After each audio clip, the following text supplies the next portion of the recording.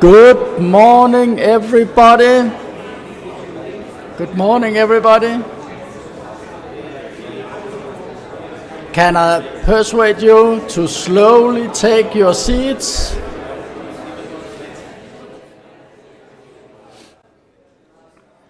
I know one of the purposes here is to exchange knowledge, and I think you are doing it right now, but please be seated.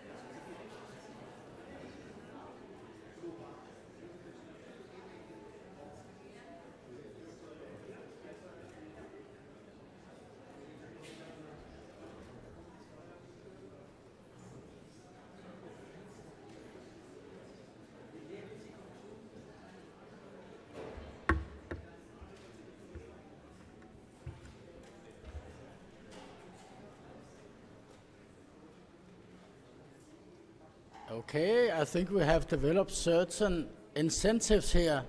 If you're too late, there is not a chair, or what? There's a vacant chair there, and there.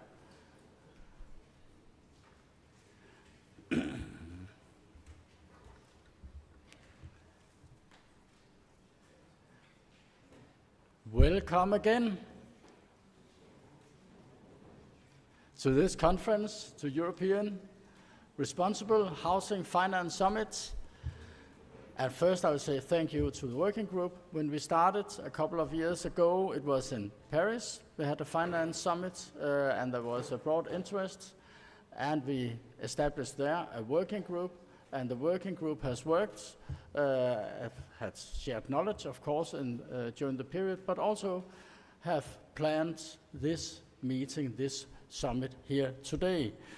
So a big thank you to the working group planning this, and to Legacoop in Lombardia and in Abitanti, and to the region. We are, as you all know, in the region's house in Lombardia, and to CEB and to the Foundation Lords. So thank you to everybody for making this possible. I think we're looking into a very exciting day. As I said before, if somebody could hear it, I said sharing knowledge is the purpose for the day today, and you were sharing knowledge so much that we are maybe 15 minutes too late now, so I will make it very short. But we have to look into today revolving funds. Can we use it? Can we exchange ideas? Can we have some inspiration between the countries? look into financial instruments for a fair energy transition. How do we have low rents and at the same time also are able to invest in the greening of the housing sector? And how do we attract funding? And what is the connection between attracting funding and the governance systems in our different systems in the countries? What are the good advice? What are the connections there? And then we are also looking into the ESCOs. I'm looking at Robin now, and also looking into the ETS too, and what are the possibilities there regarding to funding with the greening of the sector. And after that, we are now at 4 o'clock when we have the last session, and when we come to the time, I hope 4 o'clock, we are all totally inspired, and we are happy, and we will go from this conference and we will change the world to be a better place. It's the ambition, just as you know. So, to everybody, welcome to this conference and welcome to this summit. A big hand. And now I will give the floor to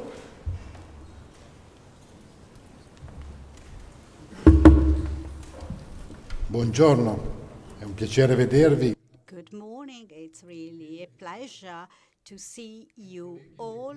Thank you, Mr. Chairman. I want to thank the colleagues of the cooperative group that deals with a very important topic for us. It's a pleasure for me to welcome you all in Milan. And I must say that today we are in the best conditions. We have fog in Milan, but this is part of Milan identity. So we welcome you as Legacoop movement in this city that has given a fundamental contribution to the economic growth, to the financial and social growth of Italy. Our cooperatives, housing cooperatives, have played an important role in Milan to meet the challenges and to look at new common rent, new commonalities within the various housing schemes. We need to consider diversity in terms of culture. We also need to increase links among all cooperatives dealing with housing, with also social and urban and sustainable problems. But at the same time, these cooperatives look at a different interpretation of life in terms of work to private life balance. We need to consider several of these concepts in the light of economic relationship and interested in light of mutual relationships. We are not interested in discussing the 7 principles of the housing sector, but we want to implement the values of the cooperative housing cooperative system that today is confronted with challenges and opportunities that do not belong only to Europe and to the European world vision or the Western world vision. I believe that the important value of such a meeting, such a summit, where colleagues from various housing sectors in Europe participate, is aimed at exchanging good practices, but also in strengthening common European ideas and values. In the 70s and in the 80s, there was an important slogan in the environmental movement: think globally and act locally in your country, your city, your region. So we need to reconsider this mission and share this view. We need to have a common vision, but at the same time, we need to interpret this vision by applying them to our territories.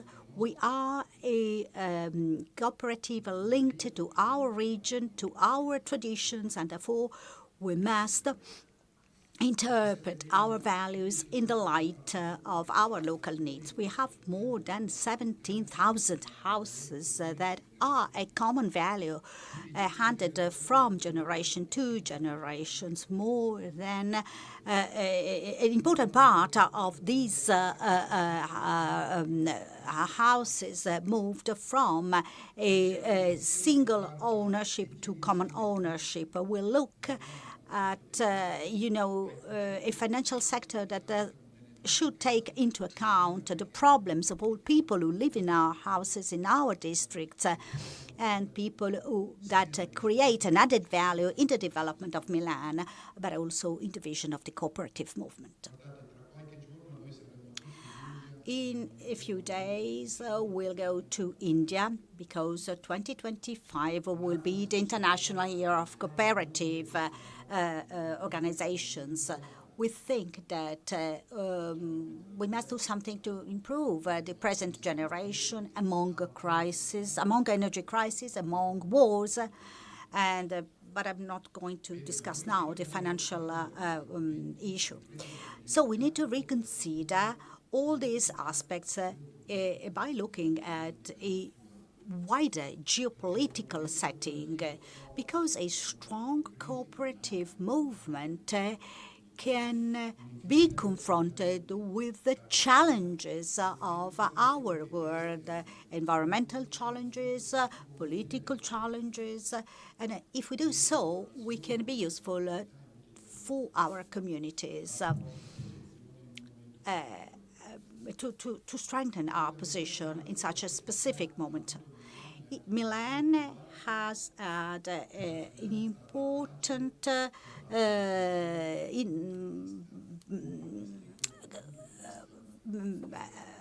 role of finance that made a specific use of land and housing. There are greater differences in Milan between the urban and the rural areas. And we have problems in the suburbs because, in this region we have 10 million inhabitants. Most of them are concentrated in the urban area, but we have 135 municipalities around Milan. After Expo 2015, Milan underwent a huge development, but we have also important challenges in front of us. And the financial sector is a big challenge for us. So today's work, the exchanges we will have today with stakeholders and with the various speakers, also with financial leaders that we are hosting today, is very important because we need some corrections at financial level. We need to have a sort of patient finance that is able to do long-term investments and not only a financial sector that is interested in the short-term profit, because we have so many examples of that. we are not interested in finding the best interest rates. We need to create and to sign new strategic agreements that give more values to our cooperatives and allow us to increase the number of our cooperative members. I think this is something that can be shared with other European cities, areas where we have university students looking for houses, elderly needing for social care, people who need to have a better mobility to go to work. So this is something that concerns the environmental aspect, the social aspect, the quality of life in our cities. That's why, dear colleagues, dear friends coming from all cooperatives in Europe, we want to welcome you warmly. We want to I want to convene the greetings of Mr. Gamberini, our chairman, and we hope that we will have space for a new future, space for sharing initiatives and looking at the challenges we have in front of us. Welcome to Milan and have a fruitful meeting. Knowledge, values, rules. So these are some of the principles we heard from a recent hearing of our potentially new designate commissioner responsible for housing and energy at European level. And thank you very much, Attilio Dada, for indeed bringing home the importance of values at the base of the work we are doing now. You also mentioned the particularity of each local situation. This is vital. Knowledge and exchange, as Bent Madsen, our president, mentioned, this is indeed the point of this working group, which started last year in Paris, exchanging knowledge. And there is a lot of knowledge indeed within the sector. And this peer-to-peer exchange, we realized we needed a space for that exchange to happen. But I would add to those three words, collaboration. So when it comes to housing, it's really a multi-level governance issue. So we need all stakeholders from local to national to international to be involved. And this is a way to introduce, in a way, our first high-level panel. And this is just a representative panel of some of the different types and levels of organizations that will need to be on board for this new paradigm of responsible, inclusive housing. So we will have a representative from a member state, a representative from the European Commission, a representative from a key financial institution, and a representative, of course, from the European Parliament, who represents the citizens' voice in Brussels. So allow me to welcome, to kick off that introductory high-level session, Konstantinos Gloumis, Secretary General for Demography and Housing Policy in the Government of Greece. So very welcome.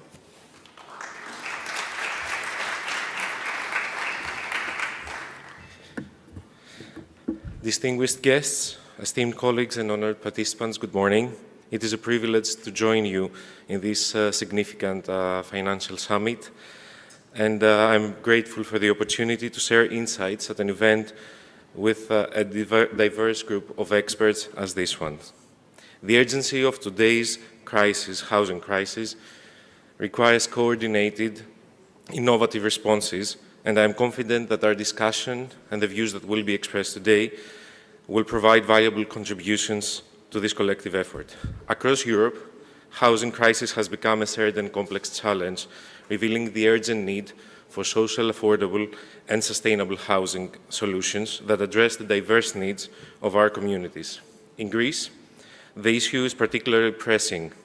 Rising rental costs, increasing property prices, and significant regional disparities made very difficult for many citizens to secure adequate housing. This is compounded by broader demographic challenges as young people delay family formation due to housing insecurity and the associated financial constraints. This situation limits birth rates, which are already alarmingly low. Moreover, Greece faces additional pressures as a southeastern European country, including migration flows and the inflow of new foreign populations that also have the needs for housing and especially supporting of vulnerable groups.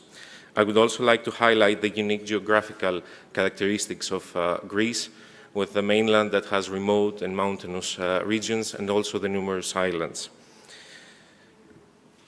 The factors that I mentioned, combined with the increased touristic activity in many Greek destinations, often redirect housing availability towards short-term housing, increasing even more the prices and making it difficult for young residents and for workers to have access to secure and affordable housing. To tackle these challenges, we have implemented a new legislative framework in 2022, which forms the cornerstone of our national strategy. This legal framework is currently under amendment in order to enhance its effectiveness, reflecting our ongoing commitment to adaptability and strategic improvement. The strategy includes over 13 regulatory reforms aimed at increasing subsidies, grants, low-interest loans, and other regulatory interventions, particularly targeting young couples and young people and first-time buyers. One of our flagship initiatives is the My Home project, which has provided crucial support to thousands of young people, enabling them to purchase their house in a difficult market environment. The beneficiaries of the program were about 10,000 households. A further positive result of the program and its wide acceptance was the residential population renewal of areas with older properties, because the target of the program was buying older properties that were actually mostly vacant. Building on this success, we expanded the project with the My Home 2 program that doubles the number of beneficiaries, as 20,000 people, featuring increased loan amounts, broader eligibility criteria, and extended age limits for beneficiaries, thereby catering to an even wider demographic. The budget of these two programs amounts to 3 billion euros. The challenge of unused and underutilized property remains a key barrier to increasing the housing stock in Greece. To address this, we have launched the Renovate Rent program, incentivizing property owners first to refurbish their vacant units, and secondly, to offer them for long-term rent. This initiative not only expands the available housing supply, but also aligns with our sustainability goals by prioritizing energy-efficient upgrades. Recognizing the particular vulnerabilities of certain population groups, such as low-income families, young people, individuals with disabilities, and immigrants, we have also introduced programs such as the rent subsidy program, over 400 million euro per year on that. And we also have a coverage program for very low-income households, and the housing and work for the homeless. It's also another program. In this program, we offer integrated assistance that includes psychological support, vocational reorientation, and employability training. The success of these initiatives is evident in the examples of individuals who have been successfully rehabilitated and reintegrated into the society, demonstrating that our approach addresses both the immediate needs, but also the root causes of housing insecurity. We are also initiating 2 affordable housing projects, but these are small-scale projects of 60-70 concerning 60-70 households, not as the big-scale projects we saw yesterday with Housing Europe and Moneta projects in Milan. Regarding our efforts to increase the residential stock of the state, we have introduced a new program, the Public Property Reciprocal Exchange Scheme. By leveraging state-owned properties and entering into partnerships with private developers, we're able to build and renovate housing units specifically for social purposes without requiring direct public funding. This approach ensures a sustainable expansion of our social housing stock while maintaining public ownership and oversight of the properties. Our strategy also integrates sustainability measures in line with our national energy and climate plan.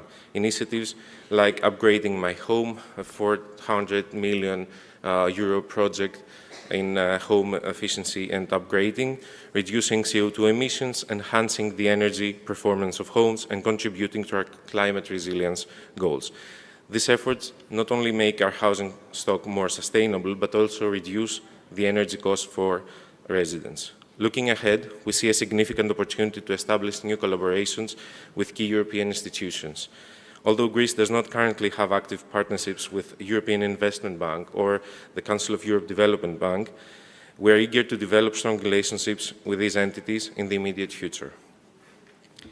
Such collaborations would enhance our capacity to improve financial instruments for housing projects, support ongoing initiatives, and address the substantial investment gap identified across the sector. We're committed to leveraging these potential partnerships alongside EU structural funds and national financing schemes to build a cohesive funding ecosystem and maximize the impact of its investment. As part of our broader strategy, Greece is also committed to following the EU's best housing practices, and this conference will also help in this direction. I mentioned again the really good practices we saw in Milan on affordable housing. To conclude, I would like to emphasize that the following challenges we face demand bold, innovative, and collaborative action. Our vision is clear: a comprehensive housing policy that prioritizes equitable access to quality, affordable homes, lays the groundwork for community resilience, and contributes to reversing the negative demographic trends we face today. Through our shared commitment and coordinated efforts, I am confident that we can turn this vision into reality, securing a better place for all our citizens and creating lasting opportunities for next generations. Thank you very much.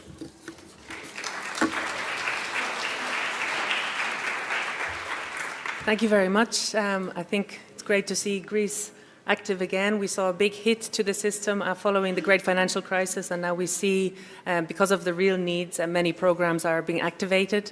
And it is indeed a reflection, I think, this need for exchange. We're happy to see member states again meeting on this, thanks to the French presidency. And we very much hope that from European level there will be continued support and backing for the continuation of this meeting between member states. On that point, of course, we would very much like to hear from Mario Nava, the Director of the DG for Employment and Social Affairs. So Mario, I would welcome you. I think we see this mobilization from the ground. So what added value can we indeed bring from European level, considering the diversity and the different challenges? Thank you. Thank you very much, and good morning, everybody. And I, of course, would like to thank President Madsen first, and President Dada and the All Housing Europe for organizing this very timely event. This is not only timely, but as a true Milanese, I can say it's in the best possible place. So well done, well chosen the location. I'll speak in English because I was told so, but I could speak in Milanese, hoping I would not embarrass the translator. So, but okay. What I will want to do with you today is four. First is problem identification, which is probably the easiest thing. So I'll give you some details on why this is an issue. And then I'll try to sketch 3-4 solutions, because I think by now we have probably already understood that this is an issue. But then I think what is important is making a step further for the solution. This is an important point, and I think Costa's introduction was excellent in that respect. The important point is that this is a subject of concern for each and everybody of us, and this is very clear. We need intervention by all type of administrations.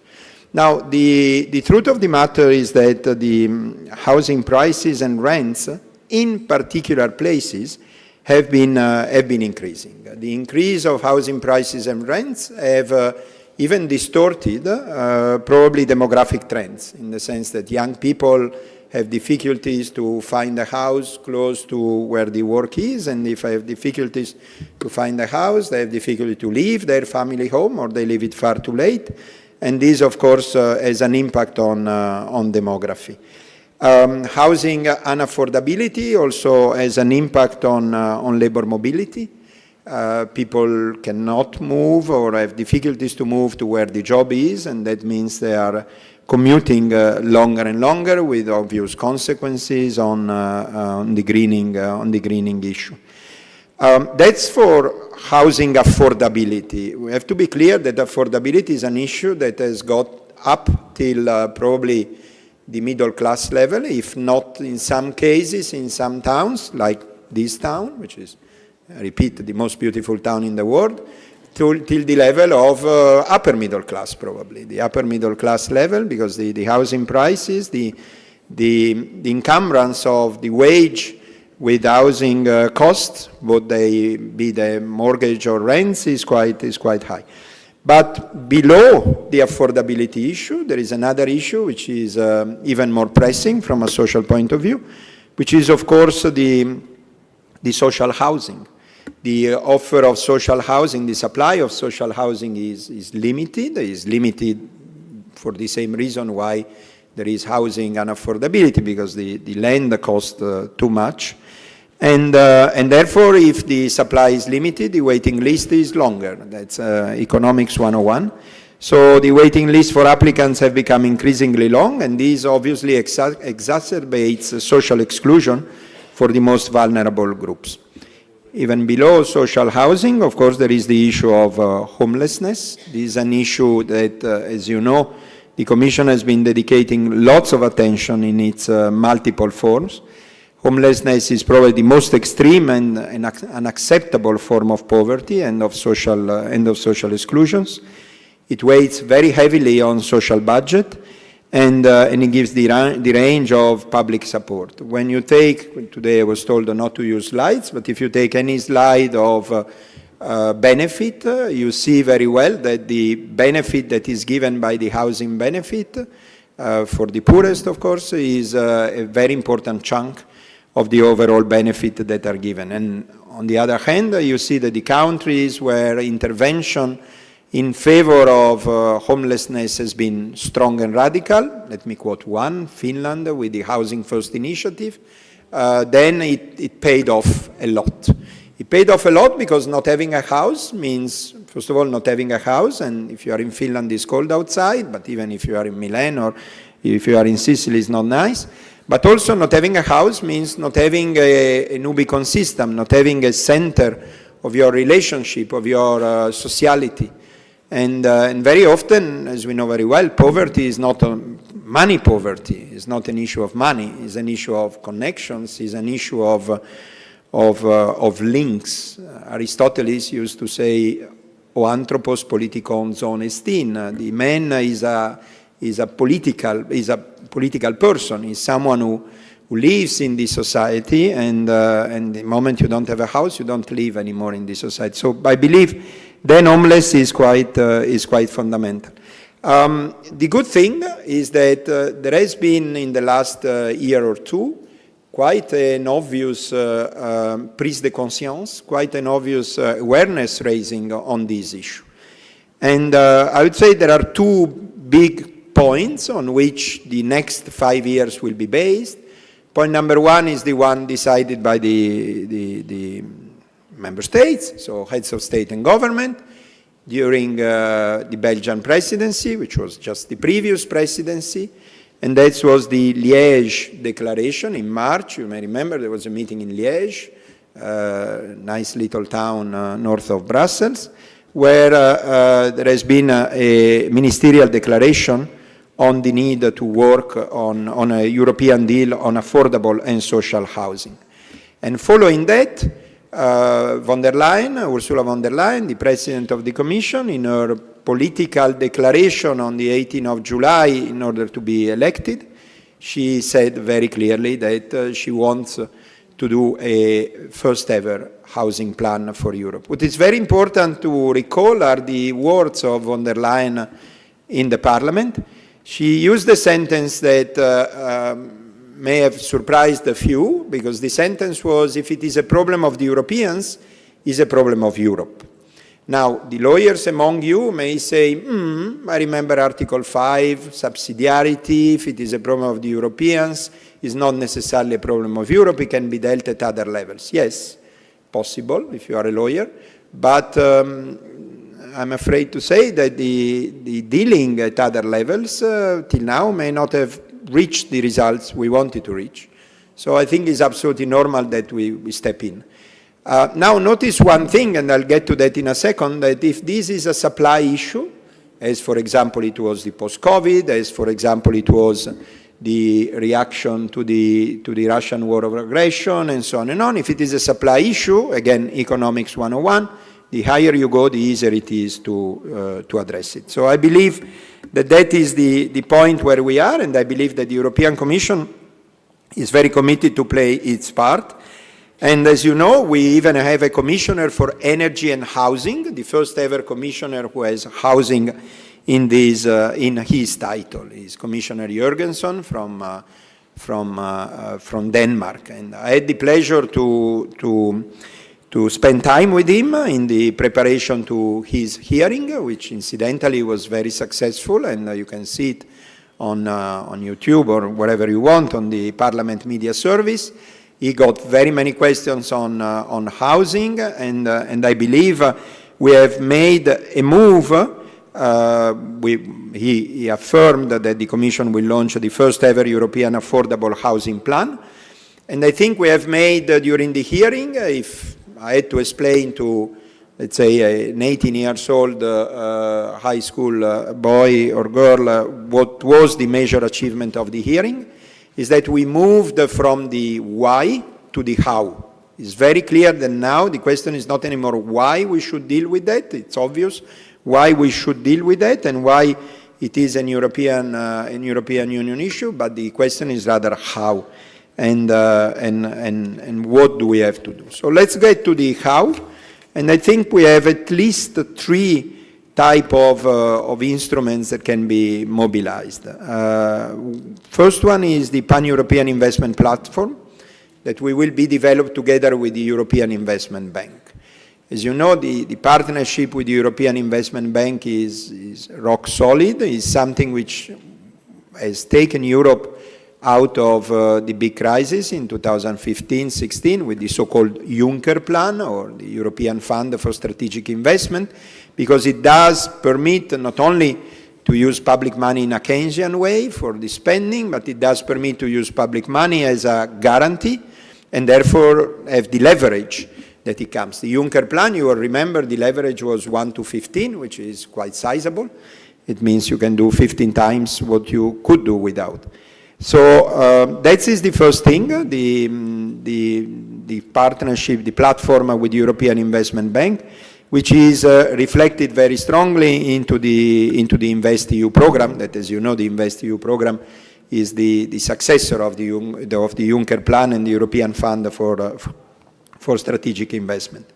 The second area is the area that DG Employment manages, among others, which is the area of the cohesion policy, and in particular the ESF Plus, the European Social Fund Plus. In the European Social Fund Plus, we have been investing massively in housing. We have been investing about more than 10 billion till now. And of course, this is mostly concentrated into the social housing. So it's not the area of affordability, it's more the area of social. However, it's very clear that in the moment you do investment into the social housing, you make, by simple subtraction of a bit of demand, you make affordability easier. The trick, of course, through the cohesion policy into social housing is to be able to inject liquidity in the market and making construction or transformation more affordable. It's important to understand that the issue of supply side, it's an issue in, let's say, if one wants to generalize in some part of Europe, including this one, including, let's say, the western part of Europe, is mostly an issue of sheer supply, construction, lack of construction. In the eastern part of Europe is mostly an issue of renovation. Be it what it may, be it that you need construction or you need renovation, of course, it's still a dent on the supply. So I think that any type of investment that facilitates that is pretty good. And the third area, of course, we all remember it, is the area of the RRF, the Recovery and Resilience Facility.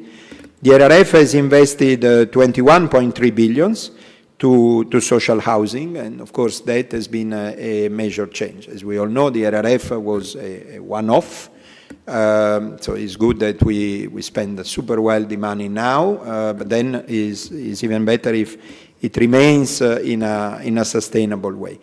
I try to schematize all of this, but of course there is more, and that's the reason why we recently published a toolkit which is giving a comprehensive overview of the different funding opportunities that are available at the European level for social and affordable housing. This is something which I hope will come out very clearly during today's workshop. The exchange of best practices between national administrations, local administrations, European entities, it's extremely powerful. I've seen it firsthand when I was in charge of DG Reform and therefore technical support, that very often, this is an area where everybody wants to do well. There is not an issue of food dragging or anything. All the administrations want to do well. So it's an area where it's mostly about ability, about empowering to do well. It's not an area where there is someone who doesn't want to do well. And then finally, let me get to homelessness again. The fourth thing is, of course, the European platform on combating homelessness. This is in partnership with the Council of Europe Development Bank.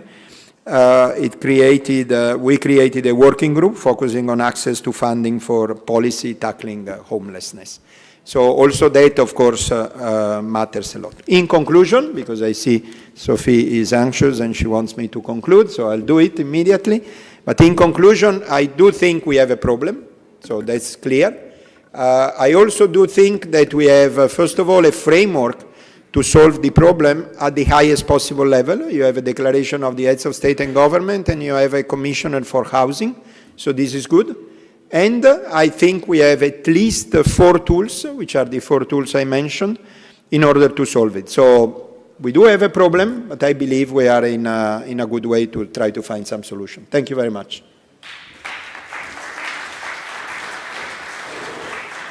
Thank you very much, Mario. Even if it is your city, we appreciate a lot that you came here today and your openness to share with Housing Europe members as well. We realize that sharing on housing systems is quite complex, even if we start with the language and the terms that are used. Social affordable housing is not the terms that are used in many member states. We talk about general interest approach to housing, so we can see that there's huge potential for exchange and common understanding.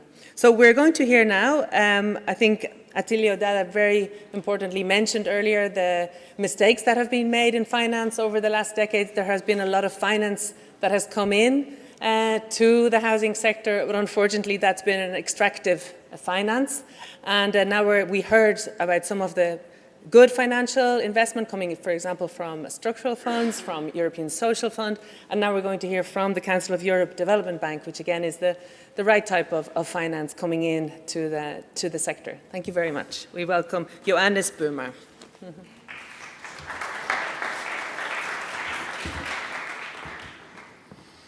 Thank you very much for having me. It's a pleasure to be joining you here in Milan for the European Responsible Housing Finance Summit.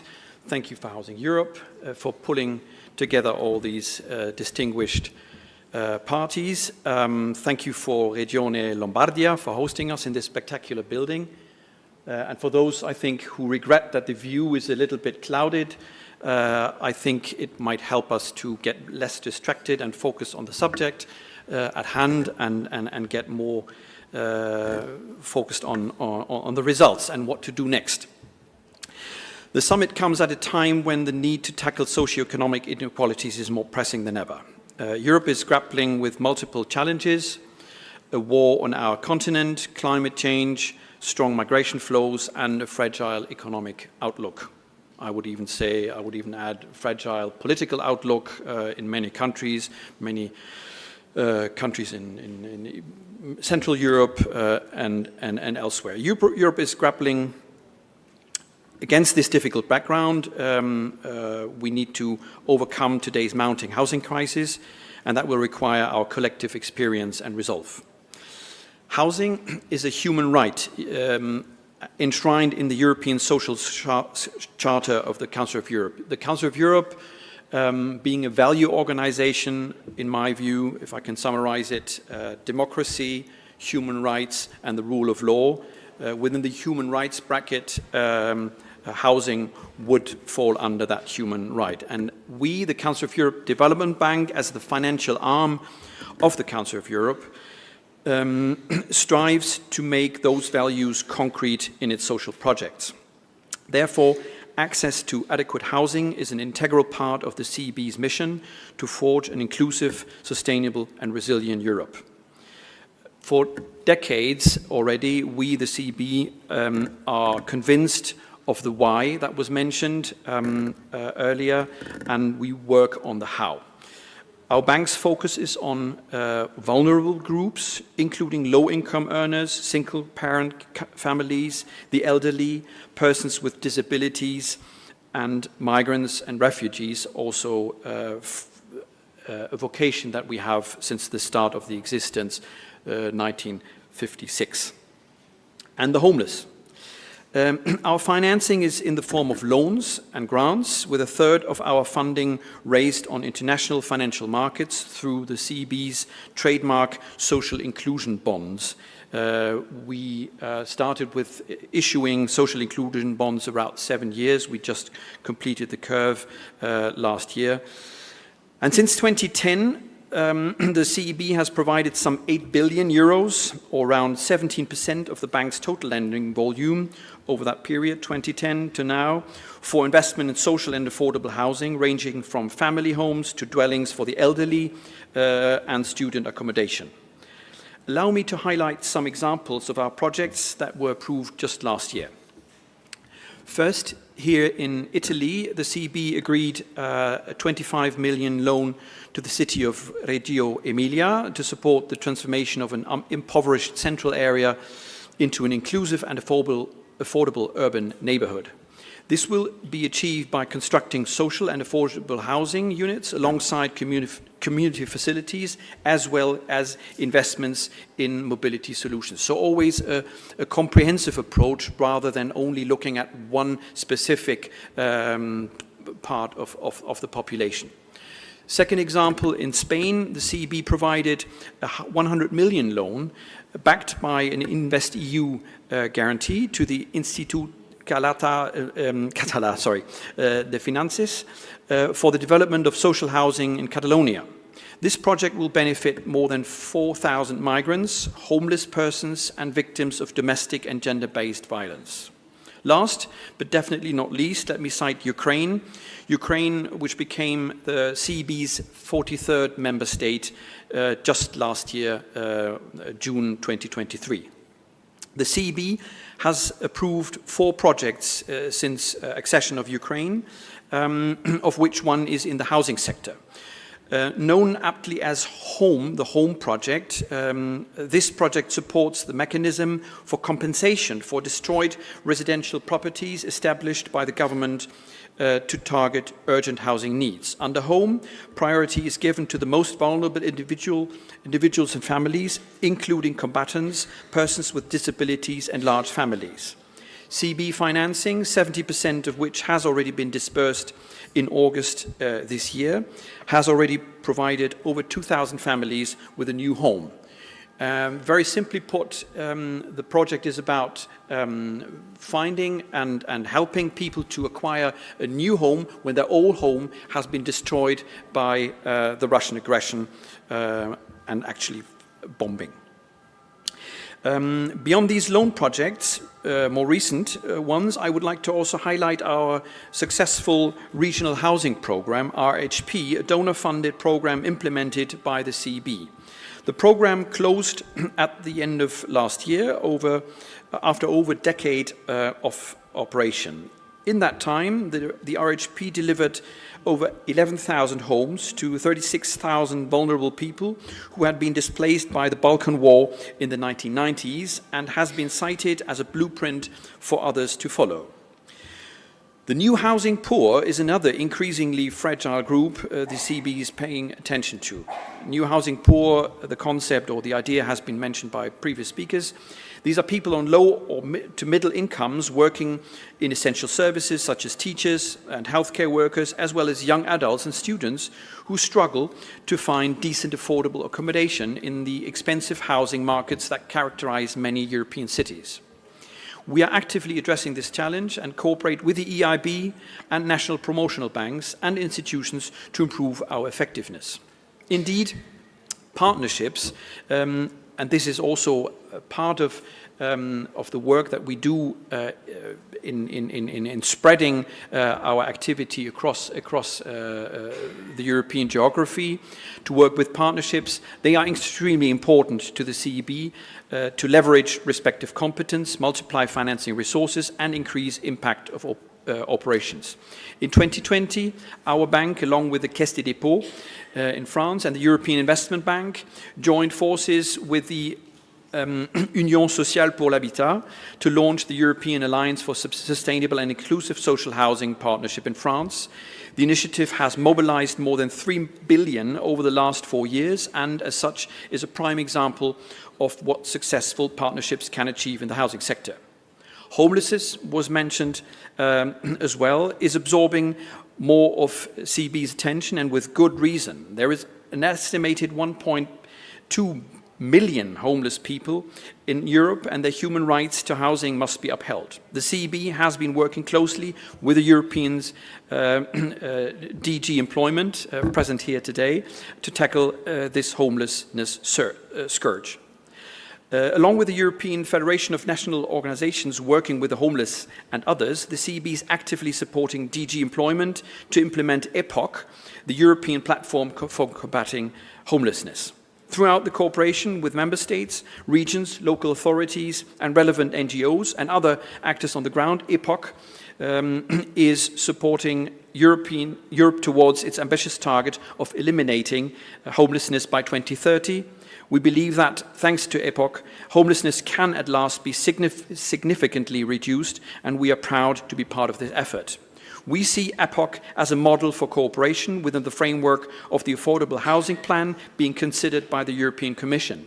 And I may add that on 3rd of December, so in 2 weeks from now, we, the CB, are organizing an event, a conference addressing homelessness through social investment at the premises of the Council of Europe in Strasbourg. So whoever is interested in that subject, feel free to register. We are really bringing together many players in the area of homelessness. The mounting housing crisis and attendant social exclusion represents a fundamental risk for Europe's social cohesion. We can overcome this risk through coordinated, active housing policies and careful financing by all relevant actors, including public subsidies for solutions targeted at vulnerable groups. The CEB stands ready as Europe's social development bank of choice to help advance this collective effort by drawing on its almost 70 years of expertise in the sector while mobilizing its skills in social financing, investments and engagement across Europe. Together, we can build a future where housing truly is a right for all. Thank you very much for your attention.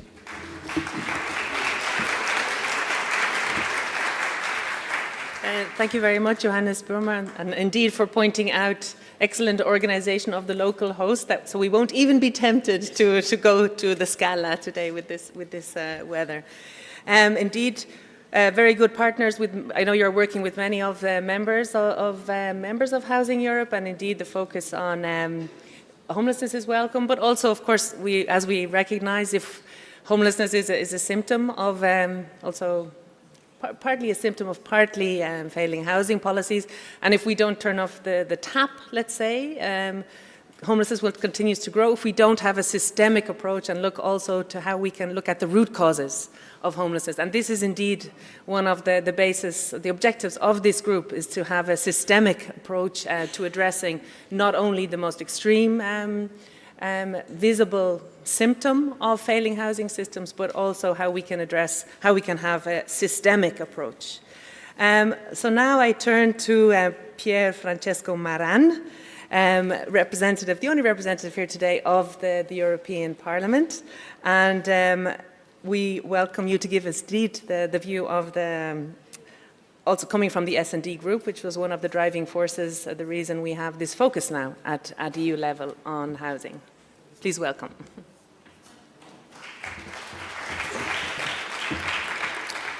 Thank you. First, I want to say that we are proud of our fog. It is typical, and we are very happy to show you our fog. It's not a problem for us. It's an opportunity to see our traditional landscape.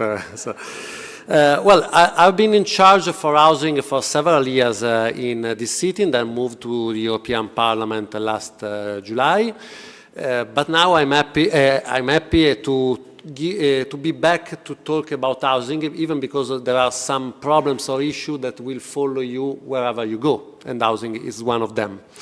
But it's a problem on the European level, as it was said, even because if you go outside and you ask to the citizens of Milan, what is the first problem? Many of them will say housing. But if you go to Barcelona, they will say the same, or in Berlin, or in Paris. So everywhere we go, we know that housing is one of the main issues of citizens, while we still think that is just a local problem. But okay, you can do better on the local level, and you can always do better. But actually, or we change and we have a strategy at the national and European level, or we will never obtain some results, even because it's not anymore just a social issue, but it is a way to imagine how we can develop our society in the next years.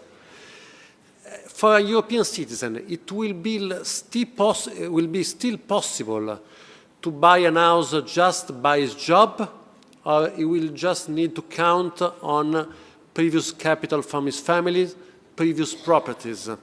Because that system will become that just the rich people will become richer and richer, while for the other it will be harder and harder. On the other side, we can create a new condition of development and opportunities, and Europe should be still the land of opportunities for everybody. So that is why it is so important and fundamental we change our way of development, and it involves housing, it involves company and society that works on housing for several years, but it's a matter of finance, it's a matter of institutions. What can we do? And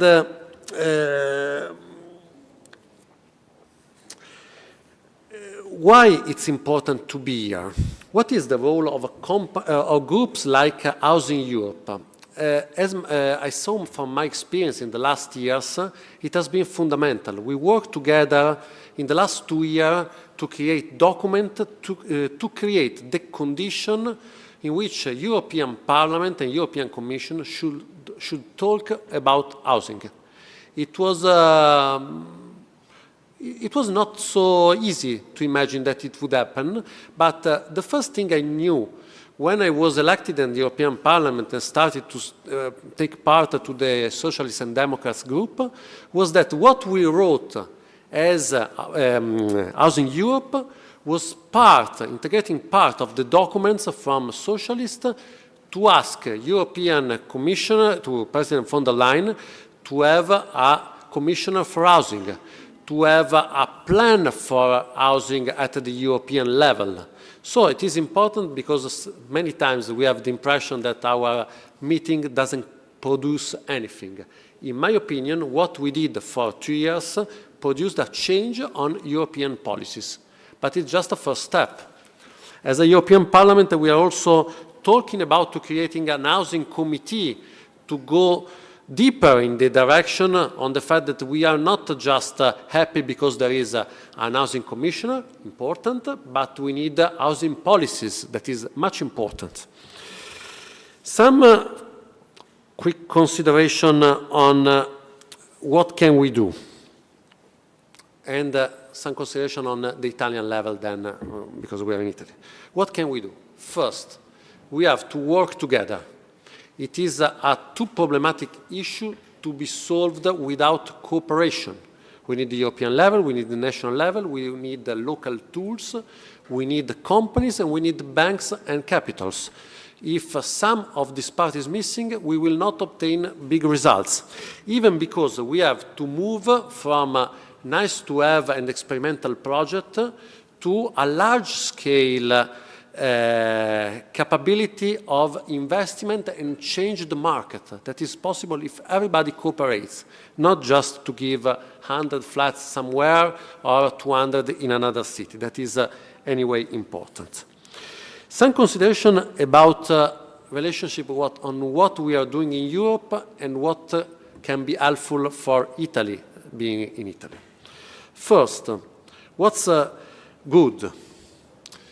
We have a tradition of cooperation among some Italian companies on affordable housing and European Bank of Investment. That is important because it's a matter of trust, and they are projects that have become realized. On the other side, we can enlarge this cooperation. There is other companies and cooperative movement above all that are clearly the characteristic to be part of this big investment and to give social return to community and capability of spending money and obtaining results. So we have the possibility to move and increase our scale of investment. What is bad? We have an opportunity that is also a problem.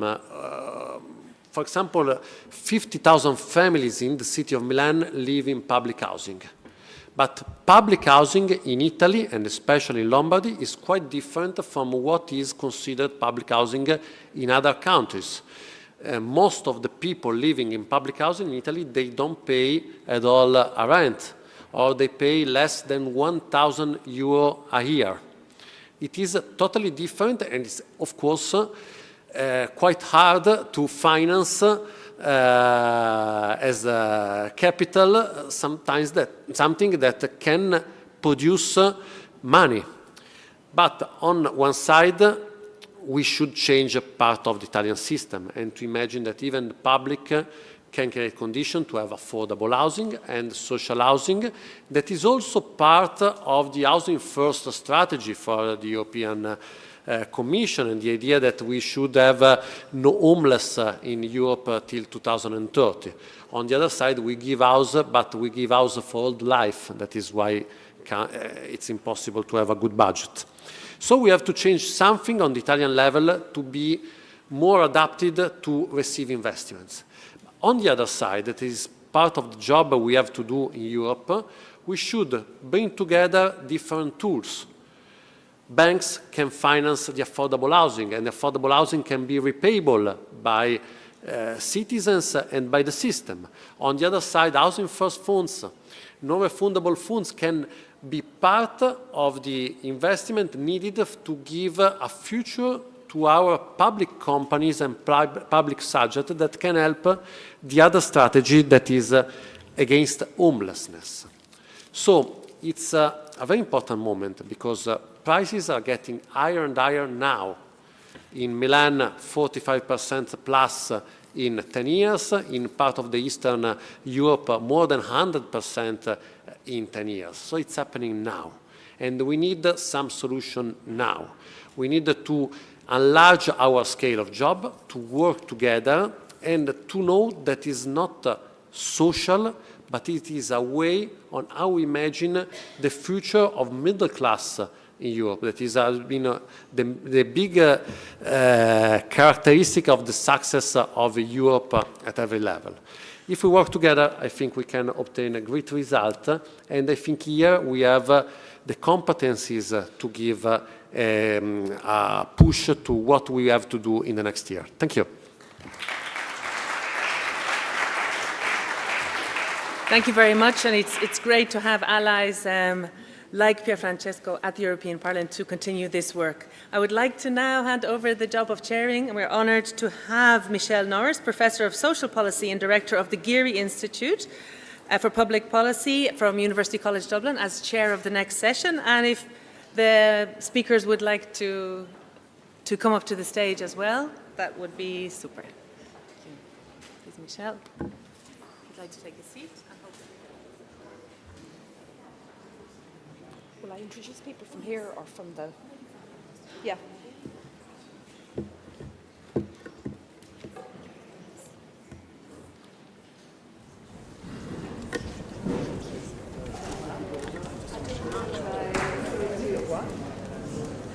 Hello, everybody. I'm really delighted to be here today. I'm sure everybody agrees that the appointment of the new commissioner and the affordable housing plan is an enormous opportunity to make inroads into addressing housing unaffordability issues in Europe. And certainly in my view, if these initiatives are to be successful, non-profit housing has to play a central role in the plan and the work of the Commission. And if we're going to grow the non-profit housing sector, we need to look at how we can transfer successful models for provision of housing outside the market from countries where there's a lot of experience of this area into countries that are hoping to grow their non-profit provision and grow their social housing sectors. So this session aims to examine these challenges of what we academics call policy transfer. And we're going to look at the two of the best developed, largest and most financially sustainable social housing sectors in Europe, from Austria and Denmark, and how they have colleagues in other European countries, particularly in Ireland, Italy, also in Latvia and Ukraine, have attempted to replicate these successful models or transfer part of these successful models. And the session looks in particular at two critical elements of financing non-profit social housing in Denmark and Austria, and that is cost recovery rents, setting rents at levels that recover costs minus state subsidies. And we're going to look at that in particular in Austria.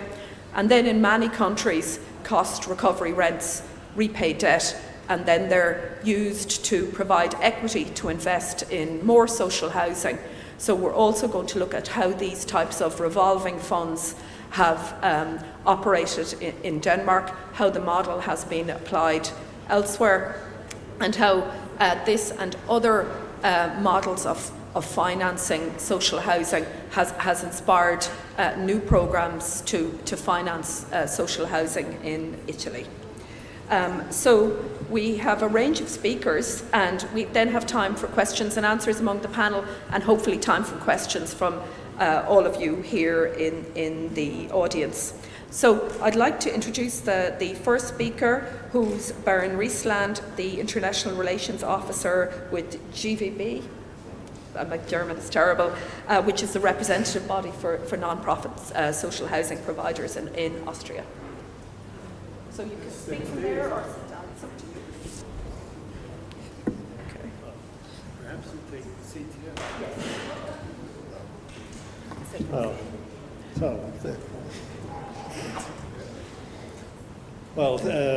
Thank you very much for the possibility to speak to you here, and as we have many ideas to present over the next over the day, I start immediately in the subject.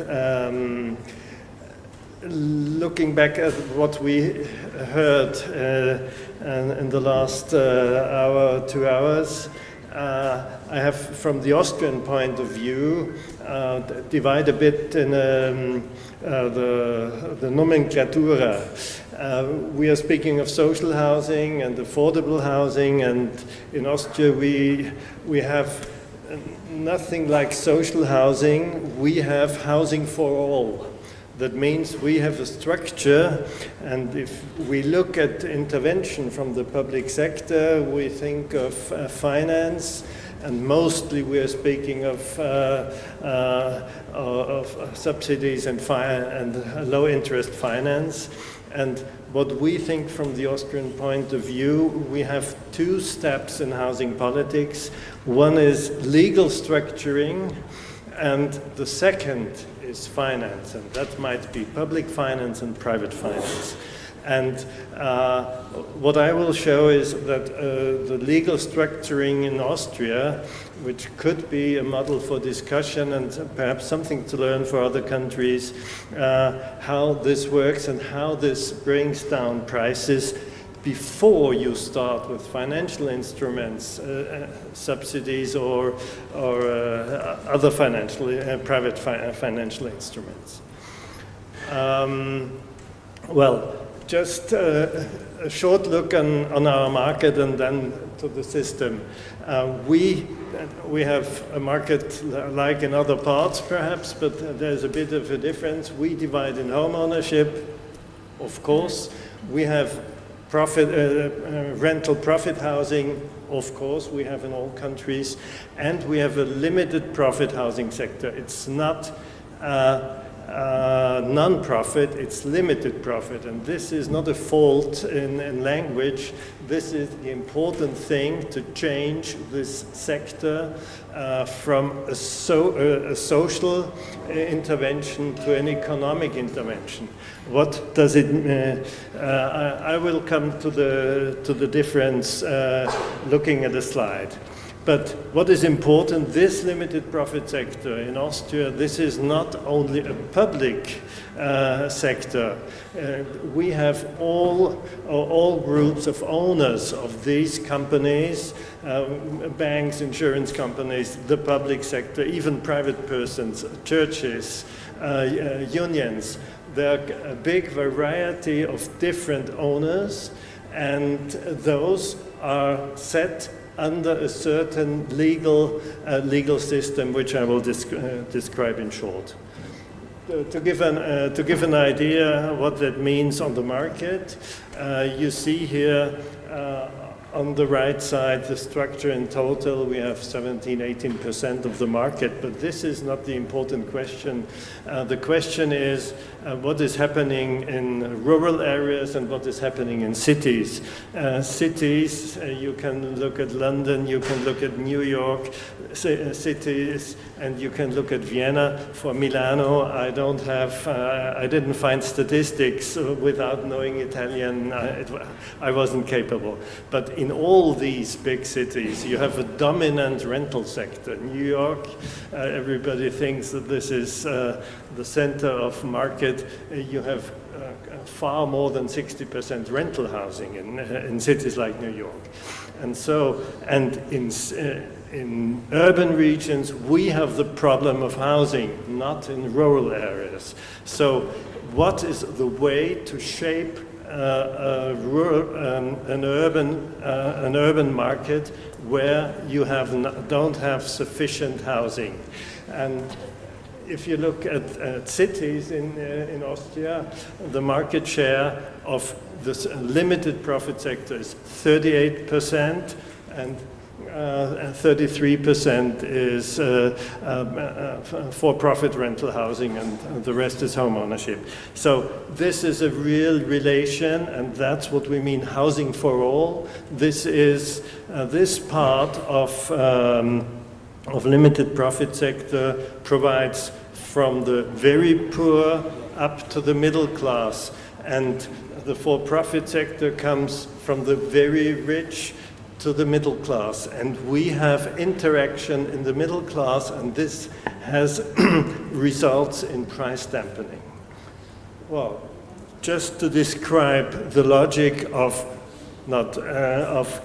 limited profit, we have with a new investment on the left-hand side, you see we have a cost rent system. There is, but it's a cost rent where maintenance is included, and even a vacancy, provision for vacancy of 2%. So it's a total cost in a way of calculating. And so you have a very low price. This price is 30, and sometimes just now it's more than 50. In Vienna just now it's 90% under for-profit rents. And this all is before in the public intervention. It's the cost rent system. It's not the subsidy question. And this, after 30 years, 35 years, everything is paid back. The loans are paid back. And then we don't go down to only maintenance, but we have maintenance plus €2 to build up equity in the companies. We have 180 companies through Austria. There's even competition between these companies. And out of this, we build up equity, and we are a strong, economically strong sector, and the banking system regards us as a very secure lender, which is very important for the price. Well, just to have a look from the system, perhaps you think it's a bit aggressive, this chart. You see the green line shows our concept. We just pay back for-profit companies, and we act on the same market. And we have the same building cost, the same interest cost, we have the same land cost, everything is the same. But we don't have profit in the, where the green line is going up to 30, 35 years, and then it drops down, and you have only maintenance and the €2 per square meter a month. And the for-profit sector is coming from the other side.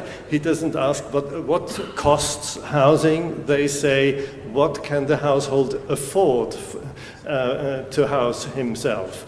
And this is a line a bit up to cost housing, but the big difference starts after 30, 35 years, after the payback period.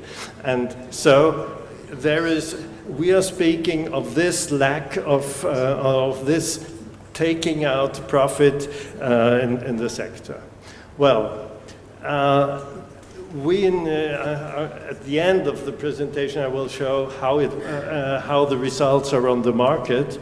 But what I'm often asked is, well, we presented this to EIB, we presented this to OECD, and everywhere with the question, this is a historic feature in Austria, be happy to have it, but you can't start with this. But this is just not true, and this is what I want to tell here. As just a practical example, since 2000, 10% of new equity from the private sector came into this model, so there is interest to do it.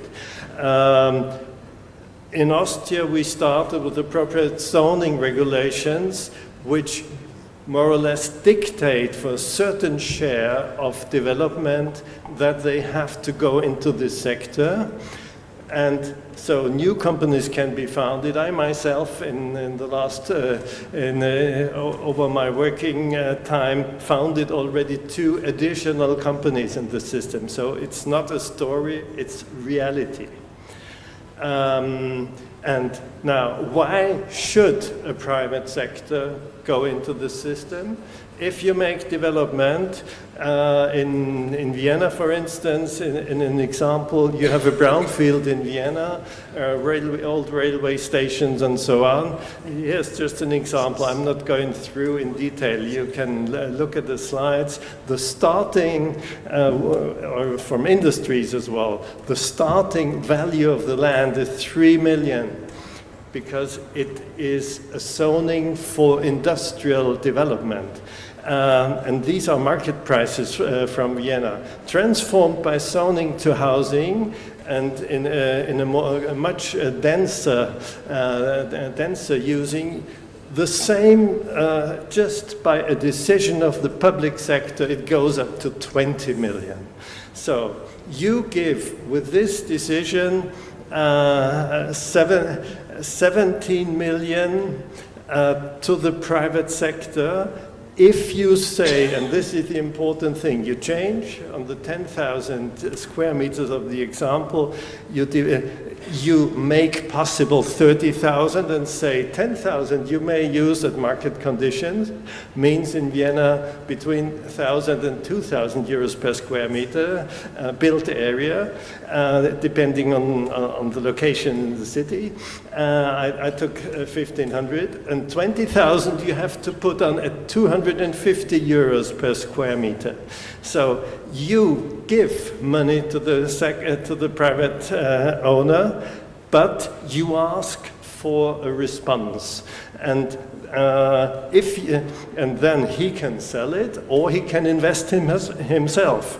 It's not only limited profit housing companies who are able to do this. He himself, if you go in the follow the regulations, he can do it himself. And if he does it himself, he comes to an to 8.8 an interest on this investment, which is just now a very good situation. So this, and there no public money up to now. So I try to continue. This is the same for agricultural land. It ends at the same situation.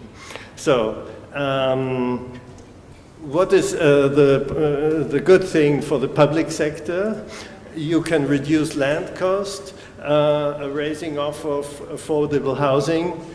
You have a cost rental signal on the market, and you strengthen competition on the market between the for-profit sector and the limited profit sector, and you have a reduction of public expenditure because housing allowances for the very poor are not set on for-profit rents, they are set on cost rents.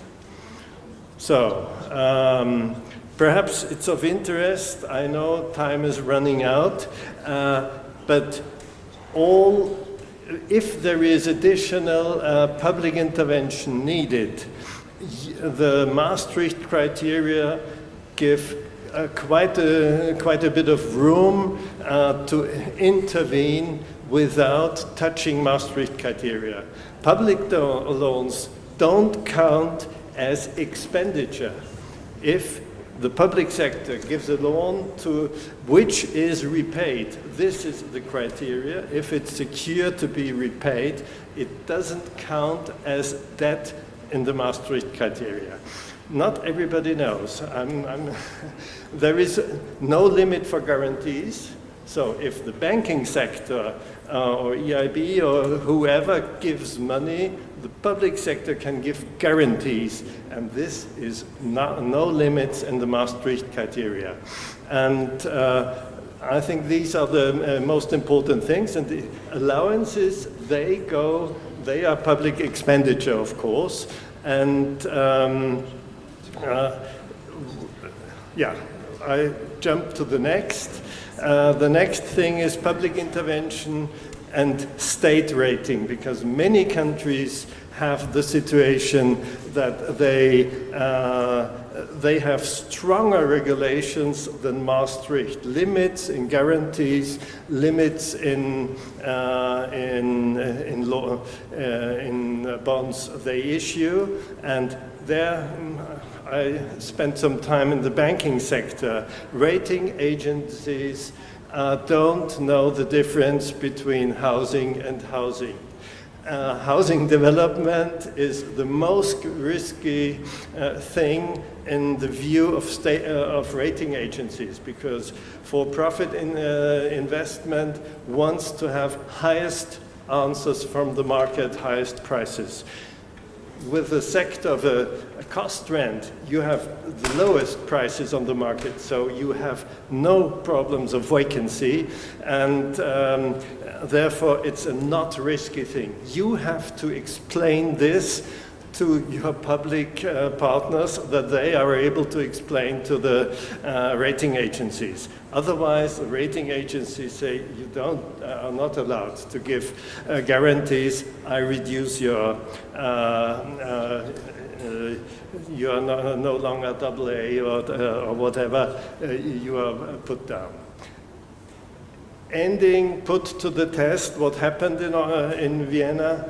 You see here on the right side the different development of for-profit rents and the limited profit rents. The last few years, the difference went up because there was so a tremendous demand because of new population in Vienna that we couldn't force it in from the limited profit sector. We couldn't offer enough supply. We tried to do our best. In 2010 we produced less than 2020, but the share, we had 1% plus in population, which was tremendous. But in the long run, we come to this situation. We had analysis with the Austrian Economic Institute, and that says with 10% market share of the limited profit sector, we reduce the rent of the for-profit sector by 40 cents. Means we have in regions 50, 60%. If you have 50%, you go down €2 per square meter in the for-profit sector. Now we speak of the middle class. The middle class sees a 50-50 possibility to come into the limited profit sector or to come to the for-profit sector. So there's a real competition, and this competition reduces prices of the for-profit sector. And this, just the last 10 years with the incredible interest rate situation, this is not a question of subsidies, it's a question of the system. Well, what means all this to the taxpayer? Austria, everybody coming to Vienna, everybody says it's very, very expensive and not everybody can afford it. This is the reality. We are far below the average of Europe in intervention on the market, on public intermarket. The system, the legal system, helps the public sector to save money. Well, conclusion, outlook, I think it came through to you that we invite and try to describe in detail our system, perhaps to use some of those, this toolkit, like was said before, in the different countries. We would like to bring our experience to other countries. Thank you very much.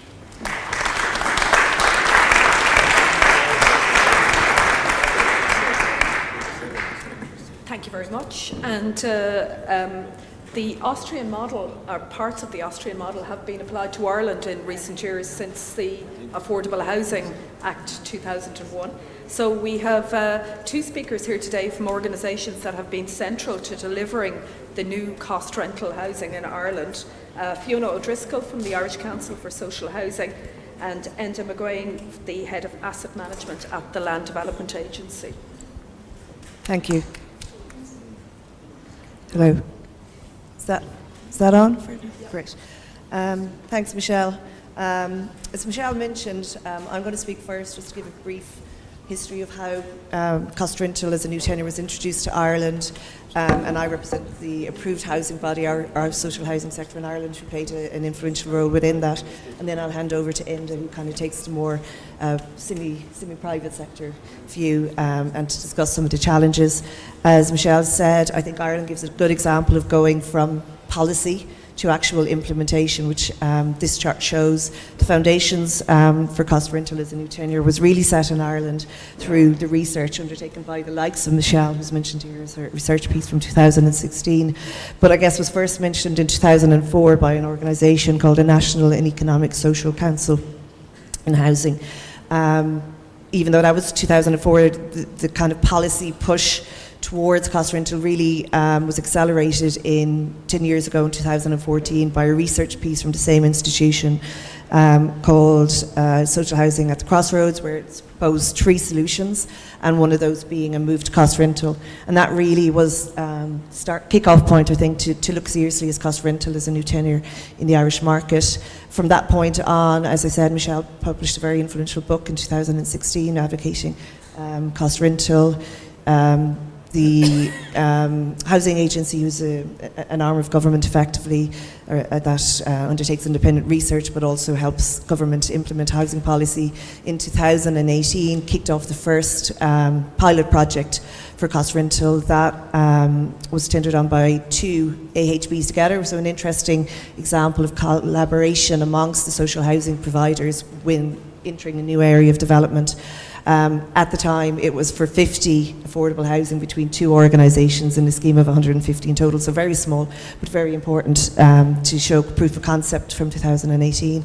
The housing agency were also very influential in terms of undertaking what was called a Vienna project, so as Michelle mentioned, looking to the Austrian model and kind of socialising, if you want, with the public and with government and with other stakeholders across housing in Ireland, the concept of cost rental and why that had benefits, which was called the Vienna Project in 2019.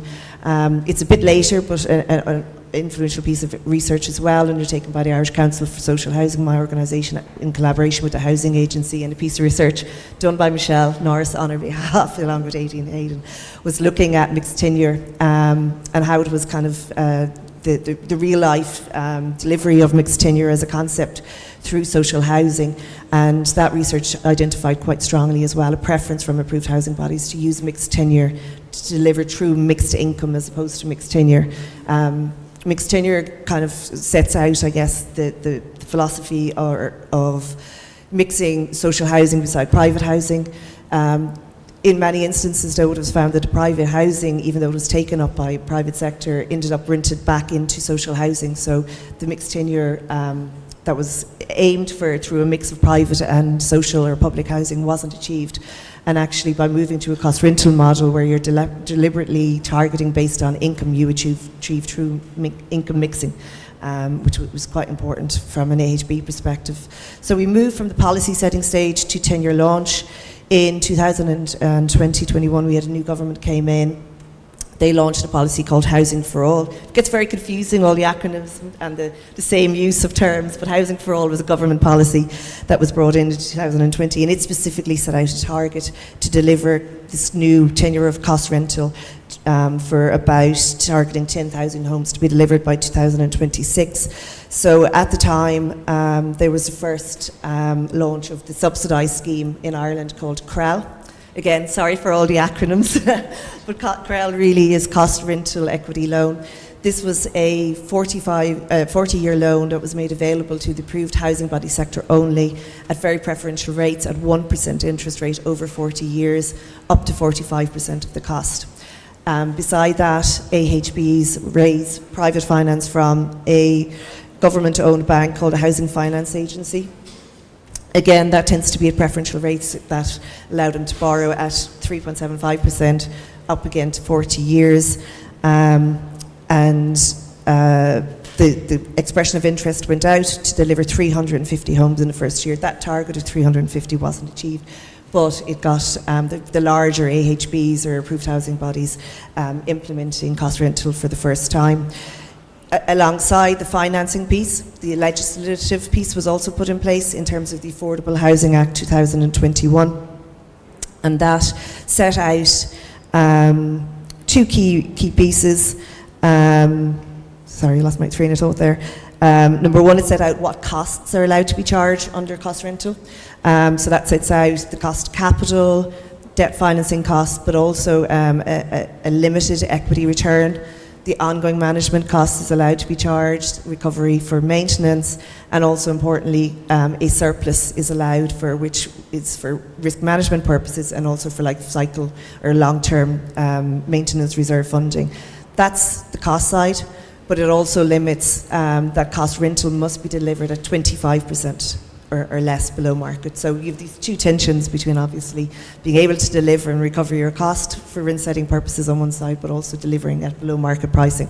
Also important to mention though that the rents are set day one with reference to market. After that the linkage is broken and rents are increased in line with inflation, and that's set out under legislation as well. I guess the key aim in terms of setting out this new sector for cost rental was the aim to help households with moderate incomes access affordable secure tenancies in accommodation suited to their needs. So that really encompasses government aims about creating this new long-term rental product that wasn't limited or specifically targets those households that earned much money, above 40,000 approximately.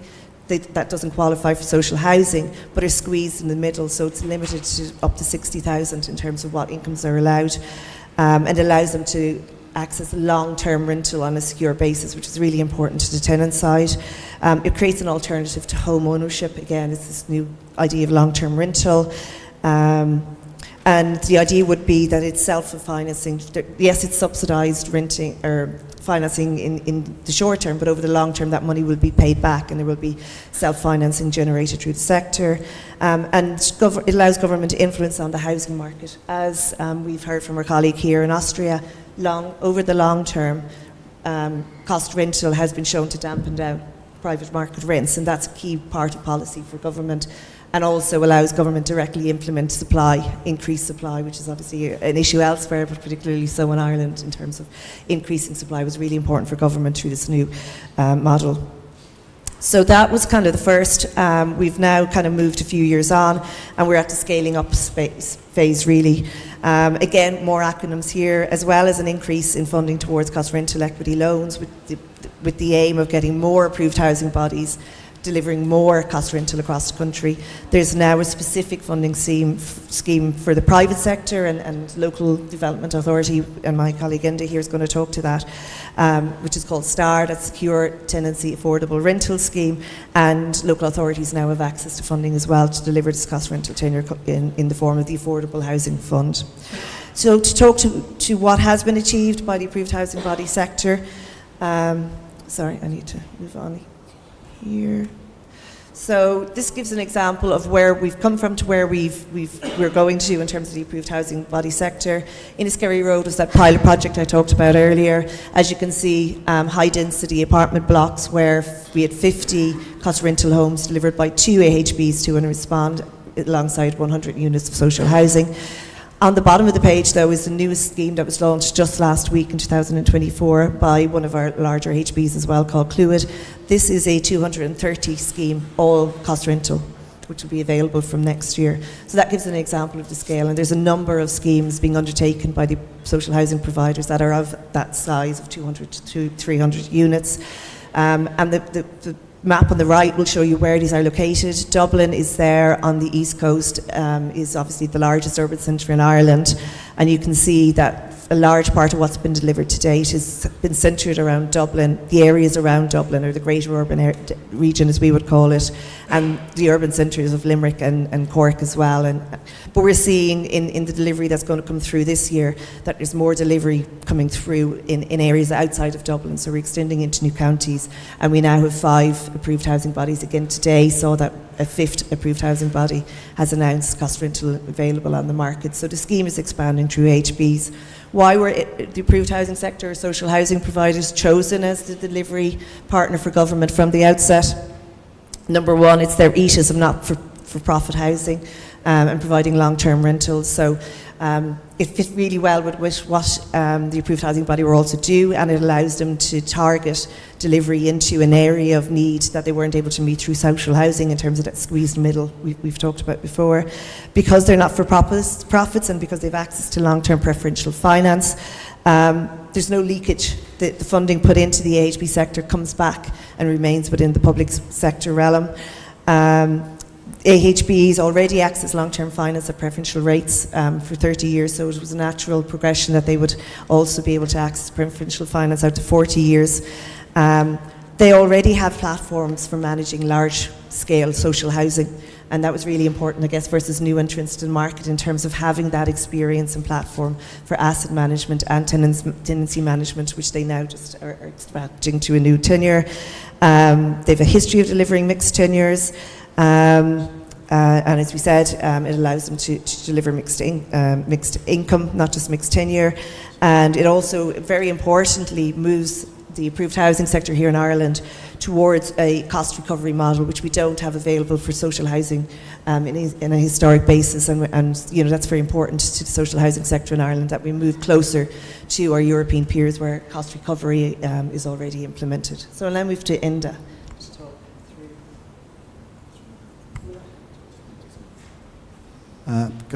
Good morning, everybody. Thanks, Fiona. I'm going to build on where Fiona's taken us to. But first, before I get into that, if I could just say, obviously, coming into this space, it's really heartening to listen to the talks this morning. Our colleague from Greece, the issues he described from a social impact and the impact housing has in our country is the same as Ireland and Greece could be the same. I suppose the other issue I would suggest is that it's fantastic and great credit is due to Housing Europe for bringing us all together. What we're trying to illustrate here is some of the learnings we have taken from across Europe and tried to apply in an Irish context, as Fiona has outlined. And I think it's only through working together we can address the same common problems that we all have. The organisation I work for is called the Land Development Agency. Interestingly, as our colleague from Austria talked about, we are a limited profit obligation entity. We were founded by the state with the aspiration of taking state lands, as they have done particularly in the Nordic countries, old army barracks, established pieces of land that are in the state's ownership, and reutilising them for housing, and specifically for affordable housing. And in that context it is, as Fiona has outlined, cost rental, which is cost rental recovery, but also affordable for sale, which is another tenure which I think our Greek colleague talked about, which would be discounted homes that people can buy. I suppose we are state funded initially with €5 billion of equity from the state, but the reality is, again, has been highlighted by our previous speakers, going forward, we need to utilise that funds to multiply. We will have to go on and get funding, maybe from a European context, but also how we can take that, leverage that financing and leverage the homes that we will build. One other addition that we've had recently is that we've expanded into an area of counter-cyclical support for the housing market. What I mean by that is that we have been taking interventions in the housing market, buying stock that was probably privately targeted, aimed for the private sector. We have taken that stock and put it into use as cost rental. And that, I suppose, has been positive development for Ireland in the last 2 years, because what that means, when we've had a little bit of a downturn, when the private market abandoned the sector, for want of a better, because the financial situation didn't warrant it, we've managed to keep development going and keep specifically apartments going, which are difficult to deliver. 18 months ago we had no assets, no tenants. Now we have over €1 billion of assets, both homes and land, and we have 1,500 tenants in the cost rental tenancies, plus another 500 homes delivered which are affordable for sale that people are buying, with the target of 8,000 homes, as you can see on the screen up there. So I suppose that's an overview of us. What we're here to do today is to try and demonstrate our experiences and try and put them into context, because the challenge is, in doing this, we're starting from where we are now and trying to create homes in with the climate challenge that we have, embodied carbon and the other elements that we know are going to create issues. Build these homes now at today's prices and try and maintain them for the next 50 years. So I suppose one of the key learnings for us has been about how we create the financial and operational models. And again, we've learned from colleagues in Austria and from other countries, as Fiona has outlined, to try and see how they approach that challenge. And more recently for us, we've just delivered 561 homes on our first site, which was a partnership with the local authority, but they're also passive homes. I think it's Europe's largest passive homes development. And I suppose, again, trying to deliver those to meet the sustainability challenge, but also to make sure that they're financeable and also that they're cost rental for the duration of their occupation, which is 50 years plus. So the second learning for us in terms of the financing pieces, we are now trying to stabilise our operating platform. That 5 billion I talked about looks like a lot of money, but when you're looking with the scale that we're talking about, the land capacity of 15,000 homes, it's not that much in that context. So now we're trying to stabilise things to create that platform that is able to be shared with other operators, but also to be shared across Europe to allow us to enable access to financing and to borrow, because that's a critical element of this. And there is a challenge in doing this. Cost rental clearly is designed to just make sure that the rents are affordable and just to recover costs. That does mean that your rental income that you can leverage off is limited, and I suppose it behooves us all to look at that space and in particular the social impact that we're having in that space and how that opens up new challenges in terms of financing. A third, I suppose, learning and experiential piece for us is the shared experience and the education. Many people have talked today about the differential between social housing and affordable housing and the terminology across Europe. That exists obviously no more the same in Ireland, and it's trying to educate people about what cost rental is, with the view to moving towards that cost recovery model, as Fiona said, to give us a sustainable both social and affordable housing sector. And I suppose a larger element of what we try and do is share those learnings with the approved housing bodies, and we learn from the approved housing bodies, I have to emphasise as well, and also across the education and policy sphere.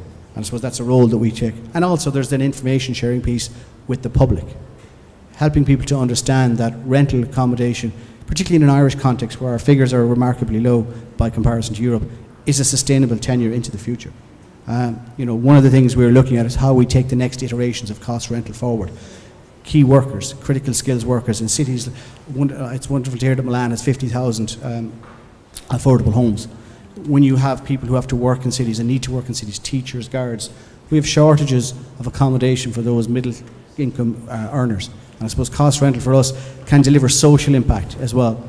We also have an elder population which predominantly in Ireland owns a lot of the existing housing stock. And again, enabling those people to downsize to smaller homes that are more suitable for their needs within the homes and the area that they've lived in.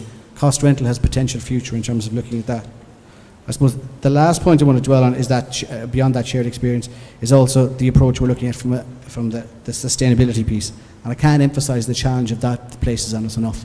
We have a very high standard of building, which is positive and which will allow us to deliver sustainable homes into the future.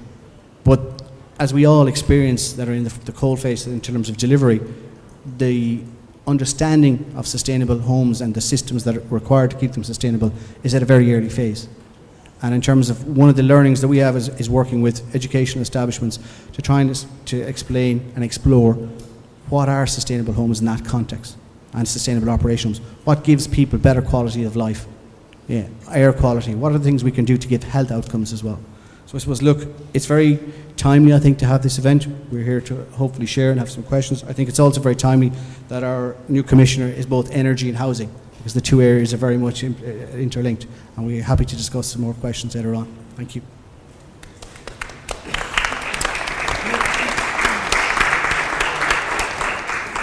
Thank you, Fiona and Enda. I now want to move on and discuss one of the best developed and longest standing examples of the use of cost rents to fund a revolving fund, which is the fund in Denmark. And I'm pleased to introduce Bengt Madsen, the president of BL Denmark, who's going to talk about the Danish fund and efforts to use the same model in Latvia and Ukraine. Thank you.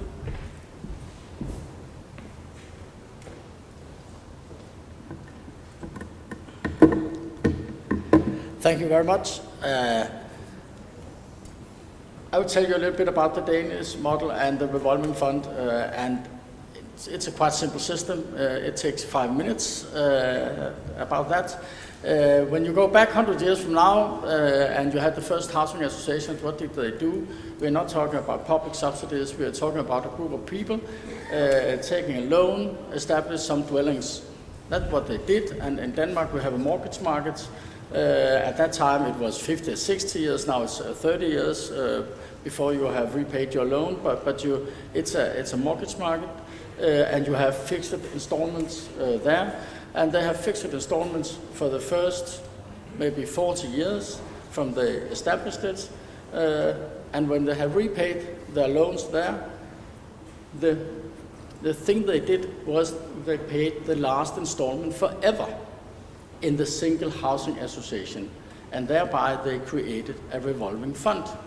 And we know that system from many countries, but in the Danish context, there was a political agreement in the beginning of the 30s where they said to the housing associations that they could receive a little subsidy to build new homes if this money would be kept in the housing association.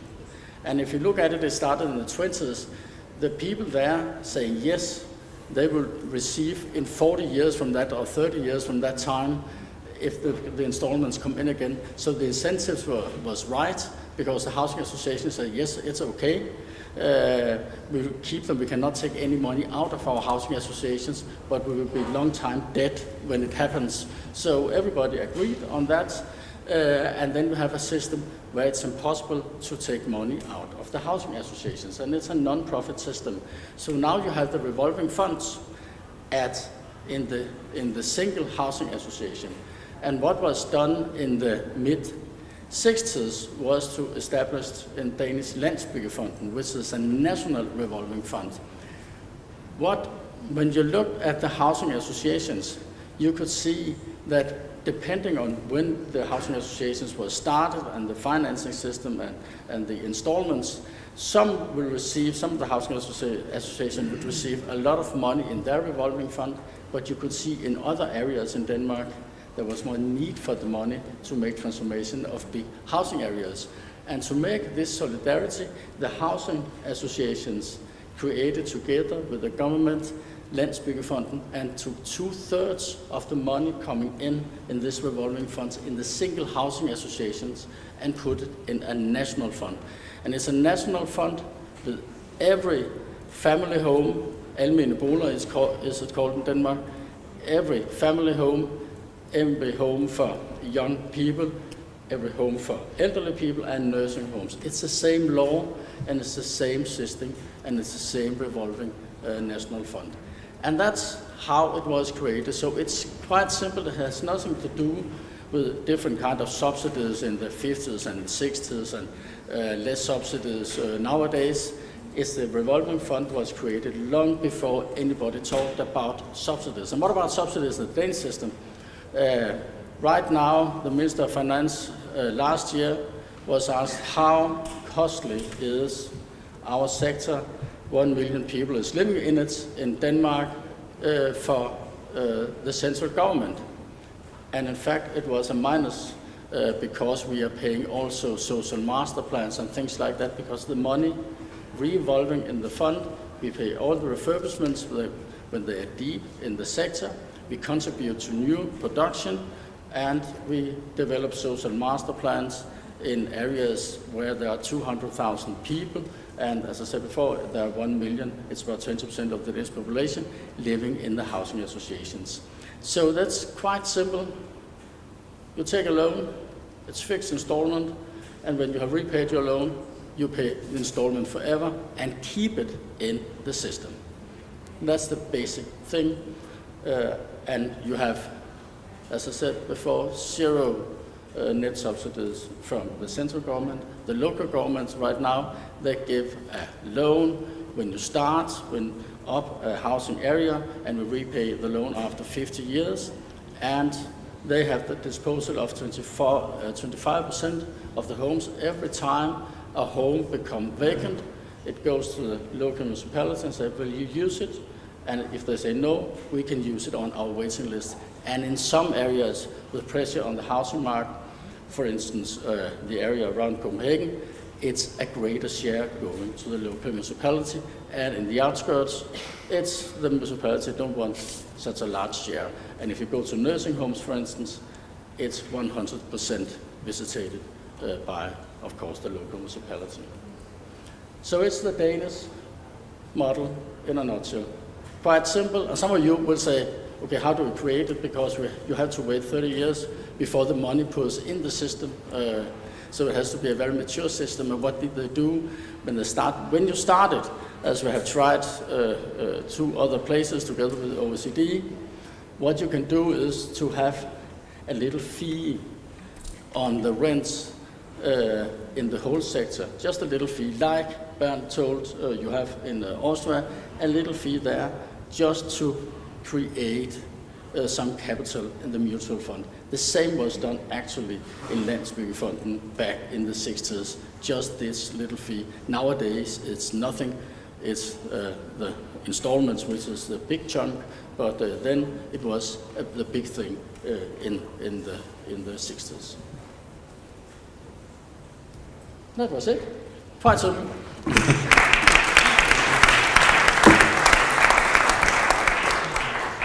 Thank you very very much. That was certainly in a nutshell. Thank you. So now we have a final presentation about a very innovative idea for a new investment platform to invest in social housing in Italy, which draws on some of the ideas we've heard from around the rest of Europe and indeed some additional ideas. And to present information on the investment platform, I'm pleased to welcome Rosanna Zaccaria, President at Legacoop Abitanti. Thanks, Michelle. Good morning, everybody. First of all, I want to say, as my colleague Attilio Dada said at the very beginning of the morning, that we are very happy to host this edition of the Responsible Housing Summit in Milan, in Italy. And thanks to, now I look at Bent as President of Housing Europe, because I think it's also thanks to the huge work of Housing Europe has done that we have the first ever commissioner, the first ever housing plan, and so we are particularly proud to have supported the organization of these events today. We said yesterday with Housing Europe colleagues that we have and we need to be very ambitious towards the Commission, towards the banks, ambitious and responsible, and that we have the know-how and the capability to spend the money and to have solutions. So, as Mario Navas said in the introduction, now we have to pass from the why to how we can do that. So, I don't know if my presentation, I can, yes. So, for this reason, as in all the other European countries, we have heard all the European cities, but not only the big cities. Also in Italy, we absolutely need, it is quite urgent to have a housing plan. It's since decades that in Italy there is not a public policy for social and affordable housing, and that's why as a Legacoop Abitanti, together with Legacoop, we have elaborated a proposal of an investment platform for a multi-year social and affordable housing plan. I will go it through very quickly, quoting the main elements. So just to start, so why we need it again in Italy, a very short overview of the situation of the housing exclusion in Italy versus Europe. You can see here that 5.2 million people are suffering for housing cost overburden. Everybody knows here in the room what does it mean, and 8.5% of people need social and affordable housing in Italy. But as I said, but it was very clearly said in the introduction again from the DG Employment, this is having a lot of impacts on our, let's say, national context in terms of market labor, this distortion even on demography. And I would add also, this is very important for me, I was thinking about it before when we were having a look at the city. It's a question of labor market, it's a question of human rights, but it's a question also of, I would call it biodiversity of cities, how we imagine not only the future of the middle class, as somebody said before, but also the future of the culture and the biodiversity of our of Europe and of our cities. So I said a proposal of an investment platform for a multi-year social and affordable housing plan. First of all, I want to thank once again Housing Europe, because they have realized, they have produced for Legacoop Abitanti a benchmark analysis on how the other systems in Europe work, so the Irish one, the Austrian one, and we have been very inspired by the French housing platform because of many reasons, because there are similarities between the French system and the Italian one. So, some points. What is the goal of our proposal? And I want to underline, it is still a proposal. It's to support the Italian government in the development of a plan the government has announced, and it is not here today. I want to underline it. A housing plan 1 year ago, but there are no money or really few money in the balance law. So that's why we want to make a proposal on the table. The target, it's quite clear. It's a long-term rental, social and affordable housing for metropolitan cities, but not only, but also for cities exceeding 50,000 inhabitants or provincial capitals with significant social housing demands. The approach, I said it, it's based on a platform that has the main goal to, the main approach to aggregate financial resources. We have heard yesterday also from the co-writer of the report on social investments that there is big issues of blending and bundling, as she said. So, and for the banks and for the European Union, in a country like Italy, where these European financial instruments are really invested few money, so I think that the issue of aggregation is quite crucial. And then the second point in terms of approach is that it relies on a robust commitment from central, regional and local authorities, because we really think that the public actor must have the governance, and the region are the ones who really knows at local level, at regional level, what are the needs. We have already started, of course, to present the proposal to the Ministry of Economy, and we will do it in details in the framework of the working groups for the implementation of the Social Economy Action Plan, of course with the Ministry of Transport, and in the pitching sessions this afternoon with EIB and CEB. So this is the process ongoing. Very shortly, I will not go into all the figures, but just some main points. So the investment platform, as you see here in the table, first of all, it intends to develop 20,000 dwellings. So hearing from our Irish colleague that have showed how many are already done and ongoing, we think that for our plan is intended to year, as I said, a multi-year in a 10-year plan. So we think that 20,000 dwellings is something that we can do.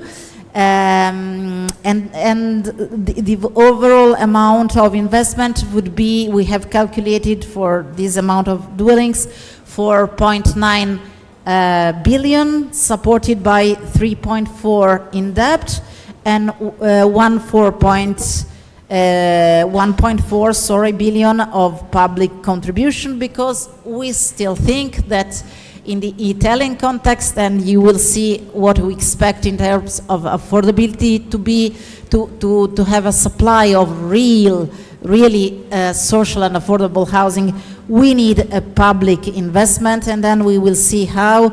So the combination of public and private, what we have calculated would be 34% of public contribution and 60% funding, private funding, with the platform aggregating resources from various debt sources. So a little bit, as Sorcha said in her introduction, values, rules and roles. So we think that we as social housing operating and the public actor, as I said before, can have quite an important role, but the rules we think are very important to see what is our vision and what is the target and let's say the objective that we have. So the rules, it would be based on the operational plans of the regions. As I said, it serves as an aggregator and it negotiates the terms of access to debt resources. We have foreseen two different functions on the platform. On one side, the governance functions that it involves the participation of institutions, and we see our role, but also the employers association as a consultation role. The second function is the technical one.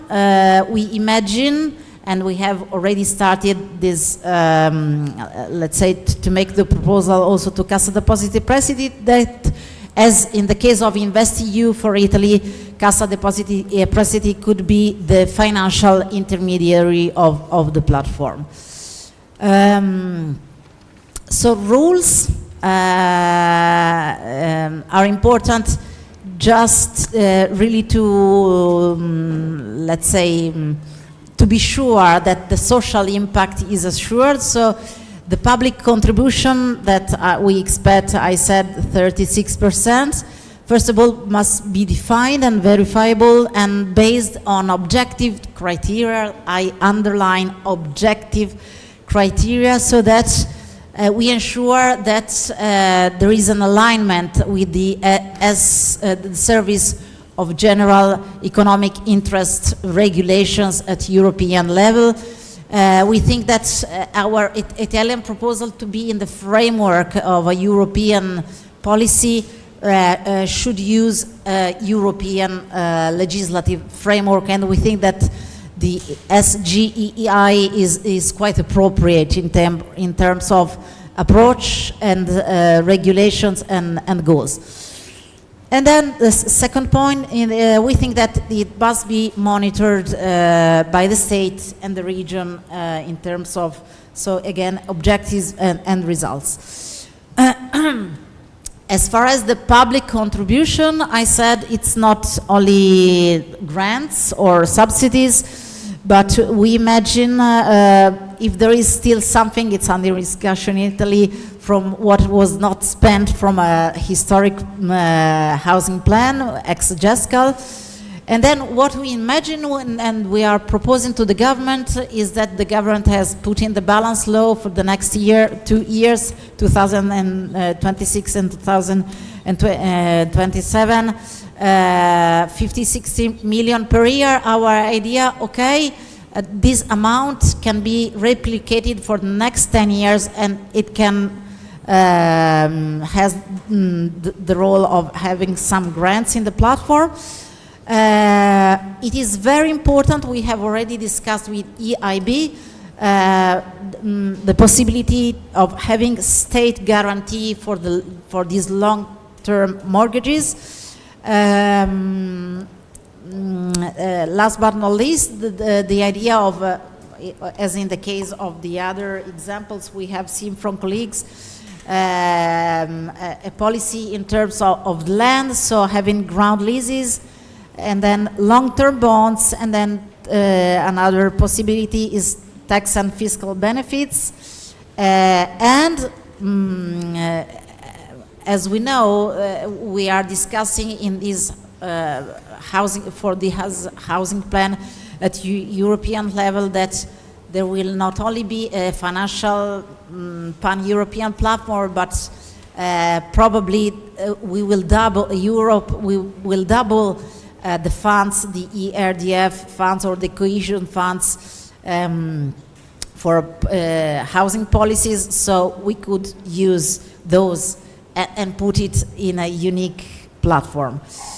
I will close on the measurable impacts that we expect as a goal of this platform. It is very important for us that we have calculated, again, using the framework of SGEI, that what is really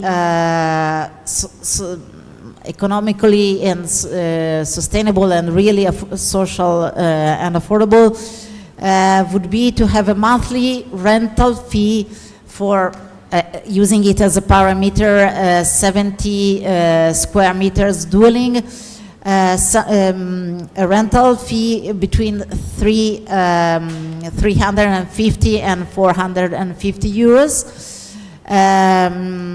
And then, of course, as in any social housing project, we expect to have an environmental sustainability, so again, zero land consumption, urban regeneration, sustainability, and in terms of social sustainability, what we have experimented here in Italy with the cooperative movement for 100 years, and I see also my colleague from Fondazione Housing Sociale and other actors.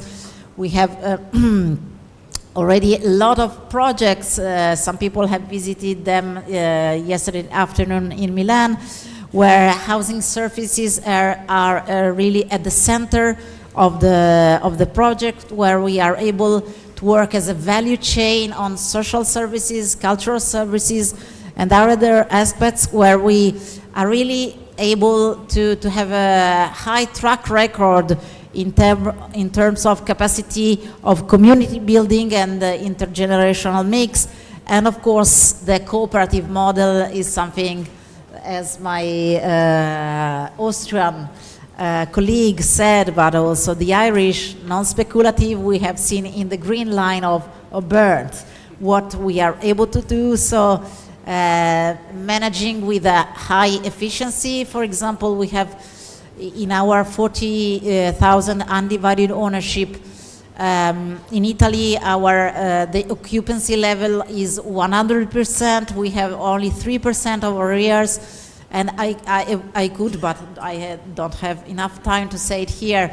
But we are able really to deliver a high quantity of services of general interest, building real social mixed communities.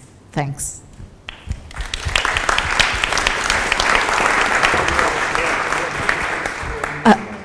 Thank you, Rosanna and the other speakers. Now we're slightly over time, and so I certainly don't want to keep I know keeping Italians from their espressos is unwise, so I don't plan to defer the coffee break too much, but it would be nice to take some questions and hear a little bit more about your project. So let's just take 5 minutes. So if anybody wants to ask a question, can you raise your hand? And maybe I'll kick off the questions by asking Rosanna, since you spoke last. This financing platform you're proposing, what financing problems will it solve for delivery of Italian affordable housing? Well, I would say that first of all, we are working, as I said, on a multi-year, so we think that we absolutely need a long vision, you said it in here also, in order to produce such quantity of dwellings at affordable prices. We need a long-term policy. And as I said, but mainly in Italy, I would say even more than in other European countries, state funds, public state funds are really limited. So for us, the fact of having European financial tools is quite important, and not only for having low interest rates, but as we said, patient capitals. And as my colleague Attilio said at the very beginning, it's not only a question of rates, of course, of long-term mortgages, but it's a question also of having CEB and EEB together with us in a common vision of what we are doing. And I think that we have to work with them, not only, of course, first of all, on the financial techniques, but also on the, as I said, on the social index of what we are doing, the Vice Governor of CEB before presented, some quoted one of the projects they have implemented in Italy, in the Reggio Emilia. We know it, we have a little bit cooperated to that project as cooperative movement. So the vision together with the finance is something that we think is crucial. Yeah. Thanks. Thank you, Rosanna. And now a brief question for both Bird and Bent. So you both come from countries with very strong social housing sectors, and you're one of the few countries where the size of the sector has grown since the 1980s. So those of us from countries where the sector is not so strong look at you and we wonder, how have you managed to maintain your sector and grow it over such a long period? So do either of you have any insights you want to share? Well, it was a commitment since long time at the regional level in politics. If we don't have a sector like this, we have troubles with the population. It was a very basic commitment in politics. On the regional level, on the national level, they are too far away. But on the regional level, they know it. This is one thing, and the other thing is we positioned ourselves. It's an economic institution. We do economic things, not only social things. We have an economic concept, or the cost rent, and the building up of equity in the long run. So we are much more stable in the view of banks than other sectors. And so there were no attacks from this side. Well, the for-profit sector perhaps is not always happy with us, but actually in the company I'm coming from, we have many cooperations between the for-profit sector. I worked the for-profit sector 20 years ago, so even personal, there's an exchange between the different companies. And so it's an integrated mixture, and I think this the different companies between each other and politics, the basic politics, they know we can't overcome the problems without a sector like this. Thank you.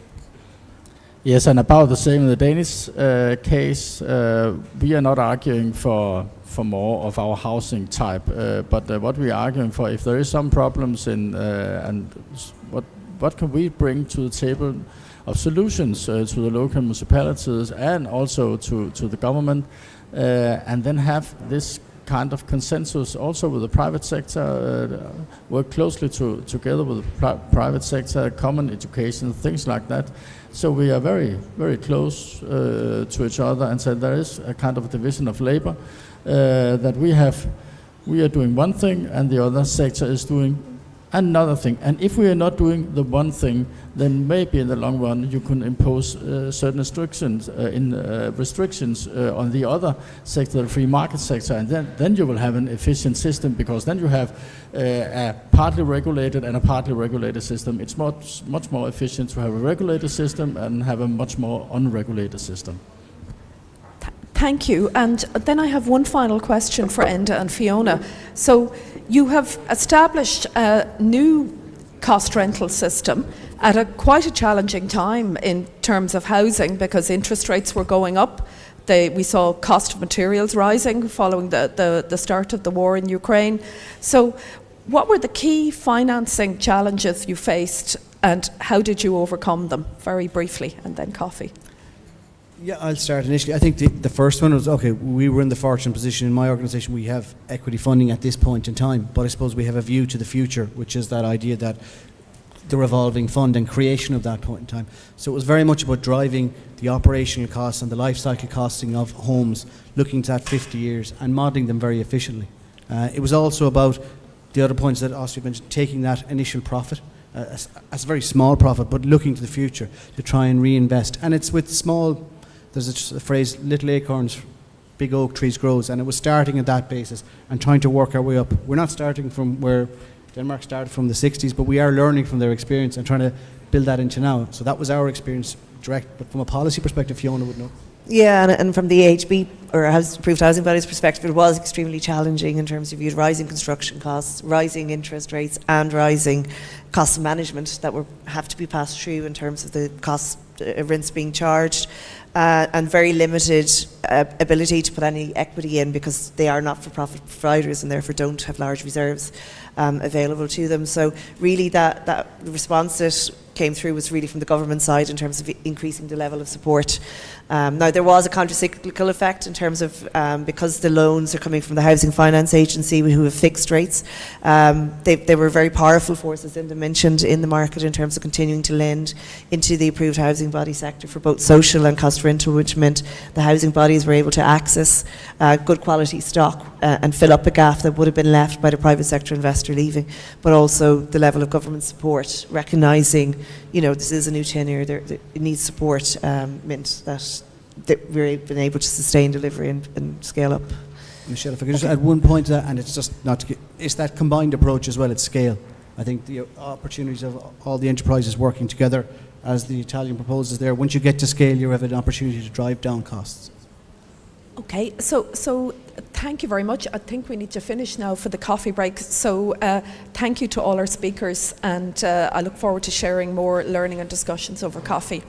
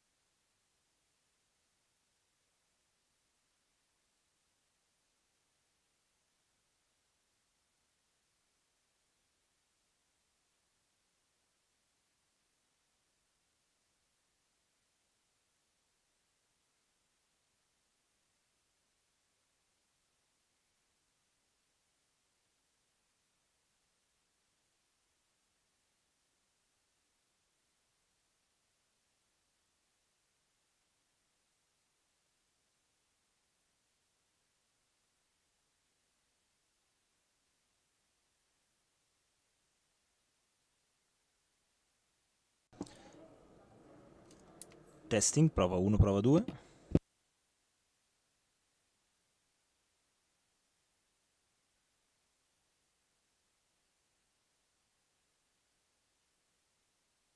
Prova. Prova 1, prova 2.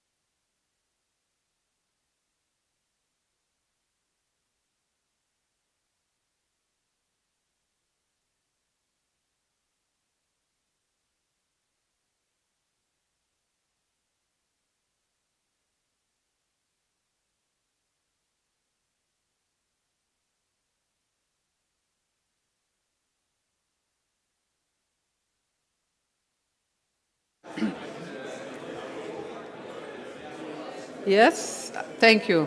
Okay. I think this is going to be difficult to get you all here before lunch and after coffee, but we have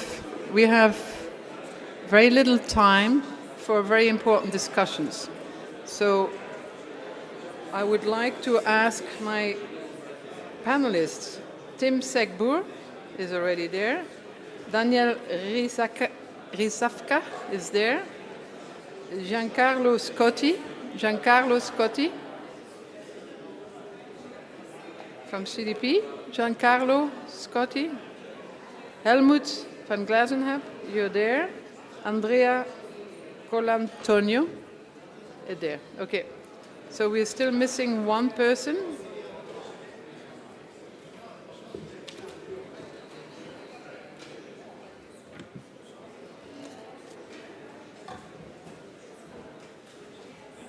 Thank you very much. So we're going to start here, and there are there's a session here, and two different panels. So I'm going to moderate the first panel, and there's a second session that will be moderated by my colleague Julien Dijol. So we are in a very strict timeline. So I will ask my panelists to stick to around 5 minutes each to respond to the questions I'm asking you. I hope that way we will have a little bit time to also interact with each other and with the audience. Okay? So I'm not going to take a lot of time to introduce each of you. I'm very happy with a very impressive panel, actually. And you have documents that explain a little bit what all of these people are so important about. But the session itself, my section of the session, will be really looking at investigating the challenges faced by financial intermediaries, supporting housing providers. And so how the more concrete we can be, the more helpful this will be to come to some conclusions at the end of this meeting, and also to help then everybody to move forward together. Okay? So that's the only message that I want to give for the moment. So then, my first panelist speaker is Tim Segbur. He's a senior advisor of regulatory and corporate affairs of NWB Bank in the Netherlands, and I think he's going to say a little bit about his role, but he's mainly going to try to answer my two questions. The first question I would like to ask you is, how can the policy framework that exists for the moment better facilitate access to finance for social housing providers? It's important to speak from your own experience also there. Challenges, frustrations, good points, suggestions. And are there specific regulatory changes that could help? And please explain if you can. Then we have a second part of the question, is a bit indirectly related, but we have, for the moment, have an EU taxonomy that mainly focuses on environmental taxonomy. And what do you think about increasing and improving the taxonomy also for the social part? So these are two big questions, and I would like you to stick to 5 minutes, if possible. Thank you.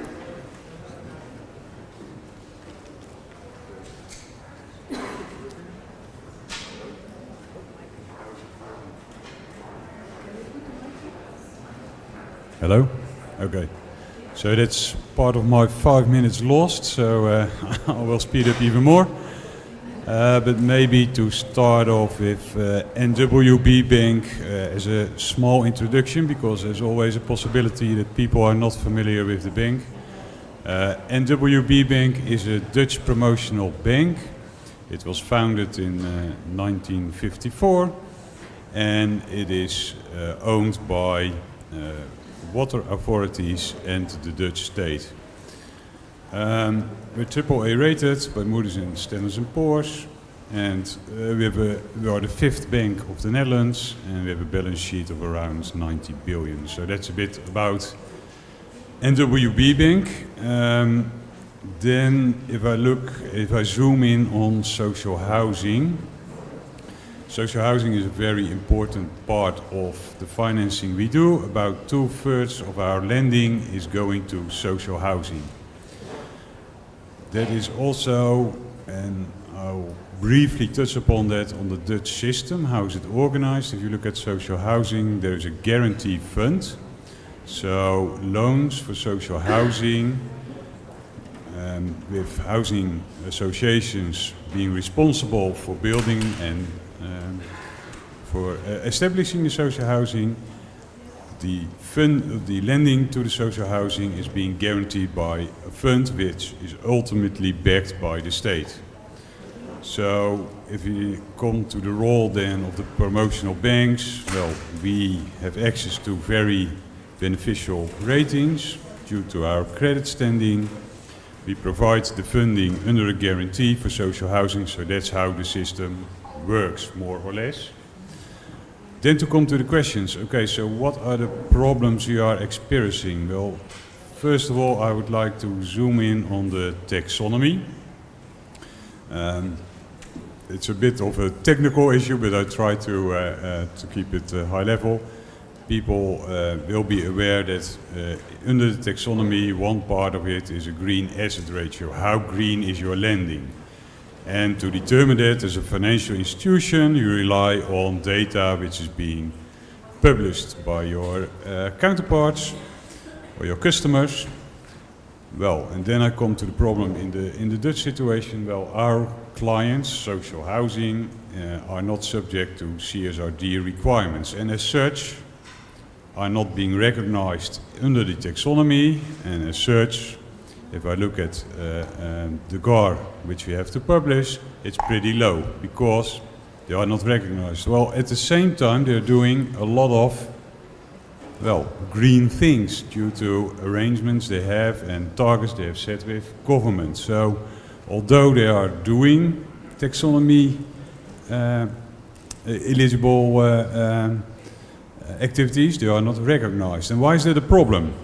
Well, it's a problem for us if you look at what I told in the beginning of the system. We fund and, well, at very attractive rates, provided to the social housing associations.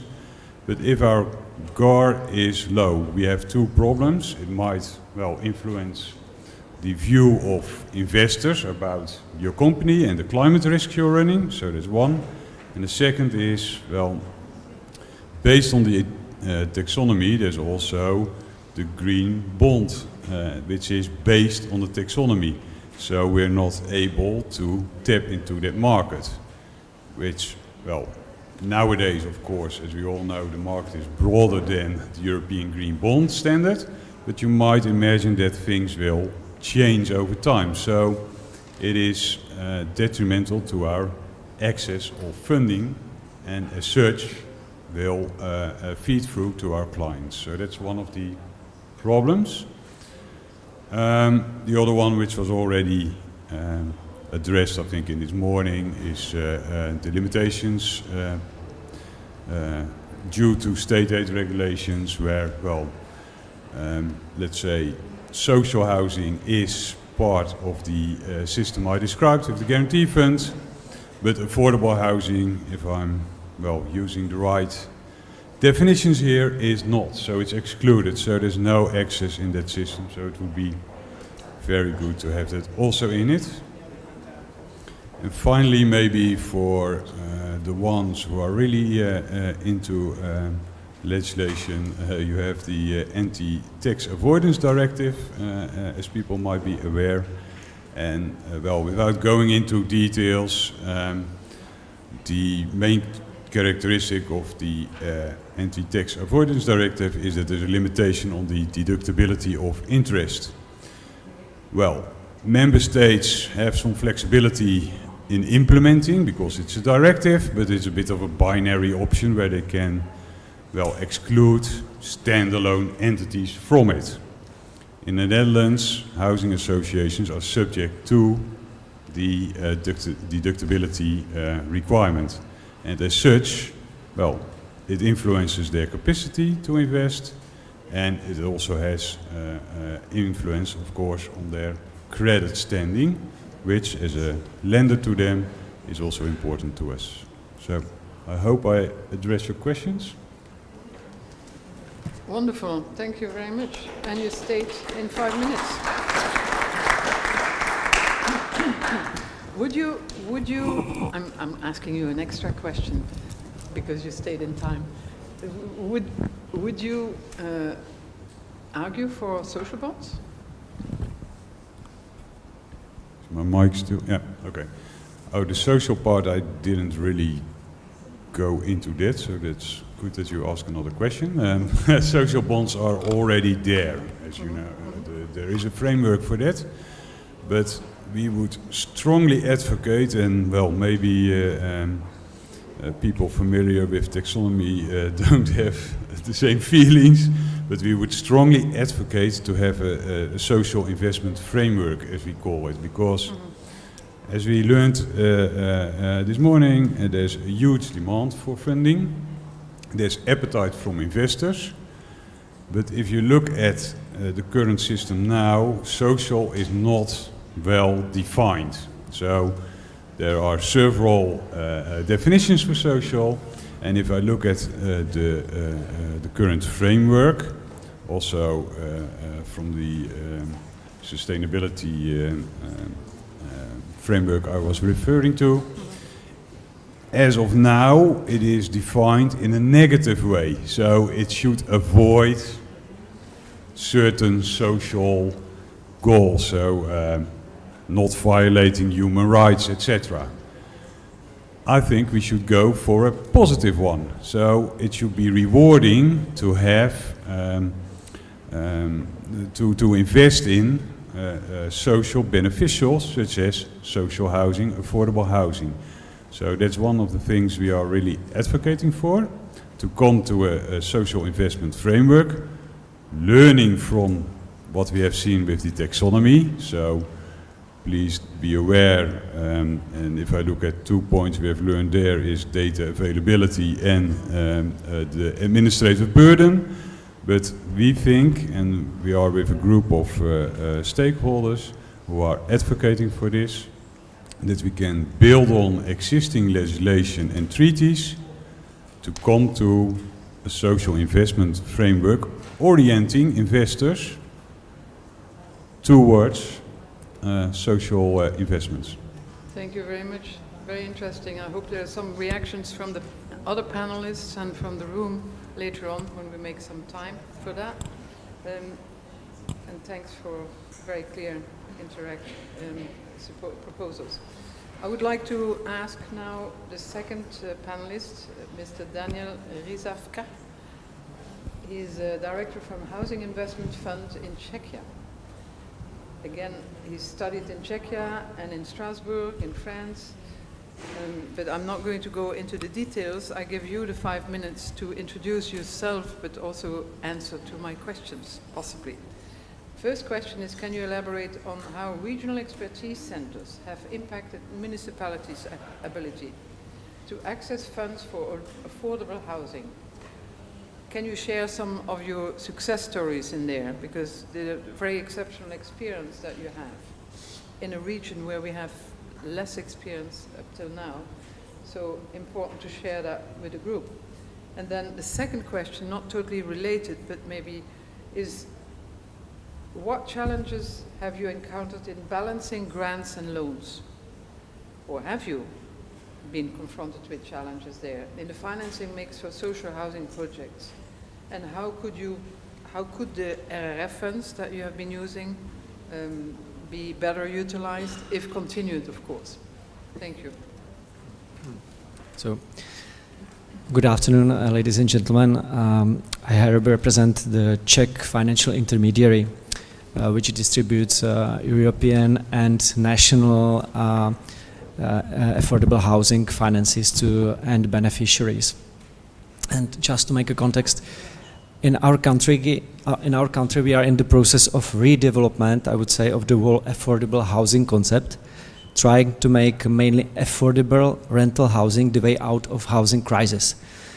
because we have a problem in our country as people need to work over 13 years to buy a home, which is the longest in Europe.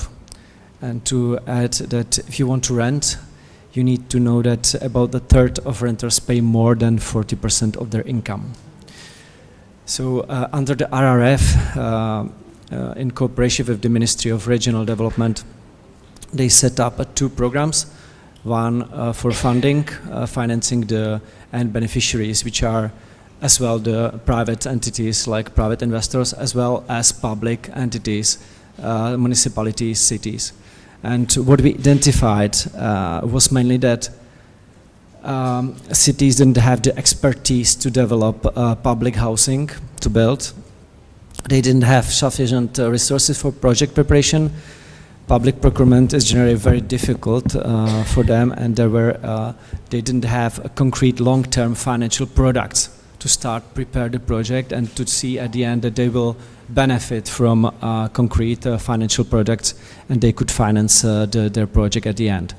So that was the reason why we developed two projects, one advisory one and the financial product.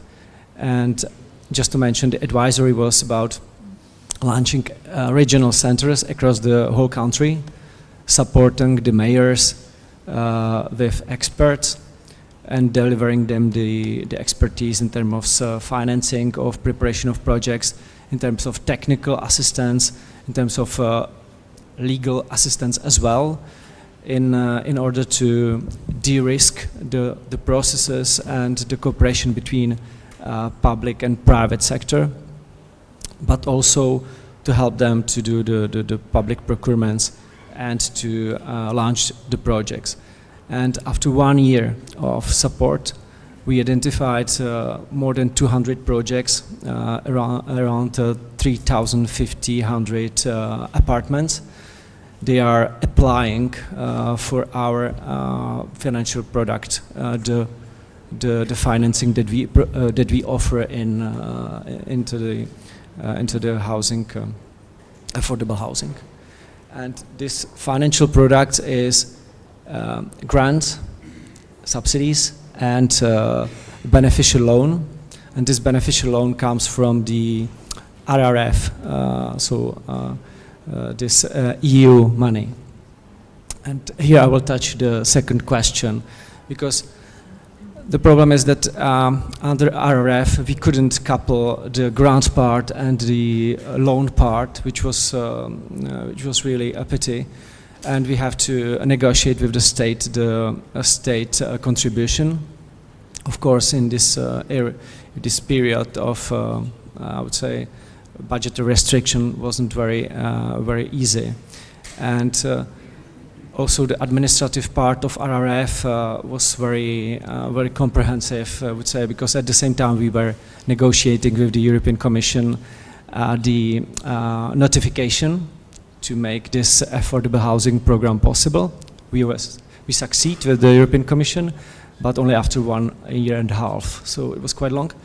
But hopefully we did it, and we used those money, but let's say, frankly speaking, that the RRF money isn't really destined for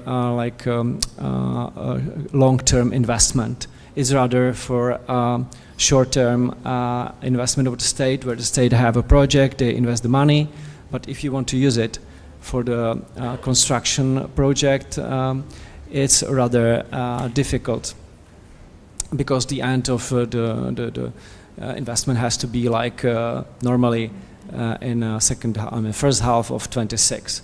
So it's not easy, and I would suggest for the next upcoming period to review this and to really think about how the money could be used for long-term investment. And I'm looking forward to hear also my colleague from AIB how we can benefit and how we can couple those funds with the maybe the housing platform from the AIB. Because what we are looking for is long-term financing. Yeah. So. Thank you very much. You also stayed very well in time. and brought up a very important issue. I think the EIB might come up with some comments later on this, but it is of course very important that we look at long-term investments in this area. This doesn't make sense to also try to. When I was making the report with President Prodi, we really talked about blending and bundling, and talking about investment platforms maybe to bring the bundling and the blending together. I mean, Helmut knows that story too, and so maybe we need to see how that can be improved again if RFF is continued one way or another. But let me go into the next person who joined the table or the panel here for the moment. So we have Giancarlo Scotti. He is CEO of Casa Deposito e Prestiti, the real assets group. Again, I'm not going to expand your very extensive experience and expertise, but I would like to ask you to explain a little bit to the group here how CDP, you have a funds-to-fund strategy, okay? And so how does that contribute to social and public housing in Italy? And the second question I would like to ask you is, your model is using very much private capital for social housing.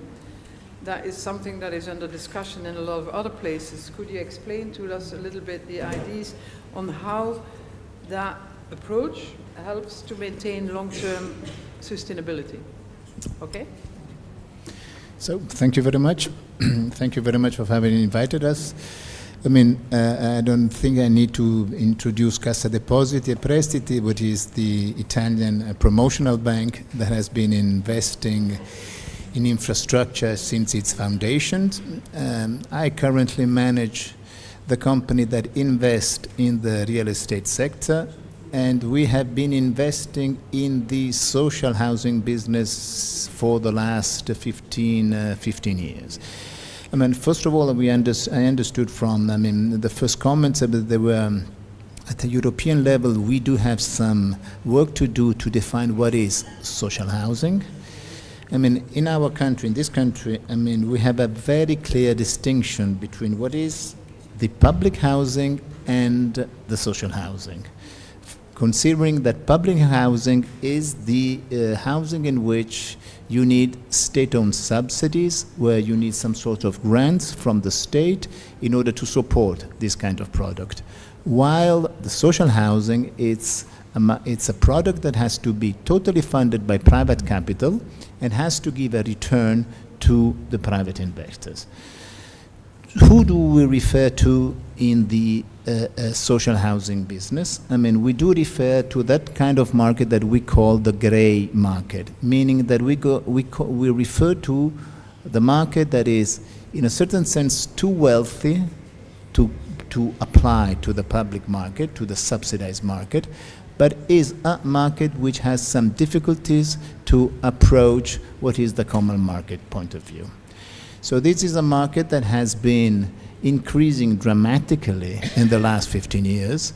We started 15 years ago in investing in this sector very much with the effort as well from our minority shareholders, the Italian banking foundations, that are our partners in this field, in which they do work with us in understand what are the needs of the territory. And when we started 15 years ago, this was, I wouldn't say a niche market, but was a kind of an issue that was not so urgent how it's feeling in today's market condition.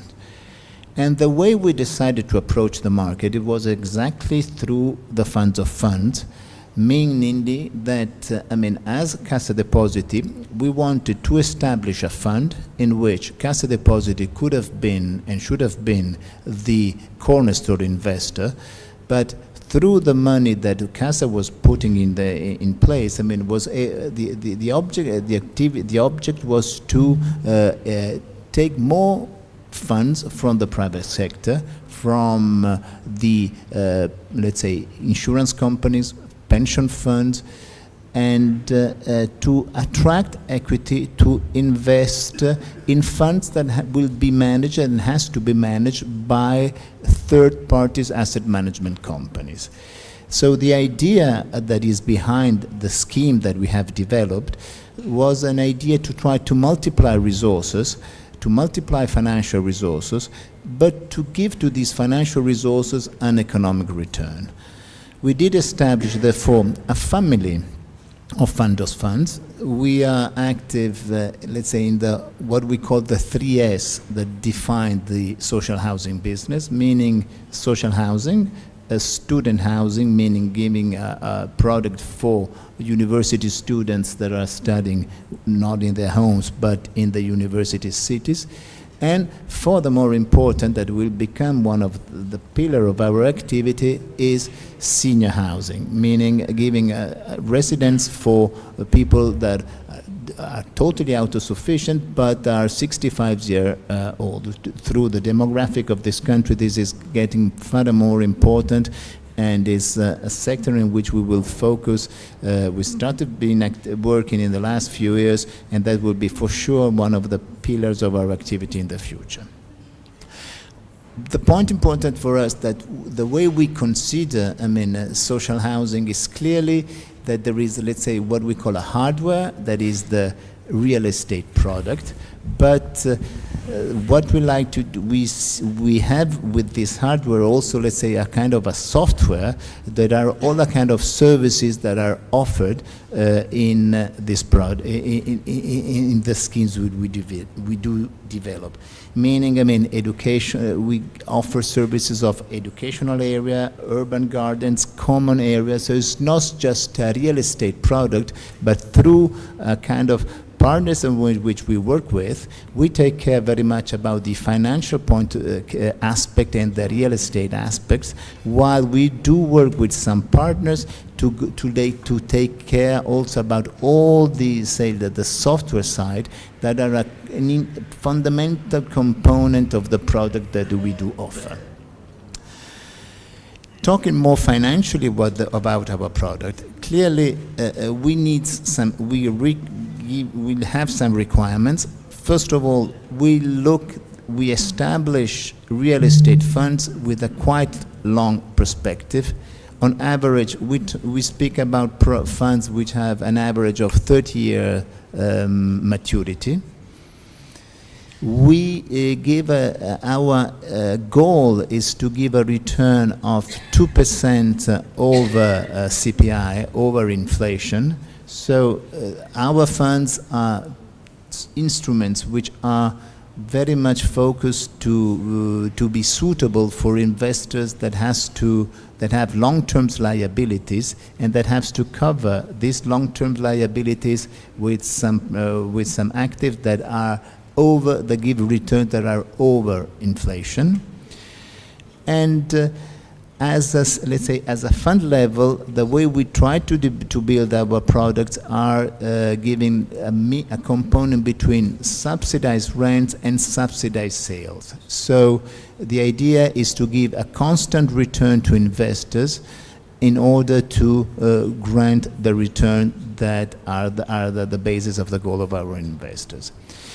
In the last few years, we started to work as well with European partners. With the European Investment Fund in terms of equity. We have applied to the InvestEU program. So I would say that, from an equity point of view, we are enlarging the partners in which we start talking to. We start to see in this residential field a very strong interest by a number of investors that are looking to affordable housing as an investment with a stable income of return.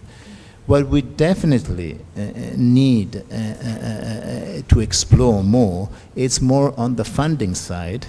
And as was already mentioned, we definitely have to continue our discussion with the EIB in order to have some financial, to increase our firepower. We do not just have to have equity, but we need to have funding. And therefore, we really need to have some funding structures that has to be coherent with the business plan that we do have. So very long-term financing, possibly with a very strong bullet scheme, because we definitely have to make a consistency between the equity we do invest and the funding that we have to collect from the banks.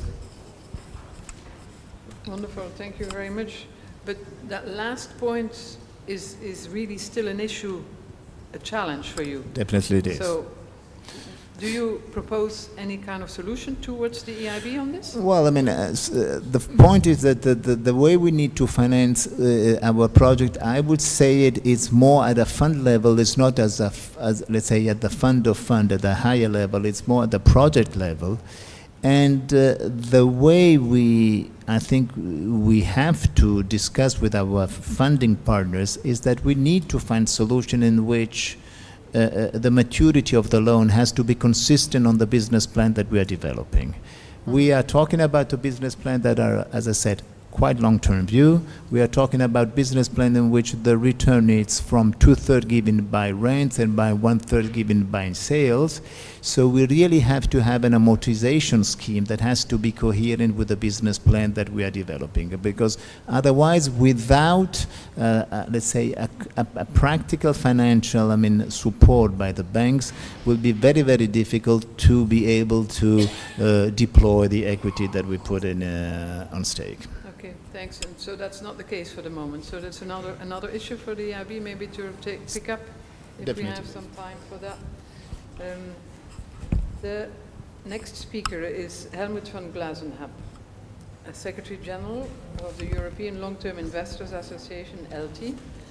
And we know each other quite well. We worked on the creation of the beginning of the Invest EU, in a way, with a report, with a Prodi report.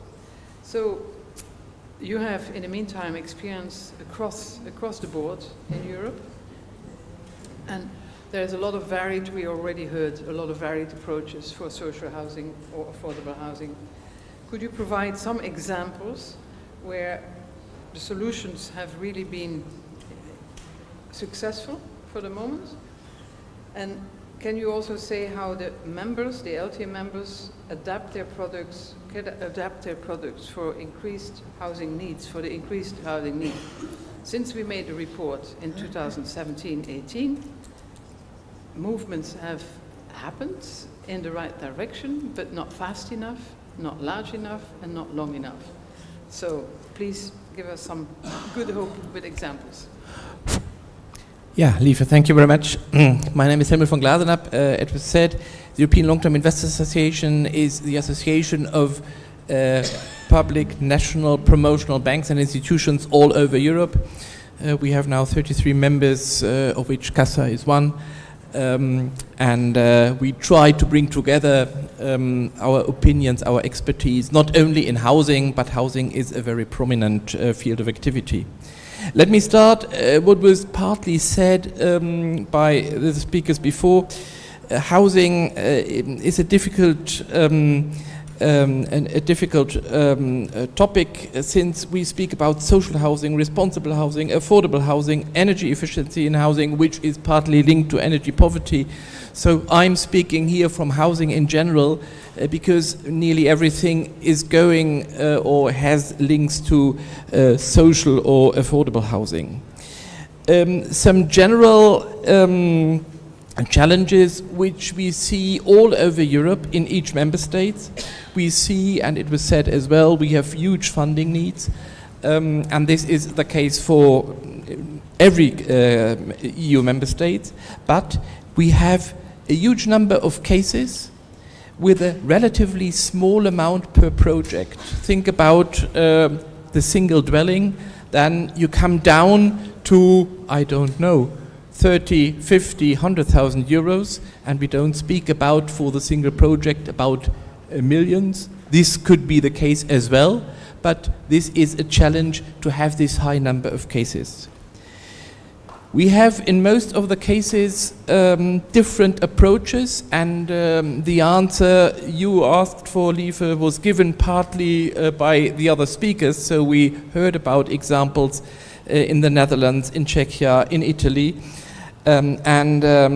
We see there are mostly local and regional project promoters, but the funding and the planning is done in many cases at national level. So to bring down the ideas for the whole country on the ground to the little village, to the municipality, this is sometimes challenging.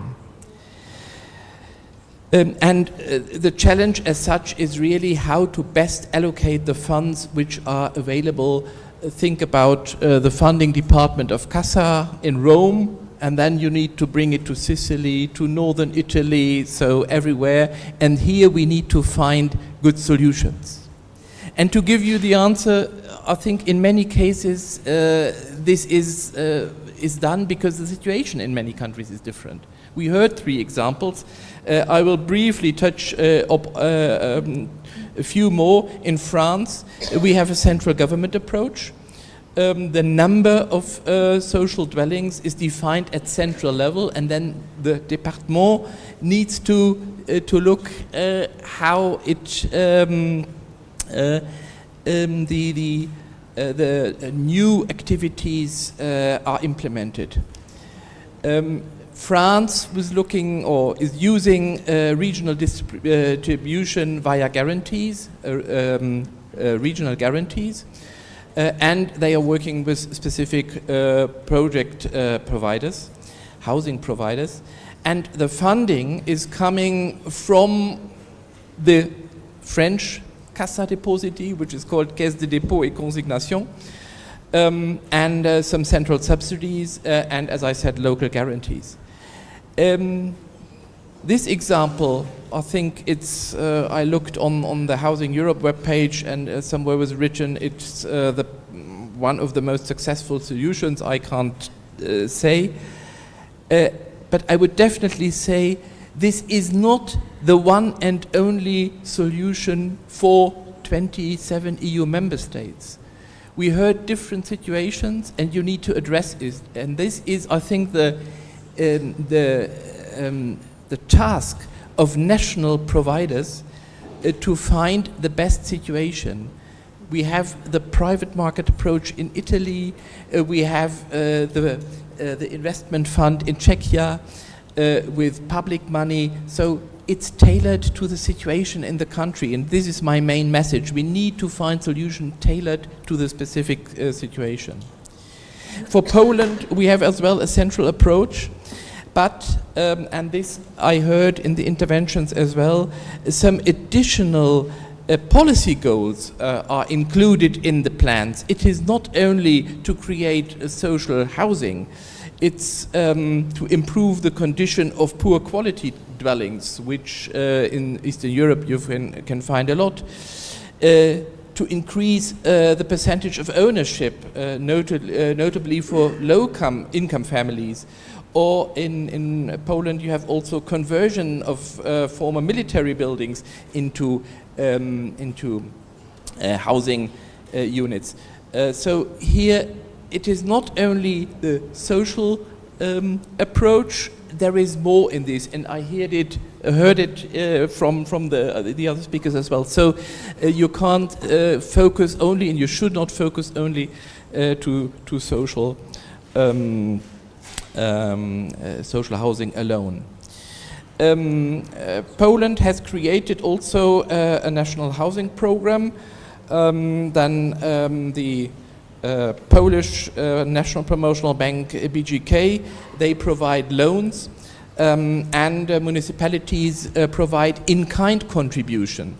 So they give the land and perhaps the existing building for free, and then they can do so. For Poland, it works. I won't go too much into details with other countries. Germany has not a national approach at all. They're doing everything at regional level with different results. Some of the regional promotional banks are providing financing as well. A last short example, if you compare after the change in 1990, the privatization approaches in the different Eastern European countries. Some of them had associations. In some cases, it could be bought by the single owner. It's very different, and you need different approaches. Let me make one more point. I hope I'm obviously over the time. What is needed, and this is for funding, and Giancarlo, you said it as well. We need the strong cooperation with the international financial institutions, which are AAA rated. Not all of our members are AAA rated, and AAA rated means you get cheap money, and this is the big, the engine, as you're saying. This is the big task of the international financial institutions, such as the EIB, to provide cheap funding. And the cooperation with national promotional banks and institutions leads to a customized situation in the country. And this is something we need to look more intensively in the future. I don't, or perhaps in a second round, I will tell something about all the rules we are having at European level. When you described it in the beginning, it's, I think it was very impressive. Thank you. Thank you. Thank you very much, Helmut. 5 minutes is clearly not enough to share all of your experiences, of course, here. But I hope it starts creating some movement into solutions where the challenges are highlighted. What I find it interesting that you see more and more, we see the differences and the strengths of different approaches. But we also learn more and more about good practices across the board from each other.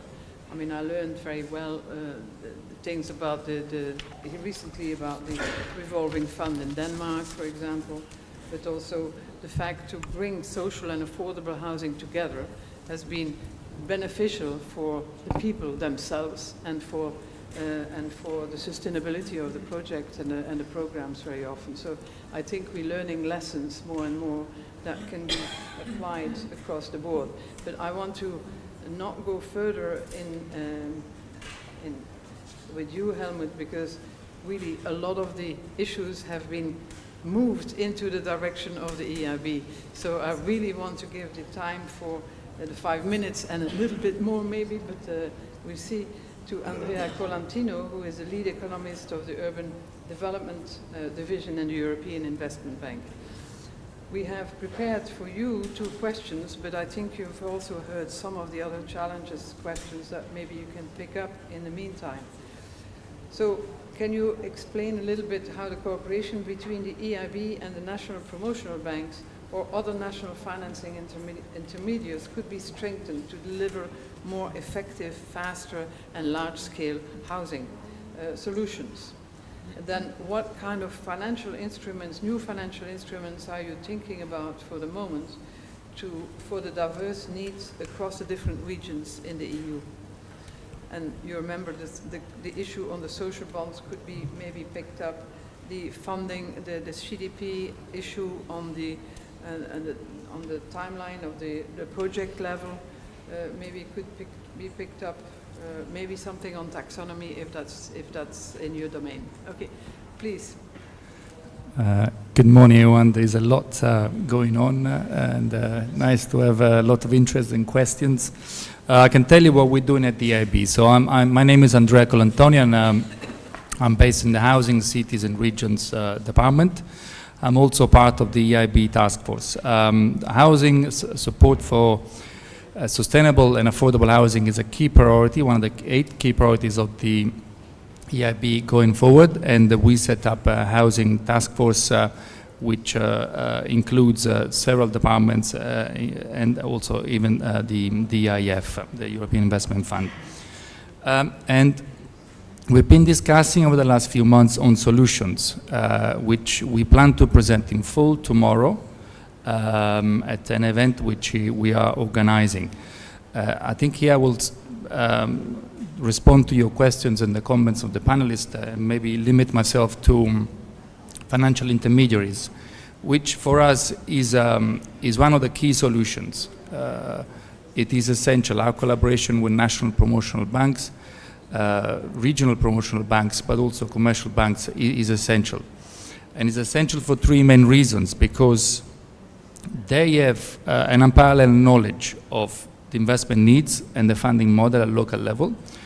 And in many ways, they are in the driving seat of investment at the local level. And we are very keen to support them whichever way they would like us to support us. As we mentioned, to passing on the benefits of borrowing cheaply on the market and then passing the benefits to them.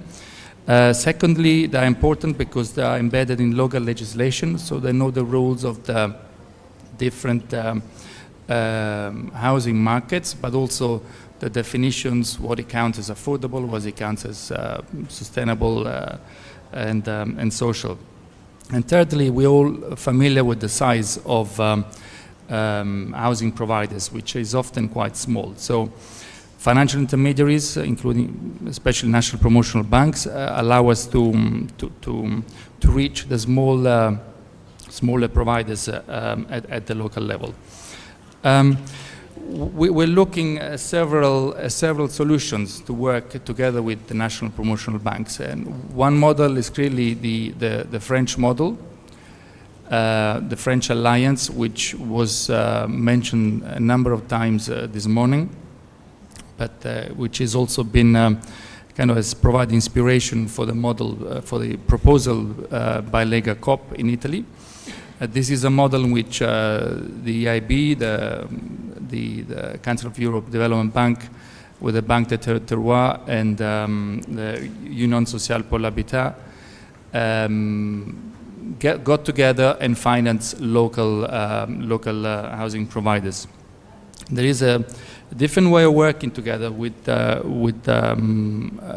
financial intermediaries, and this is what Dr. Scotti referred to, working together in co-investing in infrastructure funds, either providing equity or debt at fund level or fund of funds, or even a project level. So there are different ways of shaping this financial collaboration.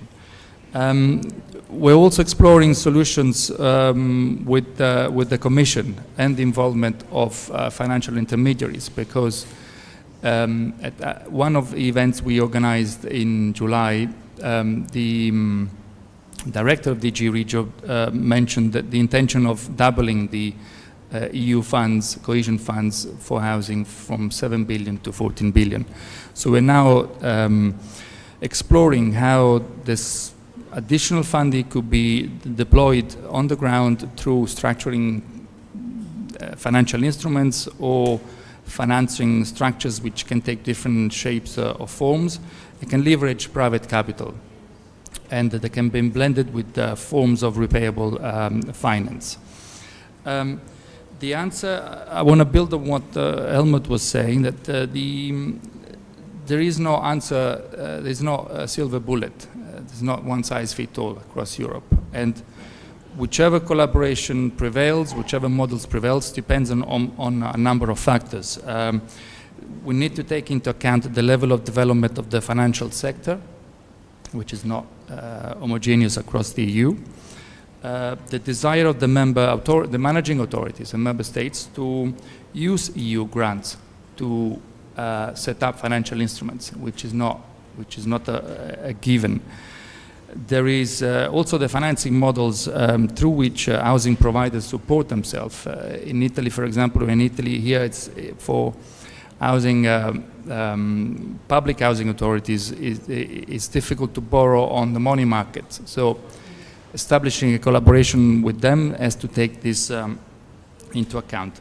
Last but not least, a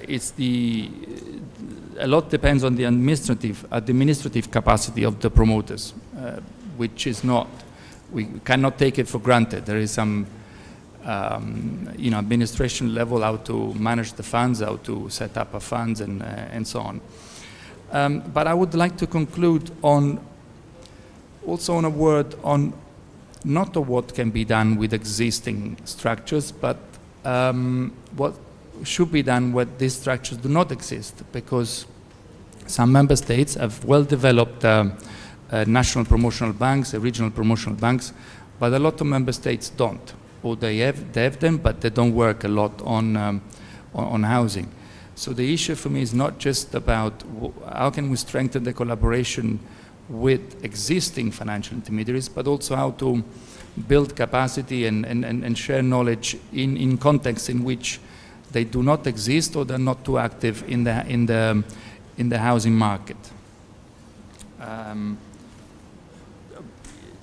Earlier this morning was mentioned the Housing Finance Agency, which to me is a great example of a case in which the Irish government set up a financial housing institution that allows them to borrow on the money market and finance to housing associations.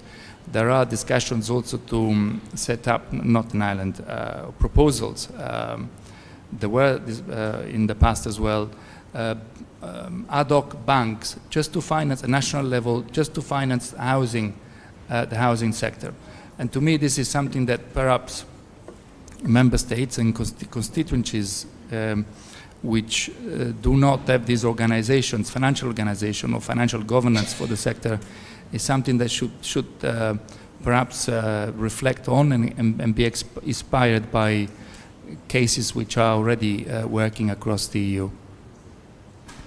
I don't want to go into the social taxonomy because it's a complex issue, but very briefly, there was a working group set up by the Commission to look at how to develop something parallel to the environmental taxonomy, the social taxonomy. But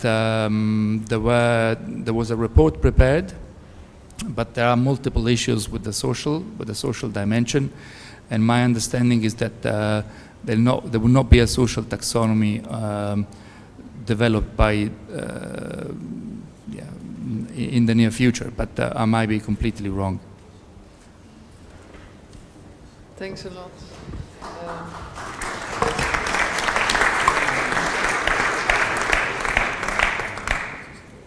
I want to thank everybody. There's a second part of the panel with another panel and another chair that is standing there, so I'm not going to be able to open to each other and to the room, but I hope that a lot of the discussions that have been touched on for the moment will continue to try to grow into solutions. I know also the EIB has a full day tomorrow to deepen some of the issues and some of the solutions here. So I'm really looking forward to hear about that too. And I hope the taxonomy will be taken up. Thank you very much for everybody, and I take over. Give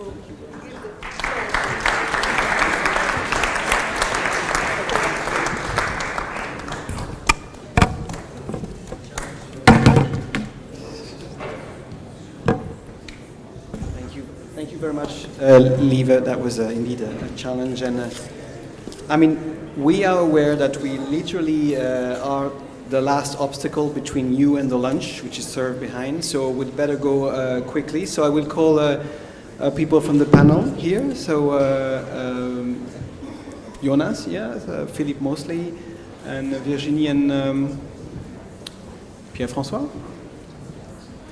Yes, so while the previous panel was really focusing on the supply of finance, our panel now will look at the demand for finance, and we'll try to propose and discuss some answers. The first answer that we're going to discuss about is the answer provided by the housing sector itself, how it organizes itself to look and try to catch up the demand. The second answer will be the answer by the policy making, which in that case has created a tool which is supposed to address some of the problems. And the last answer will also come from the policy making, but looking at the role of the construction sector. So for the first part, looking at how does the housing sector organize itself to create a sustainable demand for housing finance. We'll have two persons. The first one is Pierre-François Guiffes, chairman of the board of RLF, social housing company in France, member of the board of Housing Europe, and member of the board of Réseau Habitat et Francophonie, and Mrs. Virginie Toussaint, senior legal advisor at the EU and International Affairs Department of the French Social Housing Federation, USH. So, Pierre-François, I'm happy to give you the floor and to explain to us how does the social housing sector in France has managed to organize, how has it managed to organize itself in order to create this sustainable demand for housing finance. And just for information, you both have 5 minutes in total, and then each of the speakers will have 5 minutes each. Thank you. So, how much time do we have? So, strictly speaking, 2.5 minutes. 2 minutes and a half, okay. Thank you.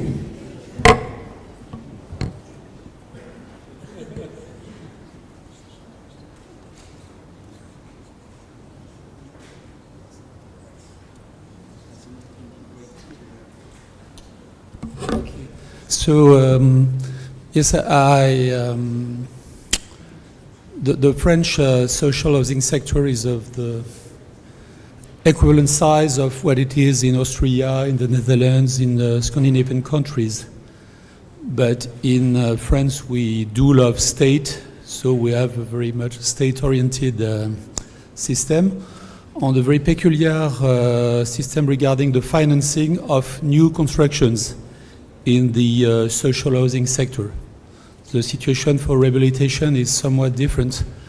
So we have a system which is the mix, in France it would say système du livret A and the fonds d'épargne, which means the saving funds of the French investment bank called Caisse des dépôts et consignations Banque des territoires, which more or less recycles popular savings. Every Frenchman has a livret A, book with an average amount of 3,000 to 4,000 euros per person in France. And the big part of this money is recycled through the fonds d'épargne saving funds to create long-term savings for the social housing companies for new buildings. And this represents something like 2/3 of the total financing of new buildings. The situation is somewhat different from rehabilitation. You have some funding from the same system, Caisse des dépôts, but you have a set of specific banks which finance this sector. The French general banks such as BNP Paribas, Société Générale, or Crédit Agricole do not participate to the social sector. You have 3 specific banks, which are Banque Postale, which is also linked to Caisse des dépôts. We have Caisse d'épargne, and we have Crédit Mutuel Arkea, which provide financing for the rehabilitation. But as far as rehabilitation are concerned, we have a situation in which this is more a matter of not only of financing but of a business model, given the huge investment required to meet the new climate change requirements on imperatives. Thank you.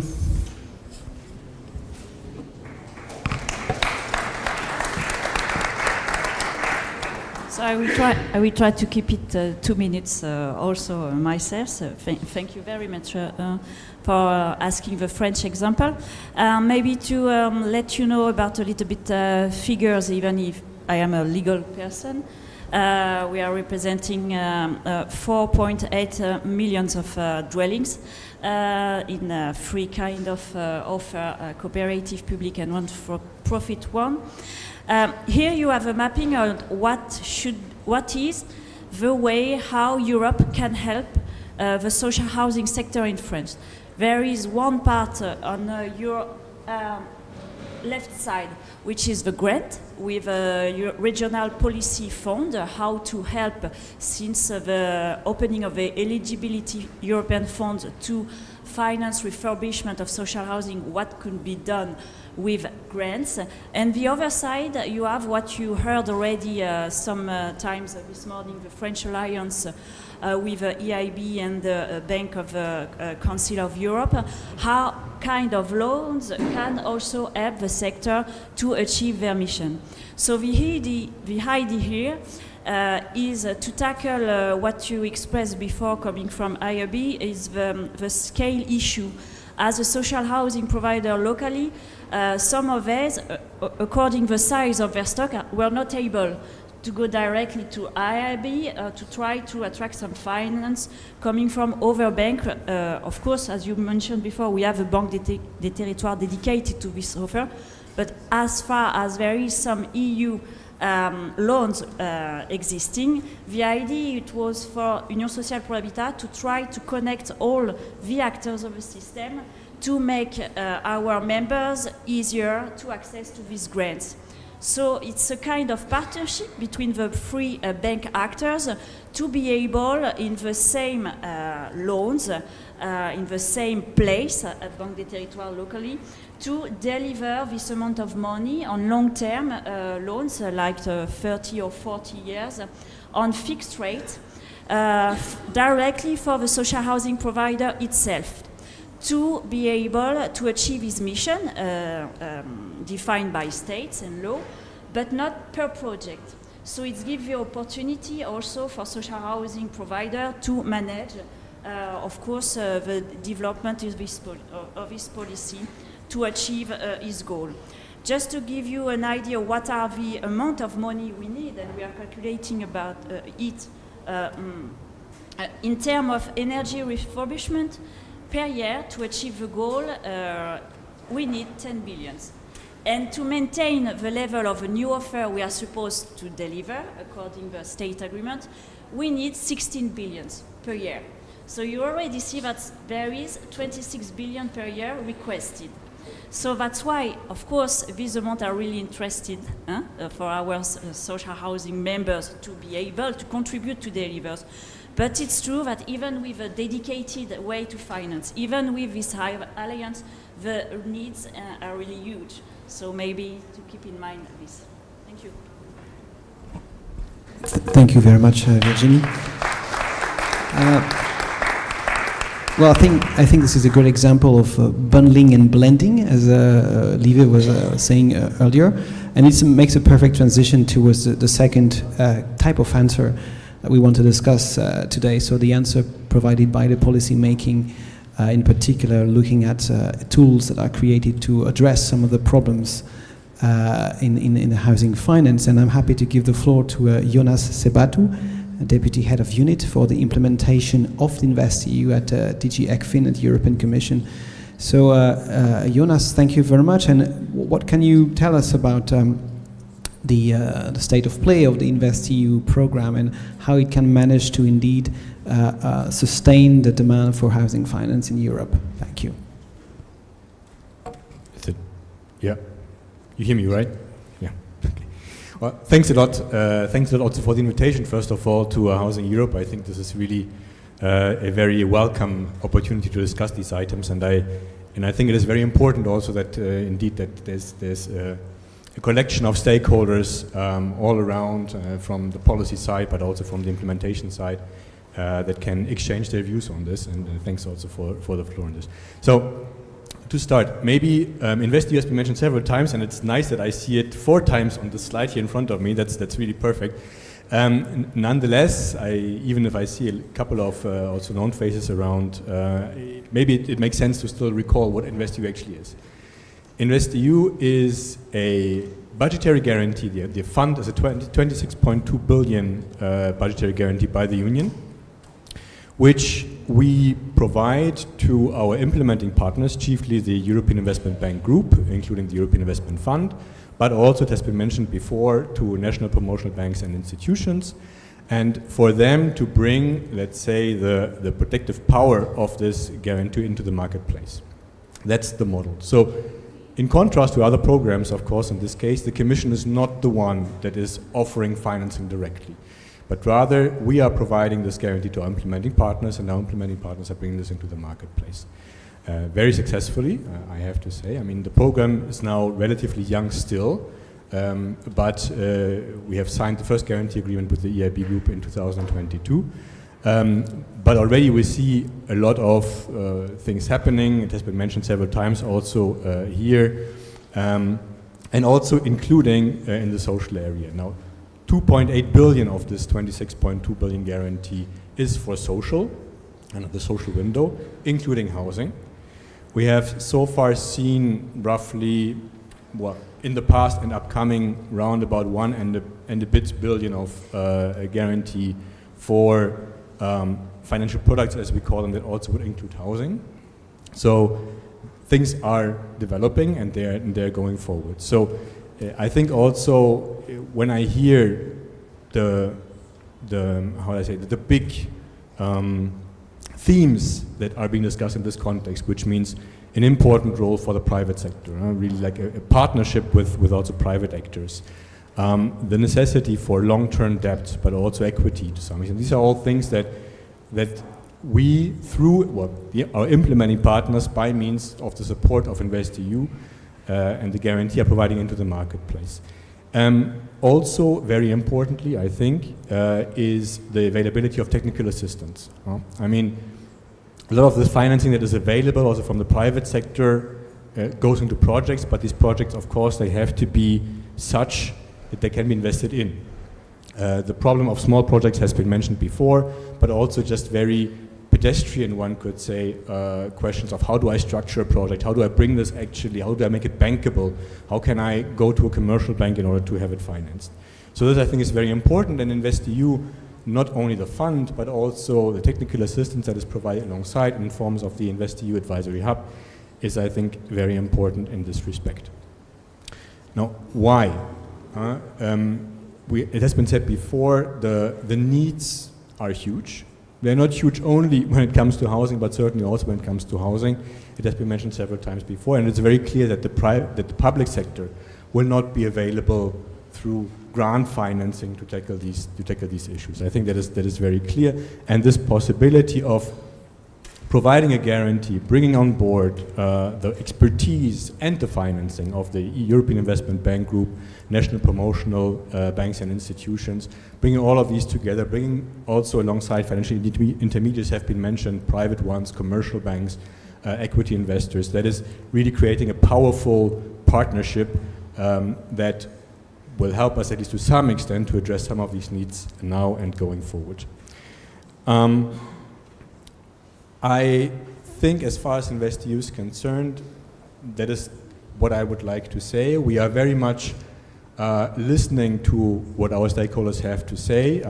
Helmut von Glasenapp, for instance, and LT is, of course, representing part of the stakeholders that we are very much in exchanges with. We hear that there is an issue of needed simplification, of less complexity to some extent.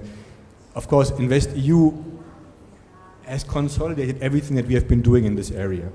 So we have brought together different programs, different policy objectives, all under one roof, that is bringing with it a certain amount of complexity. Of course, our implementing partners also have their own policies, their own eligibility criteria, their own way of looking at things. But I think that we are where we are. As I said, we are trying to listen also to all the stakeholders involved, and we are trying to kind of incorporate these lessons going forward. I would like to mention perhaps also the future Commissioner for Housing has been mentioned. There will also be a future Commissioner for Simplification. And that I think shows very well that this message that is coming to us from several sides is being heard. Thank you very much. Thank you very much, Jonas. So, indeed, now we can go to the third kind of answer to this question about how we can create or generate a demand for housing finance. And one answer could be that we need to work with the construction sector so that the construction sector can provide for useful, innovative and affordable solutions that will by itself also generate housing finance demand. So for that I'm happy to have Philippe Mosley with us, the head of the construction sector at DG GROW, Directorate General for Growth, the European Commission.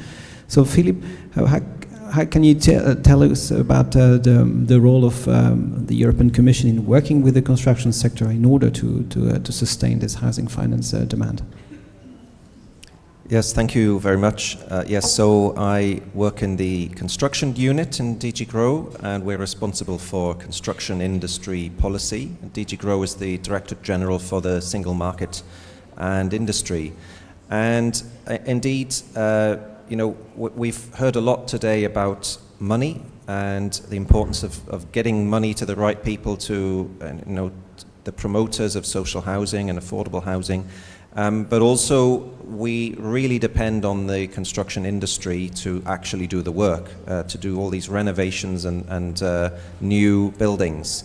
And yet, the construction industry, you know, there are many systemic issues with the construction industry in Europe that are a reality we have to deal with. First of all, it's absolutely dominated by micro enterprises, not even SMEs, but really small companies. So in construction, you have a small number of big players and a very, very big proportion of very small companies. And this affects everything that we try and do with construction. And also then, you know, when you look around at buildings, not only in Milan here, Brussels, but in, you know, all over Europe, we are still building in ways that we were doing maybe 100 years ago. You know, 2024, maybe if you look back to 1924, reinforced concrete was already invented. And, you know, we're still building in these very labor-intensive ways. We also have a lot of paper-based administrative permit systems in that, you know, building permits and so on. Take a lot of time. So there's a lot of modernization needed all across the way we deliver housing. Now, what can we do about that? And what, you know, we hear a lot about the European level not having much competence but for housing, but certainly in construction we do have competence. We are just now about to publish the revised construction products regulation. And this is really going to transform the single market for construction products. And that single market for construction products hasn't been working optimally until now. There have been issues, and this is one of the ways we can actually reduce the costs of construction products, is by having a well-functioning single market. So the construction products regulation is, so it's about to be published in the official journal now. This is going to do several things. One of them is introduce digitalization for construction products. We're going to have a digital product passport. And this will be the same digital product passport we're going to start seeing all over Europe in all of our consumer products. Our washing machines, toasters, kettles, everything is going to have this digital product information, also for construction products. So we will have harmonized information across the whole single market. This will drive down costs, and it will also enhance the sustainability of construction products. So we're going to have, for example, a mandatory carbon footprint. And so buildings will be able to declare and calculate their whole life cycle emissions. And also other circular economy information will become the norm. So we will have, for example, instructions on repair will become normal. Products that are repairable and recyclable. These kind of things are all coming through this regulation. And the regulation itself has, of course, taken shape under a strategy, the industrial strategy that was revised in the light of the COVID pandemic. And as part of the industrial strategy, we also have a transition pathway for the construction industry, alongside all the other industry ecosystems. The transition pathway is setting out a vision for the future of construction, the twin green and digital transitions, and the improved resilience of construction. So we really want to modernize this sector that's building in these old-fashioned ways. We're also looking at specific other digitalization efforts to speed up permitting, so digitalizing building permit processes. Some member states are already working in this area. We've been looking at an EU framework to digitalize building permits. and also a number of other digitalization efforts. Also, building information modeling is another one, where think of it like a kind of joint SharePoint for the entire construction and design team. So the client and the architect and the builder and everyone else can all work off one model. This is building information modeling. We've got handbooks and guidance on integrating that into public procurement, because then we can have these digital and faster and better ways of working in construction. And then I mentioned the construction products regulation. The other important legislation that's just been agreed and published is the Energy Performance of Buildings Directive, the recast of that. That is going to help accelerate the rate of building renovation, which we know is far too slow. So the building renovation is also, coming from this is going to increase demand for renovated buildings. And then finally, I would mention some of the EU funding programs that are also supporting some of this. We have the Affordable Housing Initiative, which you may have heard from already. We're just starting a second phase of that under the Single Market Programme. And the Affordable Housing Initiative is a very important initiative to help lighthouse projects appear for social and affordable housing. And in this second phase, we're going to be involving the construction industry, the SMEs involved. So that's really good to see. And then the other big programmatic initiative we have is the new European Bauhaus, a real champion there in our president, Ursula von der Leyen, is prominently supporting the new European Bauhaus, which brings ideas not only of sustainability but also of neighborhood approaches and also high quality design. And this is a really welcome development, because if we have industrial approach, we also need the design approach to help make the product desirable to people. And that is another way that we can help develop housing, new buildings and renovations. Thank you. Thank you very much, Philip. So thank you for pointing out at the role of the regulation and legislation indeed to create and increase the demand for housing finance. So I feel it's just an appetizer that we just had, an appetizer for the lunch that we now going to have, and I'm sure there will be plenty of good discussion, follow-up discussion during your lunch. So I thank you very much, all and each of you, for contributing today to the discussion, and see you after lunch for the afternoon session. Thank you very much.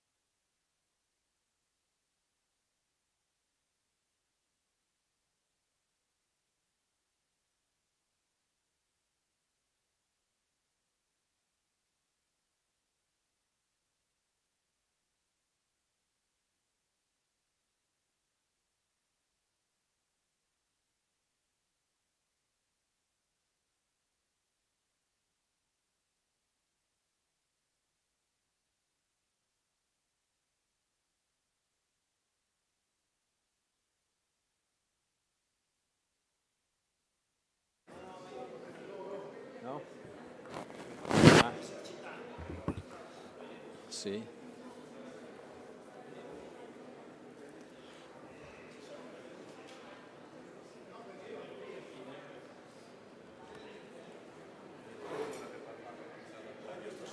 See? See? I'll see.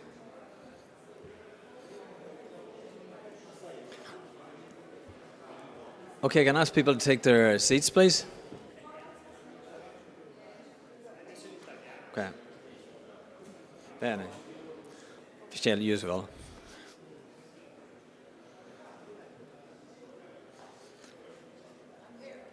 No. Sonia.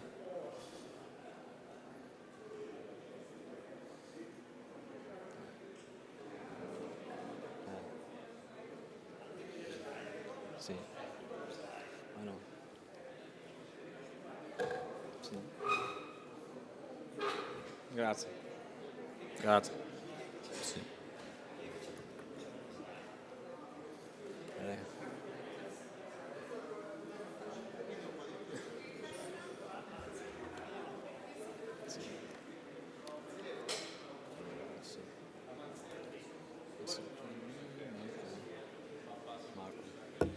Okay.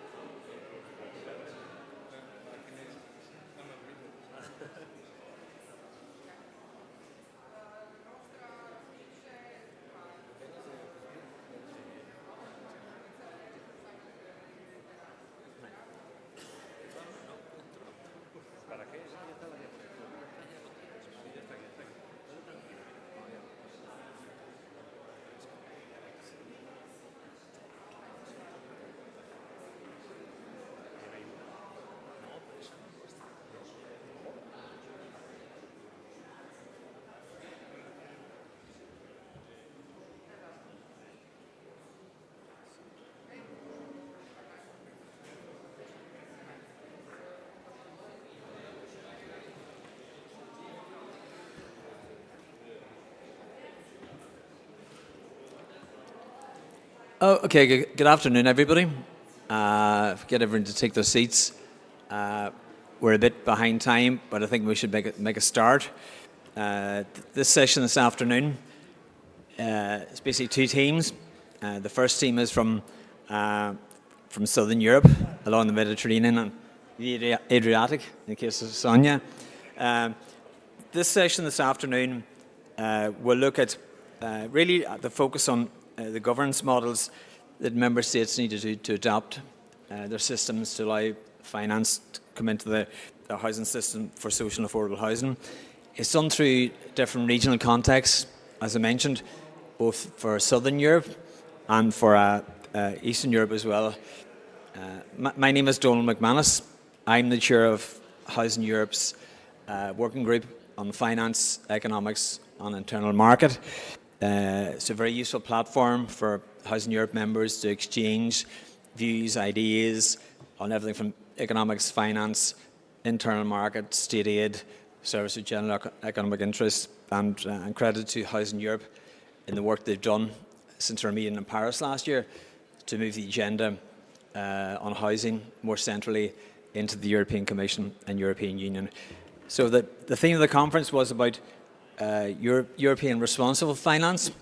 I'm sure we'll hear some views today and tomorrow about how responsible finance is. But as I say, this afternoon we have two regional contexts, both from Southern Europe and Eastern Europe, with great speakers. This afternoon, because we have a lot of speakers, I pretend to be the famous Italian referee, Perli Giacolina, in terms of keeping everyone on track in terms of time.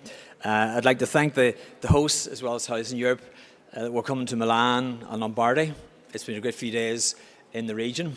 Okay, there were no games on the San Siro, but we can't have everything at this stage. But look, we'll make a start now on this session, and the first speakers are from Southern Europe, and the first speaker is Jose Maria Lopez Cerezo, the president of AVS in Spain.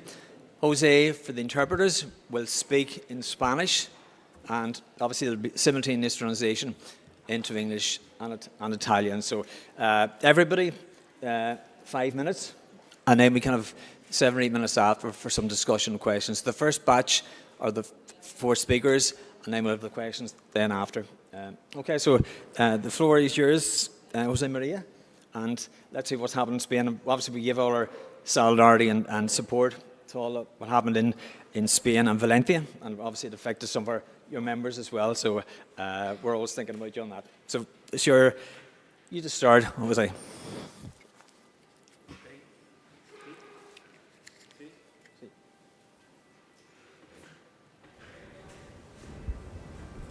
Hola.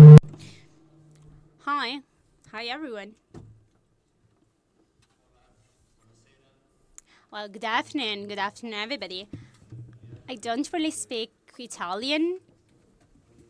I only speak just a little bit of Italian, and for me it's impossible to speak in English, so I will have to speak in Spanish. So I will need a translator. So I will speak in Spanish now. Today I've learned quite a lot about finance. And I've also learned that here in Italy, clouds last quite a lot of hours. In Malaga, clouds don't last as long. There's a lot of sun over there. I'm speaking slowly so that the translator can help me. So I will take 1 more minute. So, hi Marco, how Carvalhosa. So, I'm such a pleasure to meet Nicolaja, Marco, and Sasha. So many thanks to Housing Europe, thanks to Federcasa. Thank you for organizing this event, and many thanks also to the organization. It's all great, but actually the only problem is the lack of sun over here. But what I would like to talk about today is the situation of housing in Spain. Maybe it's similar to what you would find in Portugal or in Italy or in Croatia or Malta or Greece, but also I would say it's similar to the south of Europe. However, I would like to say that I've seen similar situations in the center of Europe or in the Netherlands. So in Spain, the situation is the following. So the main problem we have in Spain is that young people find it quite hard to access housing. So only 16% of young people under 30 years old, like us basically, will find it hard to get out of their houses. So in Europe, 31.9% of young people can go out of their family's house. However, there is also another major problem, and that's the family effort in order to pay rent and also the mortgage. And this entails too much effort from the family. So the families cannot really save. Families cannot consume and buy other products or services coming from the market. And obviously, that it affects the competitiveness of our region, but also the competitiveness of the whole of Europe in comparison to other countries out of Europe, so China, the US, India, or many other who are actually our competitors. But the reason why we see such high prices of housing in Spain, in Italy, in Portugal as well, but also in other regions of Europe, well, this is because of many reasons, but one key one is the lack of dwellings after the real estate crisis. So in Spain, in the first decade of this century, we created 380,000 dwellings, and there were 280,000 new dwellings. And after the real estate crisis with Lehman Brothers, we ended up constructing only 45,000 dwellings per year. So the population, however, keeps on increasing. So the gap is around 1.5 million dwellings. And that's according to what the Spain Bank says. That's our national regulator. The situation in the rest of the countries of the south of Europe is pretty similar. This lack of dwellings is also important because there is a lack of public investment. In Spain, public investment for gross formation is around 1,700 euros, while in Europe it's 2,500. In Germany, 3,500, so it's far higher than us. Well, below us, it's Portugal, 900, or Greece, with 400 euros per inhabitant. And another problem is the different use of dwellings, for example, for tourism. So all these causes must be improved or at least solved, I would say, with some interventions in different fields. First of all, we should work on the soil. So we need financing to urbanize soil and land. So commercial banks are not lending money to urbanize the land, and therefore we cannot construct dwellings, and that's why we need land financing. That's the reason why we need an investment fund created by public banks, investment banks, or development banks from the Council of Europe, so public funds to which the commercial bank can access for land urbanization. So that's really important to improve bureaucracy, to simplify administration as well. However, another important thing I would like to highlight here with you today is to create more dwellings, to construct more dwellings. For Spain, in the next 10 years, what we need is 1.5 million new dwellings for families born in Spain, that's for sure, but also for migrants who are getting into our societies to make it more competitive. So for this, we need adequate funding from banks, that's for sure, but we have to comply with this in a virtuous matter. So we should put families at the very core. And in order to do so, we need families to allocate not more than 1/3 of their income for paying the rent.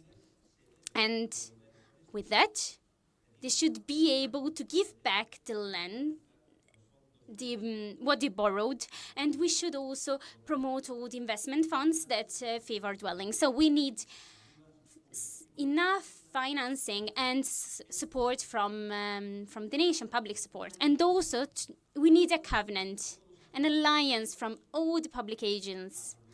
And that must focus on building new dwellings, and that comes also from public administration. So we should be able to create this pact, this covenant for this dwelling plan. If not, Teresa Rivera, the Spanish Vice President, will be there to help us in order to make this possible.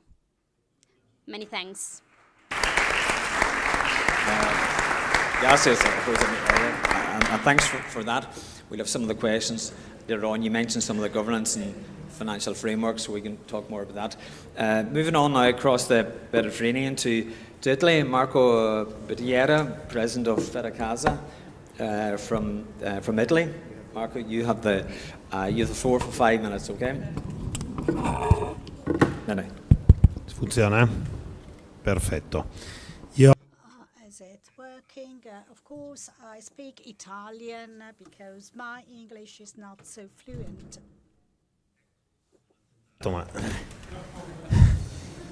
Allora, innanzitutto grazie a tutti. Now, first of all, thank you all. I want to thank Lombardy region that hosts us in this wonderful building. I'm sorry, it's quite foggy outside, so we cannot see the beautiful view of Milan fully. Here we are all speakers from Southern Europe. We have already started to work together because, as Jose Maria said, we can share the problems of the Southern European companies. I'm glad that we have colleagues from Croatia, so we can share the synergies existing among us.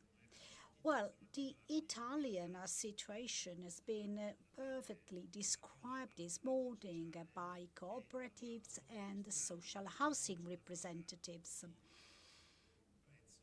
In Italy, unfortunately, we cannot guarantee the same cost rental that is offered by cooperatives.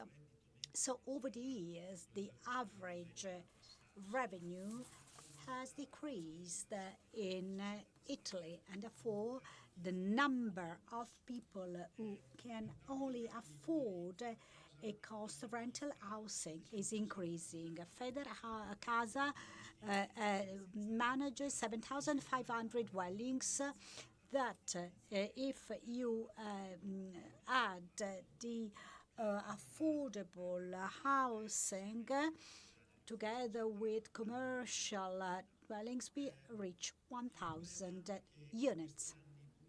Over the year, 1 million units, sorry. In this background, against this background, we are regional companies. Therefore, we received few funding.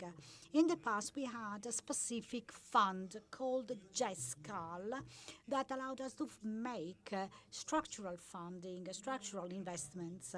So on one hand, we have investment problems. From Federcasa Observatory, we need 250,000 more dwellings in Italy for a household or people having a revenue below 20,000 euros per year. And this can be done only if we do synergies with all the other social housing stakeholders, because either we do urban regeneration because we don't have new land available, or by renovating old buildings that were previously devoted to the army, or other types of buildings that are basically located downtown, because the new houses are now located in the suburbs or the peripheral areas of the cities. Of course, the Italian government or Italian regions cannot work alone. We need more resources coming from Europe. We welcomed and I want to thank Housing Europe and its structure to have an European Housing Commissioner.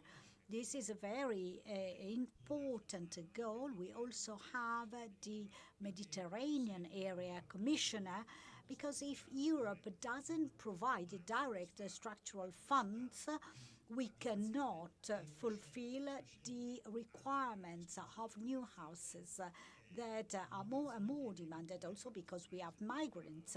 Migrants are important for our country because they work, but they have very low income. So our association was set up at the beginning of the 20th century to offer houses for workers, blue-collar workers, and low-income people. Over the time, our association became a social instrument because we do more social activity than management activity. So as my colleague said, we would like to work together with regional organizations, state government, and European organizations in order to obtain structural funding, structural European funding, allowing us to make a 10-year planning and to recover, to reuse the old buildings that are now not in use.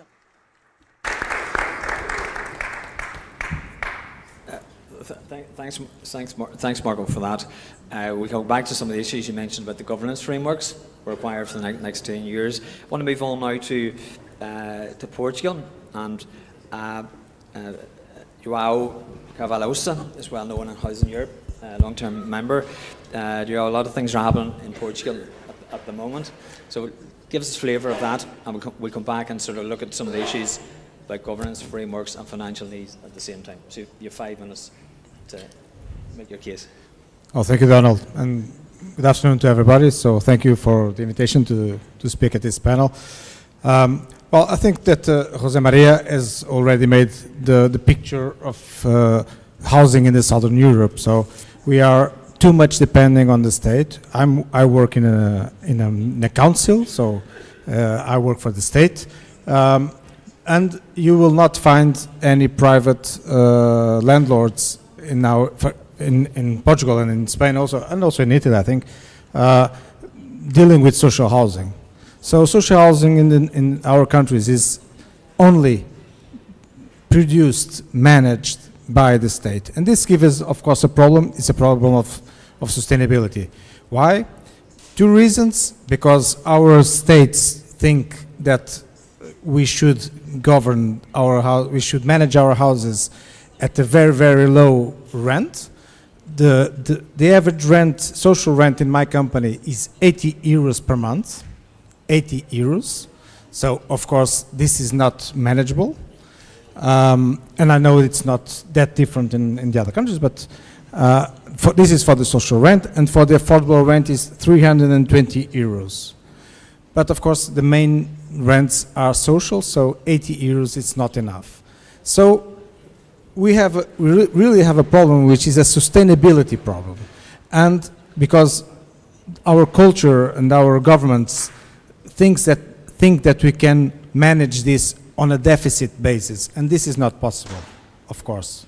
So what happens then is we have to have money from the state or from the municipalities, in my case it's from the municipalities, to get our function done.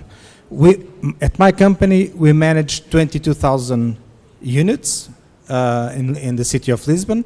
So imagine what is to manage 22,000 units with 80 euros per month in average.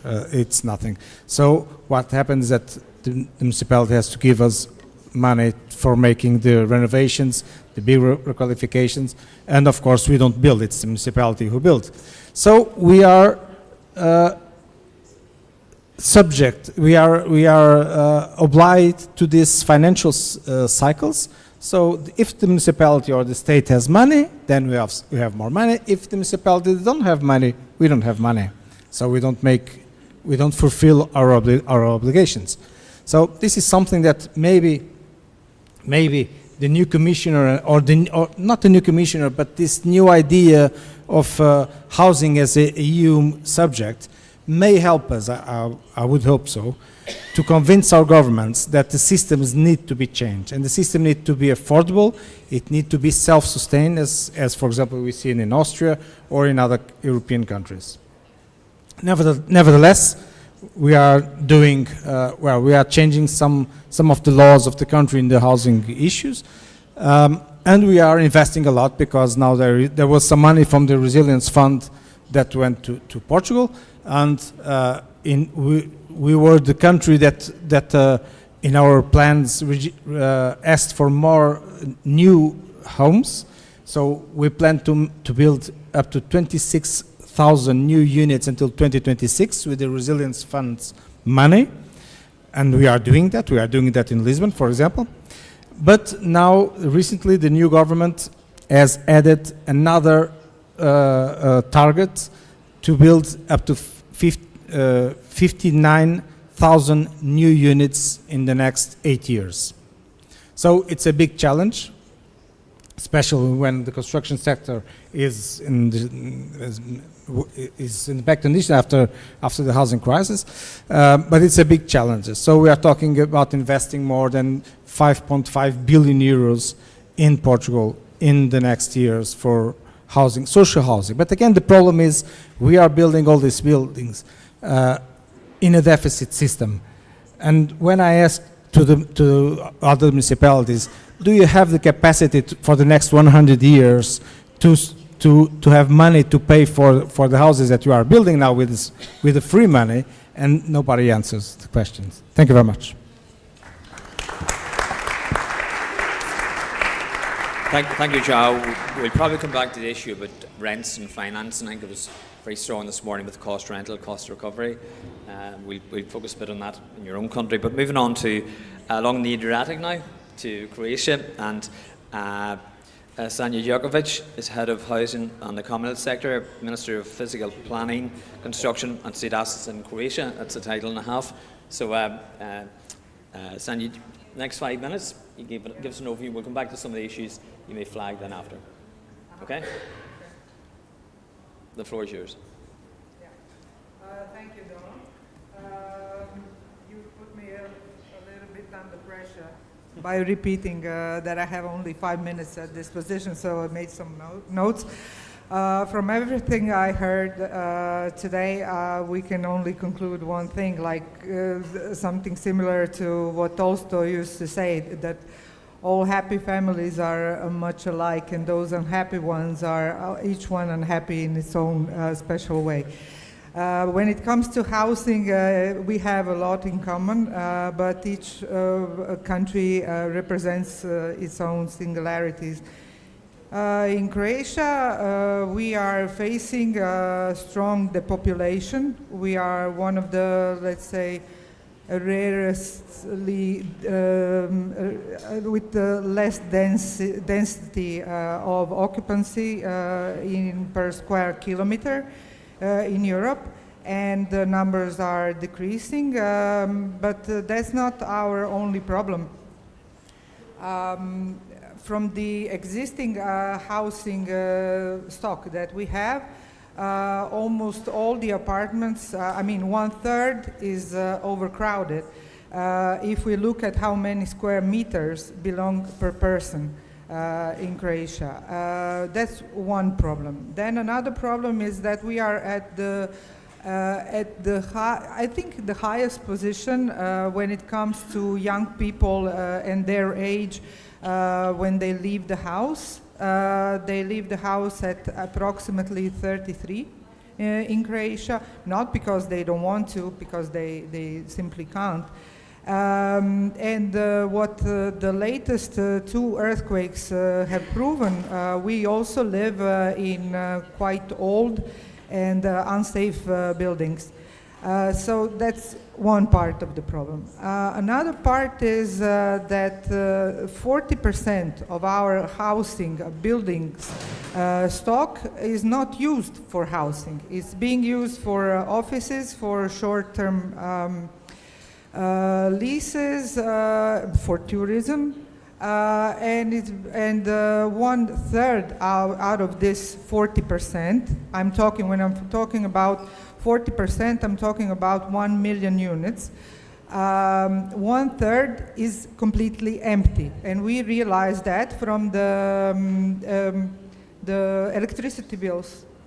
That these estates are simply not being used. Some of them are old, abandoned, and one big part has been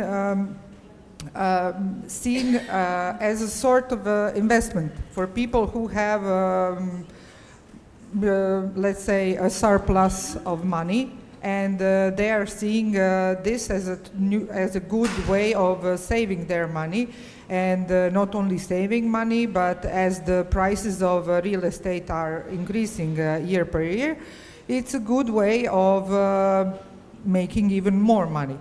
Us as, I'm talking from the position of the Ministry of Construction and Physical Planning, the only thing that we can do is use the tools that we have at our hand. And by saying that, I mean changing the laws and changing the rules. So one of the ways that we are facing these problems that I shortlisted is by changing the tax policy, by changing also some of the ways that we are financing initiatives, projects, and so on. And what was also previously mentioned in the case of Spain and Portugal, we want to raise the efficiency in use of our state property. By saying so, I mean by improving the way that the land and the real estate is being used, and by helping most of all to the municipalities in urbanization of certain areas and the refurbishment of the abandoned areas. For the time being, we are being, let's say, conservatively optimistic. So for the period until 2030, we have planned to invest something like 652 million euros of our proper funds, with the goal of building 7,000 new units and to refurbish 7,000 of the existing one, and to kind of activate them, those which are not, let's say, being used at the time being. Thank you. Thank you, Sonia. There's obviously a lot of things happening in Croatia with the tools you have available. Just on the questions now, starting with yourself, Jose, in terms of interpreters, going back to Spanish again, in terms of one solution to a problem you have on the finance side, what would be the solution, the big problem you have on financing, and what solution do you think you would have for it? What's just so we can sort of share learning, especially from Spain, you have different regions, big country. One problem, one solution you think would be relevant throughout Europe and also for other stakeholders like EIB and Council of Europe and so forth. Sweet. Yeah, so this solution here is not really there. Actually, there is no solution. But actually, less is more. And there is less need for an alliance, for a covenant. So in every single place, in every city, and especially the cities are the ones which are most affected. The cities are the most affected, as I was saying, and especially metropolis, the biggest cities. So there should be a covenant, an alliance, a European one, so that we can end up having enough funds to promote new dwellings, new types of housing, with energy efficiency, industrialized ones. And with industrialization, also energy efficiency increases. We save more energy, and we incorporate women into the building sector. And this is really important, industrialization, but also the covenant among all the parts of the European Union. Thanks, Jose. And in terms of Italy and Federcasa, what would be the governance ask you would have to bring more private financing? The governance, can you hear no? What would be the need for Federcasa at government level to bring more finance in? What would you ask government to do to help you get more finance into your organisations and your federation?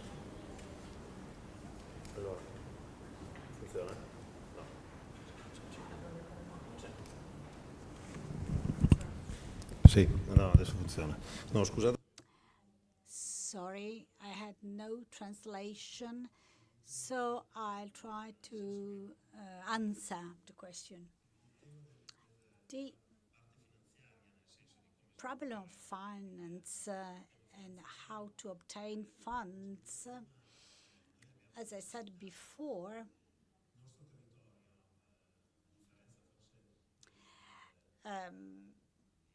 our territory, unlike the rest of Europe, so Italy, requires policies specific for small towns. So we need to provide houses and dwellings not only in cities, but to small towns, and therefore we need a different investment approach.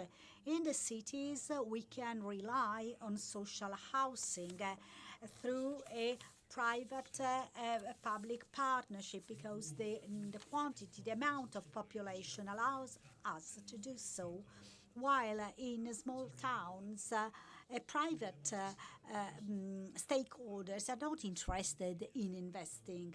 Therefore, we need to obtain grants for maintenance and renovation of old buildings, as well as for building new dwellings in smaller towns.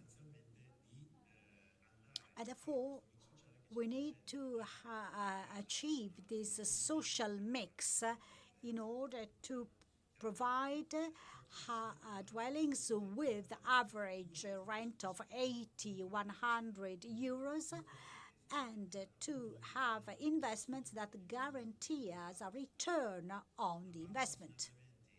So one part of the investments require a specific agreement with EIB, and then we need Europe support for grants. Utilising better your own stock is a key thing within your federation. Joao, in terms of one issue you've been involved on European funds over in the past, what do you think at European level would help you at national and municipality level to get more financing, whether it's guarantees or direct investment for new build or refurbishment? What would you like to Europe to help you to deliver more in terms of financial instruments and governance? Just a couple of simple solutions. Yeah, well, let me be provocative. I would say, how would the European Union want us to help the European Union to fulfill the objectives of, like in energy efficiency? Not from our side, only from Lisbon, but from all the social housing players, as represent 12% of the European Union stock in housing. So the question is, how does the European Union wants to fulfill its objectives, for example, in energy efficiency goals? Because and I think that the only way to fulfill them is to help the social housing providers to get the means, to get the money to renovate their buildings, to make more energy efficiency buildings. Otherwise, it will not be possible. My company is by far the biggest landlord in Portugal. After us, it's like half of the units. So we are a player. We don't have, it makes no sense for us to think also that we have to beg some money to the European Union. It has to be a win-win situation. So, and of course, we are available to do that, and I know that all of us social housing providers in Europe are.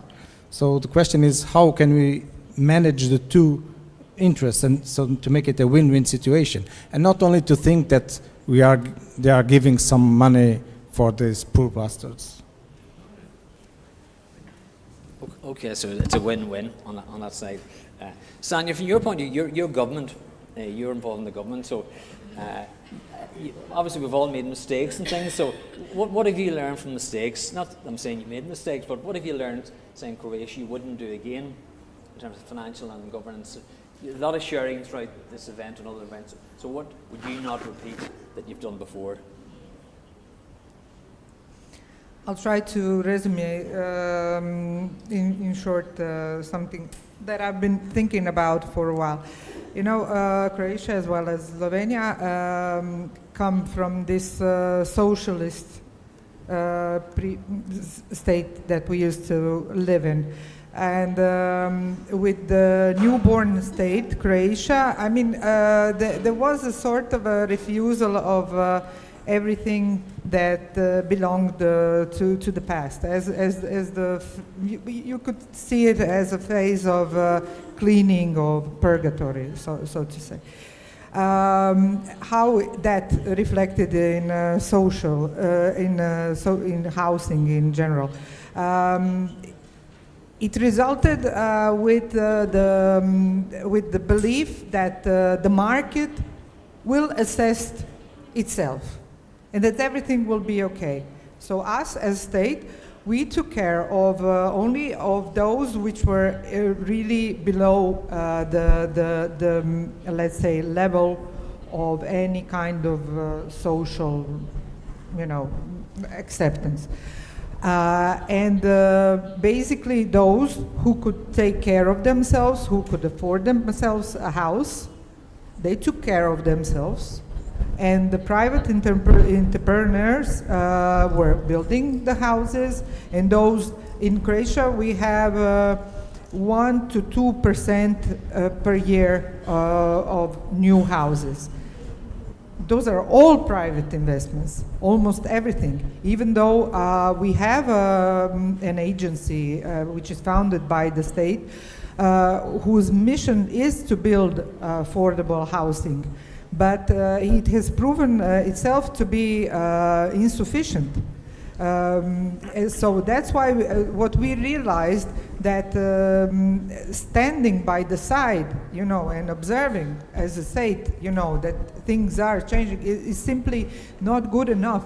That's why we are, because now the reality in Croatia is really terrible and the prospects are even worse. And we are not just talking about the population. We are talking about the question of housing, which is not being solved. And we didn't have any kind of prospects that it's going to be solved. But its reflection is not only demographical, it's financial, it's economical, it's cultural. You know, it reflects all segments of the functioning of the states. And that's why perhaps some will see it a bit too harsh, what we are doing now.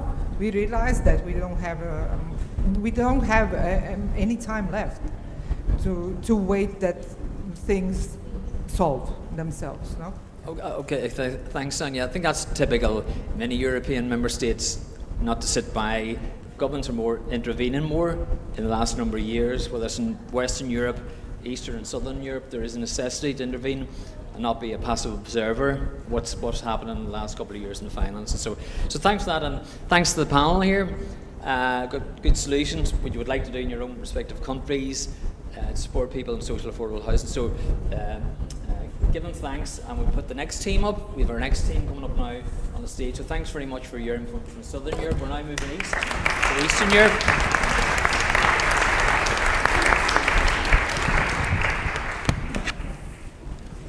Eastern Europe perspective, we have Slovak Republic, the EIB, CEB, and Renovation. So if you come up to the stage.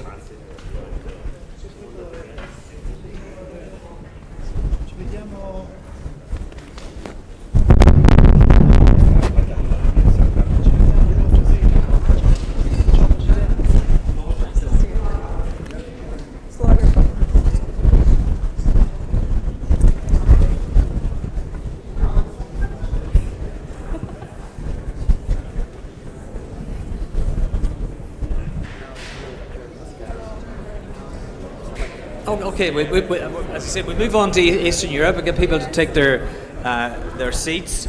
A lot of things have happened in Eastern Europe post 2004 and enlargement. Many Eastern European countries are more centrally involved in housing Europe in various partnerships with the European Union.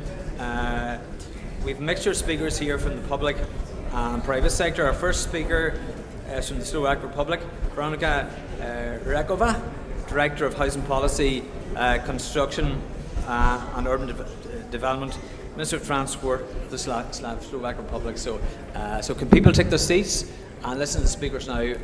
5 minutes for each of the speakers, and we have 7 or 8 minutes then follow up with questions and feedback. So the floor is yours, Veronika, on the Slovak Republic.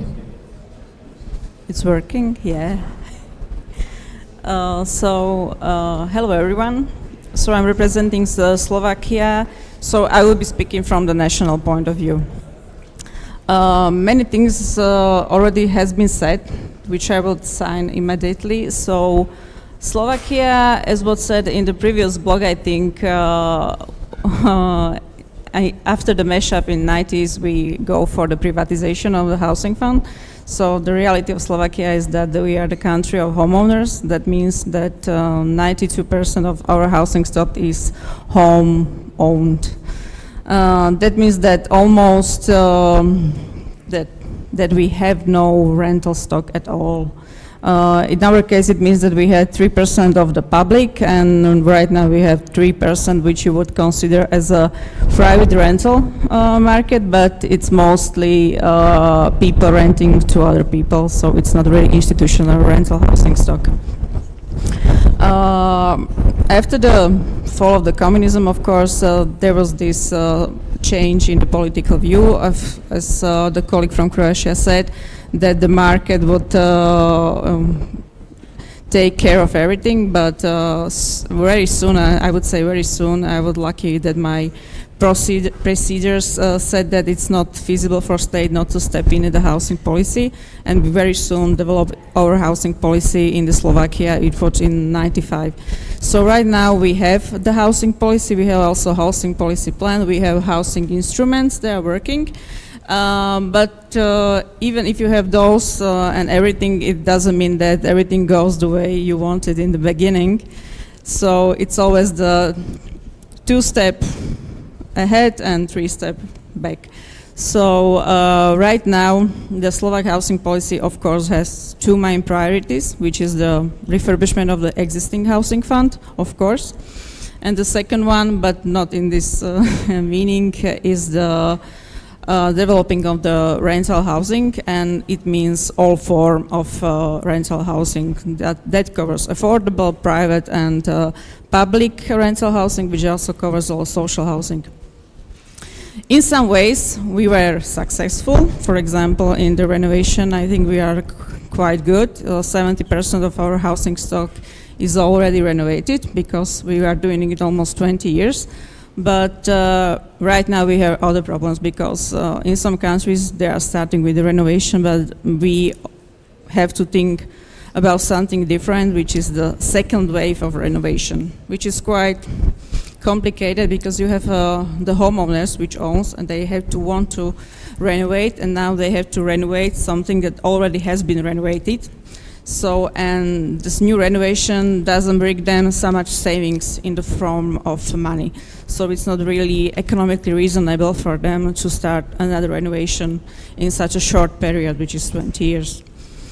The second topic is, of course, the public housing. The public housing we now have in Slovakia is new public housing. So all the 3%, which is almost 50,000, it's really new. It's built in the scheme that we developed last 20 years. And we have, fortunately, enough money to cover the demand from the public authorities. What we like, on the other hand, is really the interest of public authorities to go for the development of social or public rental housing. So it's quite different situation like in other countries when we see that the municipal level really want to go for that, they want to do something. But in Slovakia, in contrary, the public authorities are really not interested in developing rental housing because they have this connotation from the privatization. So even if I do it, after a few years, they come. If I ask us, we can't sell it. No, you can't. It's rental. And the second thing is that they are really not active in this area because they'll sell most of their land. So because of that, we came with the instruments, and we, through the State Housing Development Fund, which is the main instrument we have in Slovakia for developing housing, which is revolving fund, providing long-term, low-interest loans. So they can already buy new land with this instrument, and the State Housing Development Fund can cover 100% of their acquisition costs. Okay, so what I would like to say is that even if you have the money, which is our case in that case, even if you have a good housing policy, it doesn't mean that the outcomes of the housing policy will be that good like you would have in reality. What I think the most important thing is not always the money.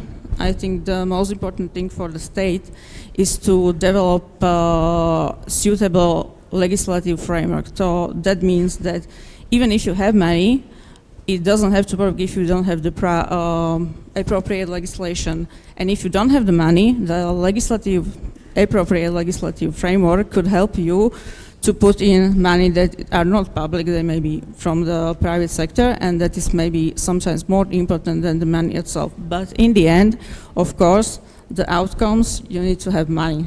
So that's from my side at all. Okay, thanks very much, Veronica, for that. You have the money and you've got the framework now. At least you've developed a lot of frameworks in Slovak Republic, which is great. I think moving on to next speaker, Jerry Muscat, Head of Division, EIB, Urban Advisory Division. People are familiar with the EIB in terms of the work they've done in social housing and retrofitting, being the green bank. We're also moving into the area of potentially affordable housing. So just 5 minutes, Jerry, in terms of some of the areas you'd like to focus on for the EIB, and then we'll talk after about questions around your role as well. Yeah, thank you very much. And like my colleague Andrea, who was speaking before lunch, I'm also working in this task force that we've created at the EIB to try to develop our approach on affordable housing and collaborate with partners in setting up the platform for affordable and sustainable housing. What I would say from EIB's experience is that we lend roughly 2 to 3 billion a year in the social and affordable housing sector. And in our experience, if I look back 10 years ago, we probably financed housing in 6 or 7 countries. Now I think we're basically financing across 12 to 14 countries. And of course, in the context of this platform, apart from scaling up the financing, which is obviously key, what we'd really like to be doing is increasing the breadth and financing across all the member states. And I think really this focus on frameworks is important. I think roughly half the countries have a good framework, and we've seen many of them today. Many of the other countries need to develop. And the good news is that most of those countries are actually starting to develop the frameworks which will underpin financing. I think one of the things we're looking at is what are the ingredients that make a good housing finance system bankable and would enable us or private banks to step into the market and finance social and affordable housing, affordable and sustainable housing in the system. I think we clearly need to see a good definition of affordable housing at local level. We need to ensure that it sets the target population of who the affordable housing is really for, and that this is done in a way that matches with the local legislation. There needs to be a transparent and fair allocation system for the housing. There needs to be a focus also on the location. We don't want to be supporting housing which leads to urban sprawl. And I think as well, we need to see a system which is financially sustainable. And I think Zhao in the panel before really eloquently explained how important this is. If we are to get grant financing into the system, that's great. It can help us with the startup and the setting up of it. But long term, the maintenance costs and the renewal, asset renewal, needs to be built into the system so that over time this system will be financially sustainable. And I think we also need to see a minimum policy framework, and that's why I think that many of the countries, they need ideally to have this at the national level, but if not at the national level, perhaps they can also start at the local level. And one of the things I'd like to say is I think that particularly in Eastern Europe, the role of cities can be really critical. I think that cities can play a role both addressing those location issues, but also in setting up good public housing companies. And I think that this is important. And just to finish, I would just say the EIB is working on a variety of advisory support in the region. And we've already completed quite a number of assignments in Poland, in small companies like in Poznan, in Bratislava. We've also, we have a number of assignments which are ongoing.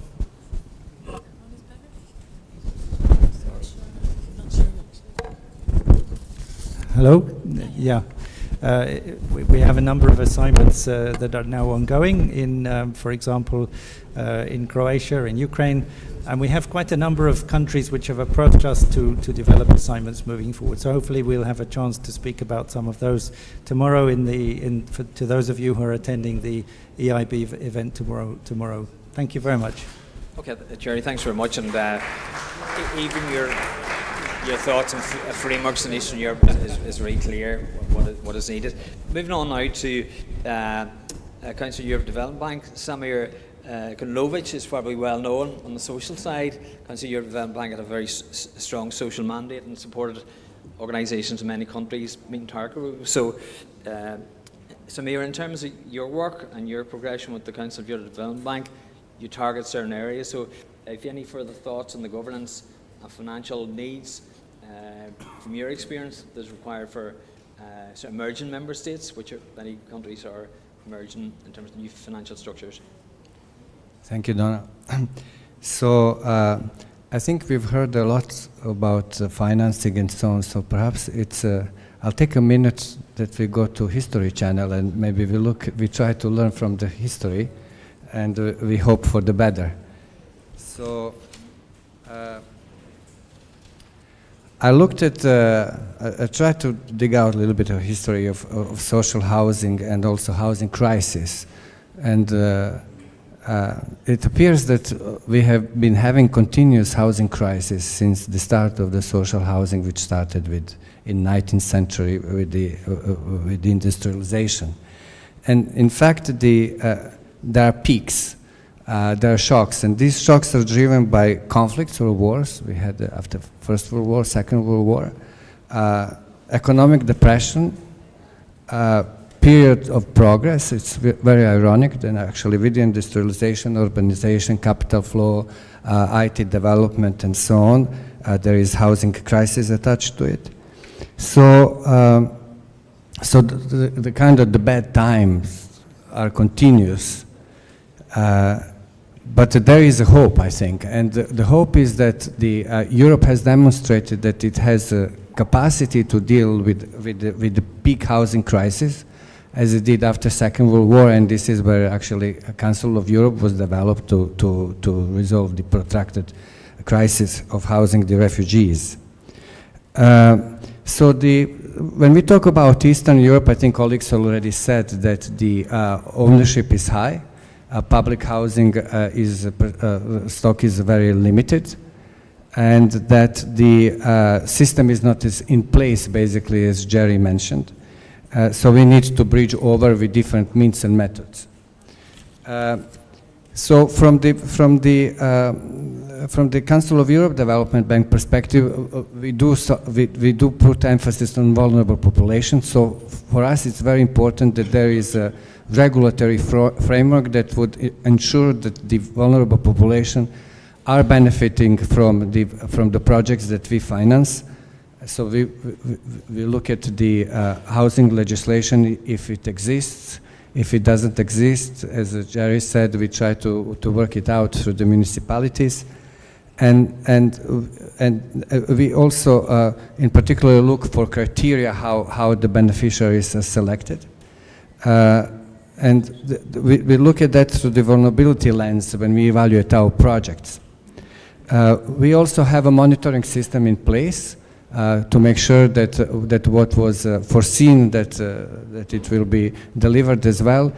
So besides regulatory project monitoring, we do also on-site missions where we actually learn from the projects. So on other aspects of financing, I think it's very important to mention that to increase the breadth, that one way is to increase that we as IFIs individually increase it, but also we coordinate a lot. So there was already platform that was mentioned a couple of times that mobile with the EIB, CEB, CDC that mobilized close to 3 billion euro in housing investments. We also coordinate on technical level to make sure that our approach is aligned, so that what we finance is not different the standard of what other colleagues finance, and that's very important. And it's also important that because we use the technical assistance, for example, InvestEU was mentioned a couple of times, and we use Advisory Hub, that there is no double dipping, that what we finance in terms of the technical assistance and building the capacity, that we complement each other rather than overlapping. And we are responsible to do so vis-a-vis donors of the funds for these things. Okay, thank you. Thank you, Samir, for that, both your information on the technical framework supports, financial regulation and so forth is key. I think we move on now to our last speaker, Peter Surek, Head of Social Finance from the Erst Group. So you have 5 minutes here before we come back and start the question time. Peter? Thank you, thank you. Good afternoon. I hope you still have energy to listen to the further speakers. Let me just, in one sentence, introduce Erste Group. So we are one of the largest financial intermediaries, larger financial banking groups in Eastern Europe, headquartered in Vienna, but active in 10 CE countries.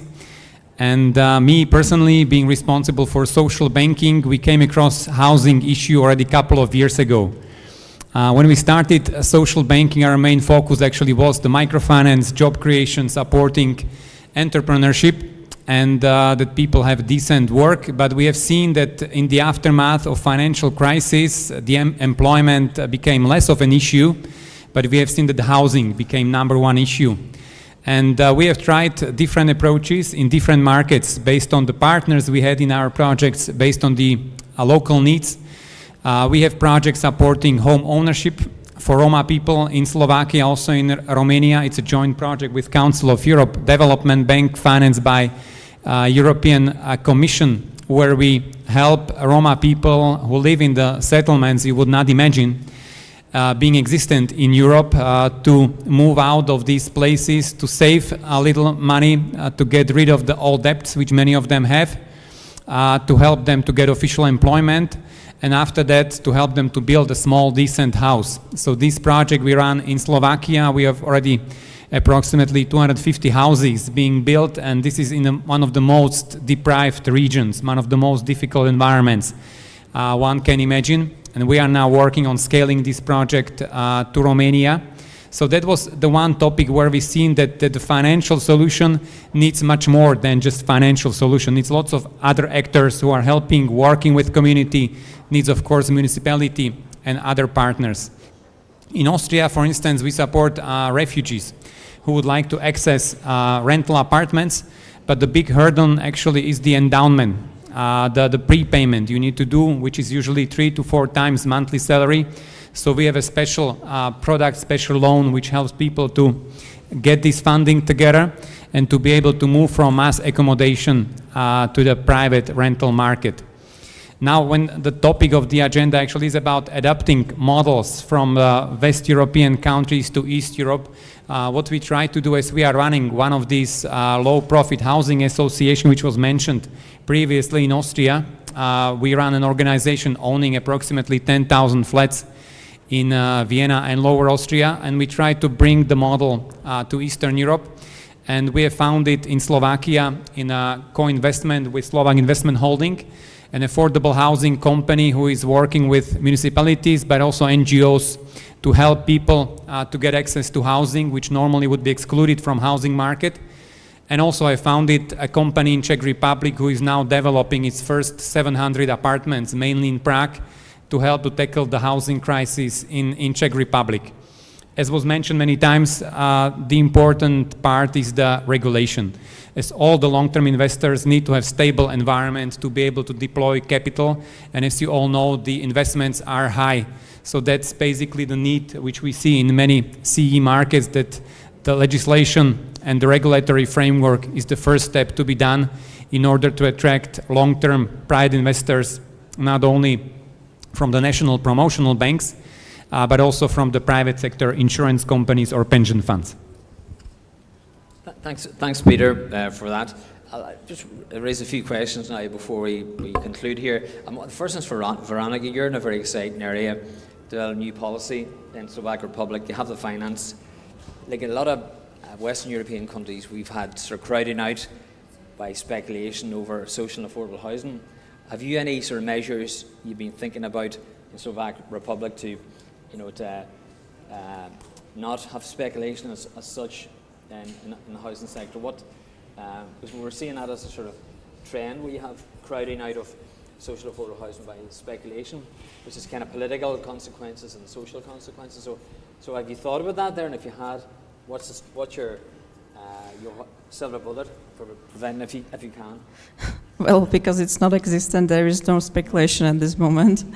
But of course, there could be also, I know the concept, but right now we are in the phase of developing, so the speculation perhaps in some phase of the projects will come to mind, but I don't think in this stage. But in every concept we have, there is a lot of regulation on the private market, also on the public market, so there is a really small room for any speculation in this case. I think the only speculation is what I would say in the beginning, that the public authorities always come with the question, can we sell? And we say always, no, you can't, because it's rental, it's supposed to be rental forever.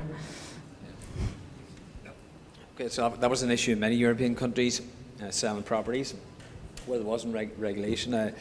Just for you, Jerry, just to say, Veronica, in terms of EIB and affordable housing, have you thought of any support you give to member states for banking? You mentioned banking affordable housing projects. If you any ideas on how you would do that, what it would look like, and you mentioned definition as well. So any thoughts on the affordable, not so much the social, but the affordable bankable projects? What would that look like for you as a funder? Yeah, well, I think affordable housing is really the new area that we have to break into, and we have to expand the financing for. I think when it comes to support for banks, we partner with a whole range of banks, such as the Council of Europe Bank, and also private banks such as Erste, and also most of the national promotional banks. And we can, of course, support also the banking sector in helping to, where some of the banks are not necessarily so familiar with affordable housing, we can support them in better understanding the frameworks, and also in building models that can intermediate our financing. So this is one area. And where we have done, as an example in the past, we have worked with one of the national promotional banks to help them tackle, in fact, the issue that you mentioned about speculation, where we try to find ways of ensuring that that the financing going through into the sector overcomes this and avoids this, and is targeted at ensuring the housing is well located. So support like this we can provide to the banking sector. And obviously we want to collaborate in developing new financing products, particularly now on looking at the blending of grant funding with commercial financing and the role we can play in facilitating that, because I think that's key to unlocking financing in the sector. Okay, that's clear in terms of you don't need to do it yourself, you can work with others in terms of other financial bodies. Samir, your Council Europe Development Bank, target very vulnerable groups who sometimes don't access social rented housing, and you provide very key support. That requires collaboration with housing and non-housing actors. Have you any thoughts on how you would improve collaboration to achieve the goal of meeting your target groups, like homelessness, I'm thinking, older people, disability? Has any common themes emerged for yourselves in the Council Europe Development Bank for those target groups? Yes, we do, because I think we as financiers, we've got to advocate for vulnerable population, because if we don't, who else will do it? And in particular, if we put that as a condition for financing, that this population benefits in equitable way, then we'll be contributing to solving the housing crisis. And this population is affected with the housing crisis more than other segments of the population. So we, as it was mentioned, we participate in EPOC platform for solving homelessness. We also have within the bank we have a social inclusion award. We reach out to grass organizations, and also our financing. For example, throughout InvestEU, we finance a project in Barcelona through public bank, where the funding went into the NGOs basically, and with that way, as it was mentioned a couple of times, this aggregator helped out that the most vulnerable population is benefiting from the project at large. So I think also these events, like this one with Housing Europe, the one that we will be organizing on homelessness in December, everyone is welcomed. Also the events with FANSA, events among the IFIs as well. We recently had exchange in CEB, where we had our colleagues from EIB over here, also with the World Bank, etc. I think those coordinations, as I already mentioned before, are very important. With engagement with grassroots organizations, I think it's it's necessary, basically. Okay, thanks, Samir. And finally, Peter, obviously you're on a bank, and sometimes people say there's a greenwashing or social washing involved in the process. Like, how do you ensure your investment is in the public interest? Say, for instance, with PPPs and so forth. Have you any sort of direction for bodies that you fund to ensure this in the public interest, the real public interest? Any thoughts on that? Because you're there to make a return, obviously, but you want to make sure you want to target something that's in the public interest for people around the room here. We have a collaboration with either non-profit organizations who are helping us somehow to deliver on projects. As I mentioned, for instance, the example of the housing for Roma minority, which we do. But we also have a collaboration with public sector, as we do in Slovakia, and are discussing also this opportunity in the other countries. So from that perspective, as we don't get any kind of incentive, we are not bound to any kind of regulation. So we do it basically based on our belief, that this is important for the prosperity in the region, and that without the housing solution, the society would not function. So as our major shareholder is a foundation, and their basically main goal is to give back to the society actually where we earn our profits, that's basically part of our mission and part of our social policy, where we engage not only in the housing areas, but also in the other areas, as I mentioned previously. Thanks, Peter. And that follows into what I've spoken about this morning with values. Values is obviously a key thing for organisations who they fund and what the return they get. So look, thanks for giving all the speakers a hand here in terms of their input and also their questions. I think it's a very useful session this afternoon, so please give them a round of applause for that.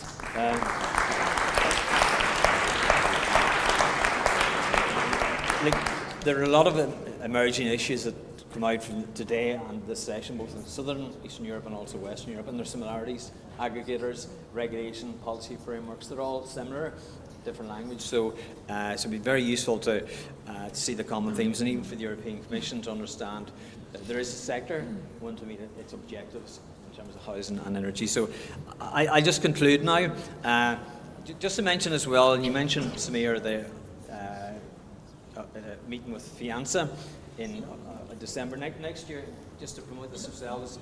The International Social Housing Festival is in Dublin next year, the 4th to 6th of June, so I thought just to alert people, most people know about it as well. Our stakeholders, our government, public bodies and so forth are very much behind that. So everyone is welcome to come to Dublin next year, both in Europe and internationally. So we all look forward to see you on the 4th to 6th of June in Dublin. Good access for flights and so forth, and be very useful to have both the speakers and contributors in Dublin to make it a real international event. So thanks very much for your time, and next session we'll talk to you.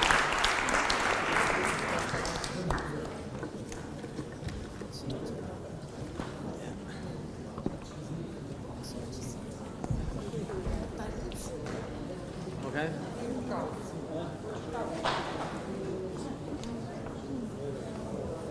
I'll take that.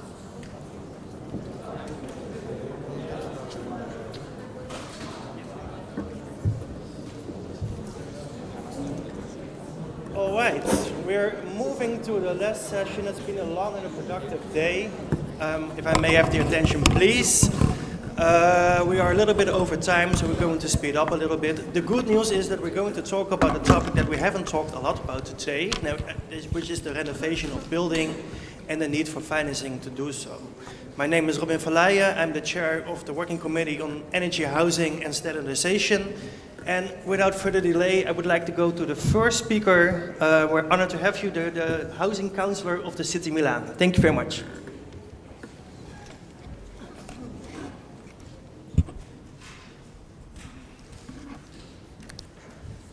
Buongiorno a tutti. Good afternoon, everyone. Thank you for inviting me. The municipality of Milan is a key player in public housing. It owns about 28,000 dwellings in Milan, the city, the Lombardy region, and Aller, the in-house responsible for Lombardy region, own more dwellings. We believe that the policies of public housing are essential for developing social cohesion and for the development of a city that is becoming more and more difficult to live in due to the high prices of the houses and high rents. Of course, these assets date back to more than 1 century ago. So these are important assets that require interventions in terms of renovation and energy improvement. This year, the municipality of Milan introduced its city climate contract, and it committed to reach at least 50 out of the 150 goals in terms of energy efficiency. Part of these initiatives have been already funded by the resilience plan. We have demolished some buildings and reconstructed them for 168 million funding. Milan is also considering the renovation of public buildings, which is more complex because households live in these houses, and some of these households have severe social problems, so it is important to take care of all these problems. We need to find new ways of re-qualifying the public housing. So Fondazione Cariplo gave us an important contribution, and we are starting with Fondazione Cariplo some renovation policies without completely destroying the houses, but by renovating them, by improving the building energy efficiency with a minimum impact on the people. Our final goal is having net zero energy building. In terms of resources, in order to re-qualify the entire IRP assets, 500 million investment is required. So far, we invested 68 million euros. So this type of investment is a problem and requires support. Another sector where we are committed is the social housing, so part of housing that involves people having, a little bit higher income but cannot pay private rents. So the municipality of Milan has foreseen 10,000 new dwellings that perfectly comply with the latest energy efficiency rules. And because we wanted to offer houses to a group of people that are no part of the middle class and cannot access to the free market rent houses. So these are the challenges that we are confronted with in the municipality of Milan. We need to renovate the existing houses. We have a huge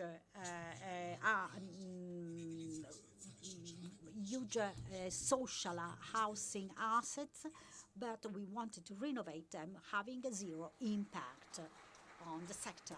Thank you. Thank you very much, and really impressive to learn about that. We're quickly moving on to Paola Cirilli of the University of York, Associate Professor, and you have a lot of experience when it comes to public-private partnership and energy efficiency projects. Do you have a microphone that works? Does it work? No, maybe I can get you. Okay. Yeah, thank you. Can you hear me? Yeah. Thank you for inviting me. So we are working together with Housing Europe to two projects, Super Super Shine, where we have a number of pilots. Here we just put a few details about this. As you can see, we are considering a number of social and affordable housing in Denmark, Italy, Latvia, and Slovenia. The reason why I'm mentioning this is because we are doing the technical analysis about possible energy efficiency interventions inside these buildings, together with our, the managers of these houses, and we, collaborating with them, we know that even for Denmark and Slovenia, where the funding is pretty high. Slovenia is only one building, by the way. Denmark is 25 buildings. Even in that case, public funding is not covering the whole intervention. And for Denmark, actually, the need of extra funding is above what we are showing here, because they are considering also the installation of PVs and even wind turbines above their buildings. We were there just last week, so I'm positive about that. So together with them, we have been studying some possible solutions for raising this additional money that is needed for the energy efficiency interventions. And we are considering energy efficiency interventions for overall for the building, wall insulation, roof insulation,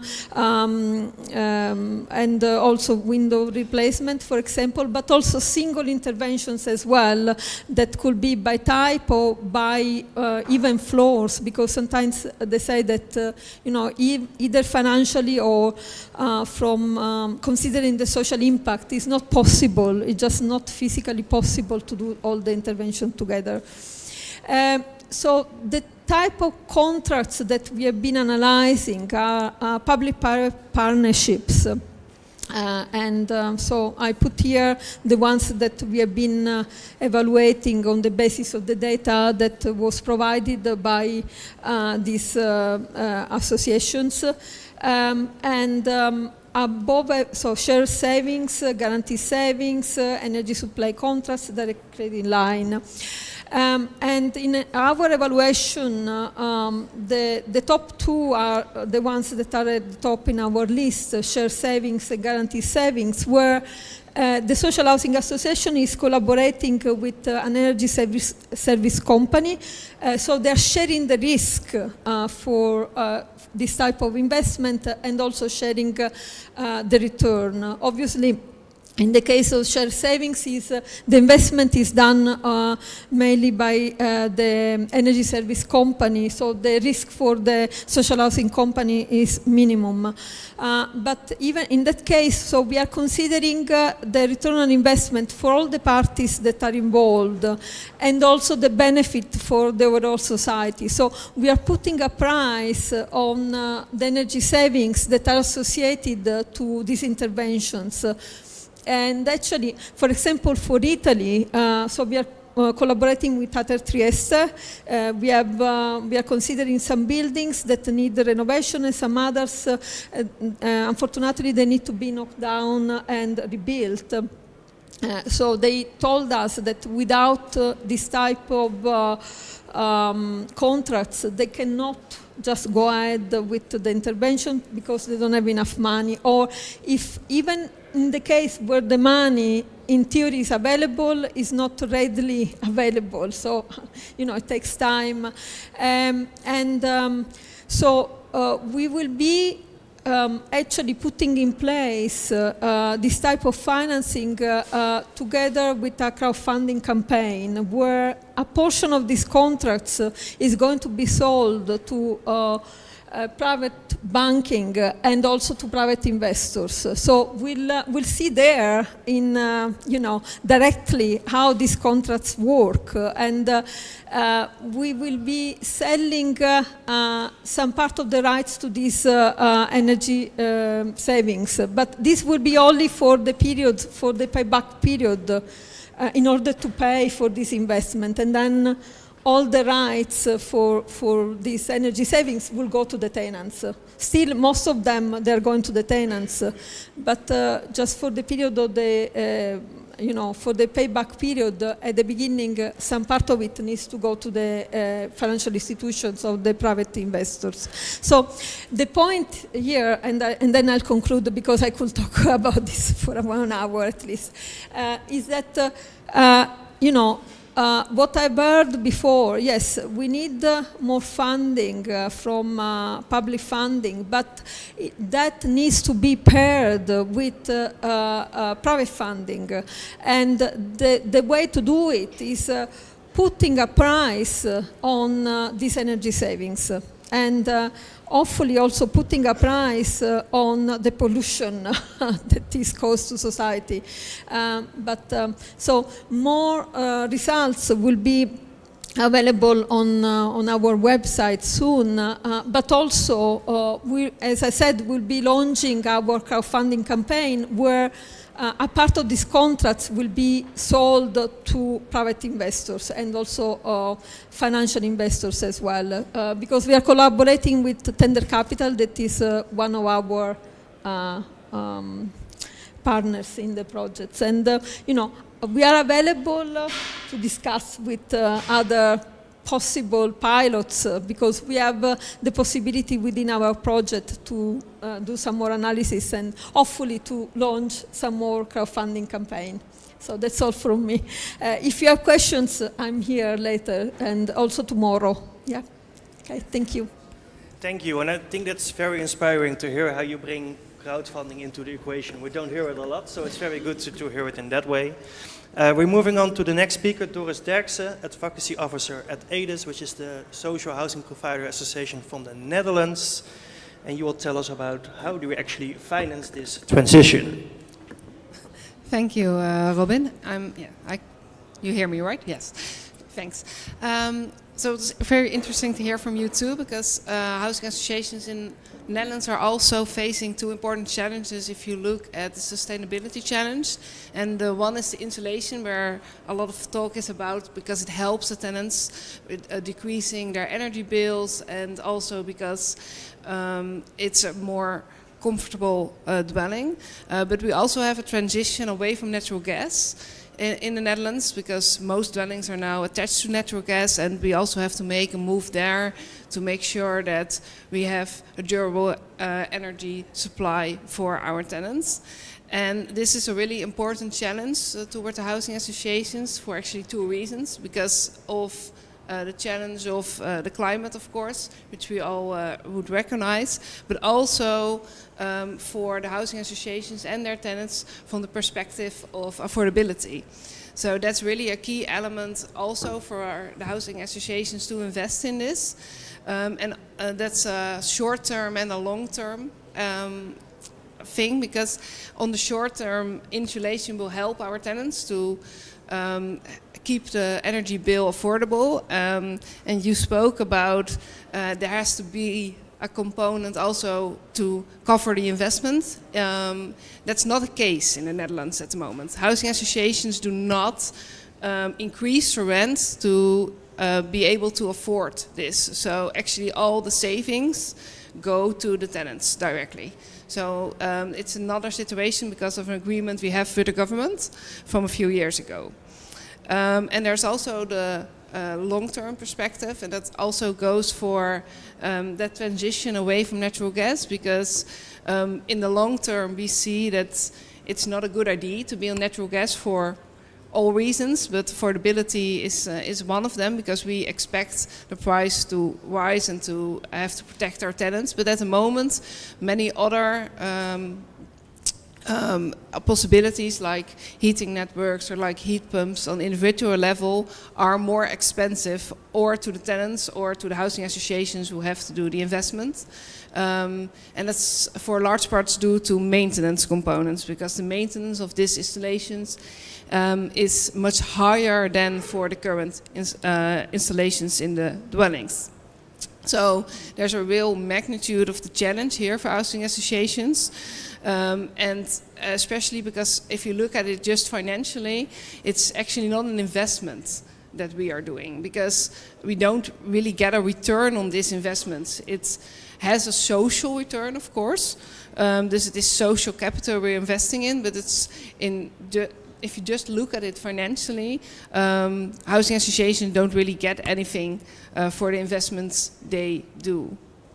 At least not on shorter term, maybe in the really long run, but not at this moment. So it's truly an investment we do for tenants, for comfort levels, for affordability, and of course for the climate.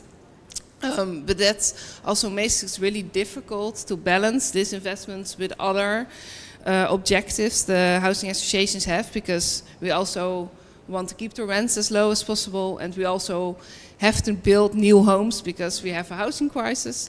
But we can't do all of these objectives together with the aims we would actually like to do them in. So we need to make choices and accept that not everything is possible. And we have to balance out these objectives and see where we invest and what is possible to do. And the Social Climate Fund is of course there to also help with this. But we also see that to reach our goals, more means are essential. And the Social Climate Fund does play a part in this. But to be honest, the current amounts we see for the Netherlands are, they are like a drop in the ocean. Because to give you an example of what we are investing, housing associations in the Netherlands have about 2.2 million dwellings, and they invest about 10.5 billion a year in maintenance and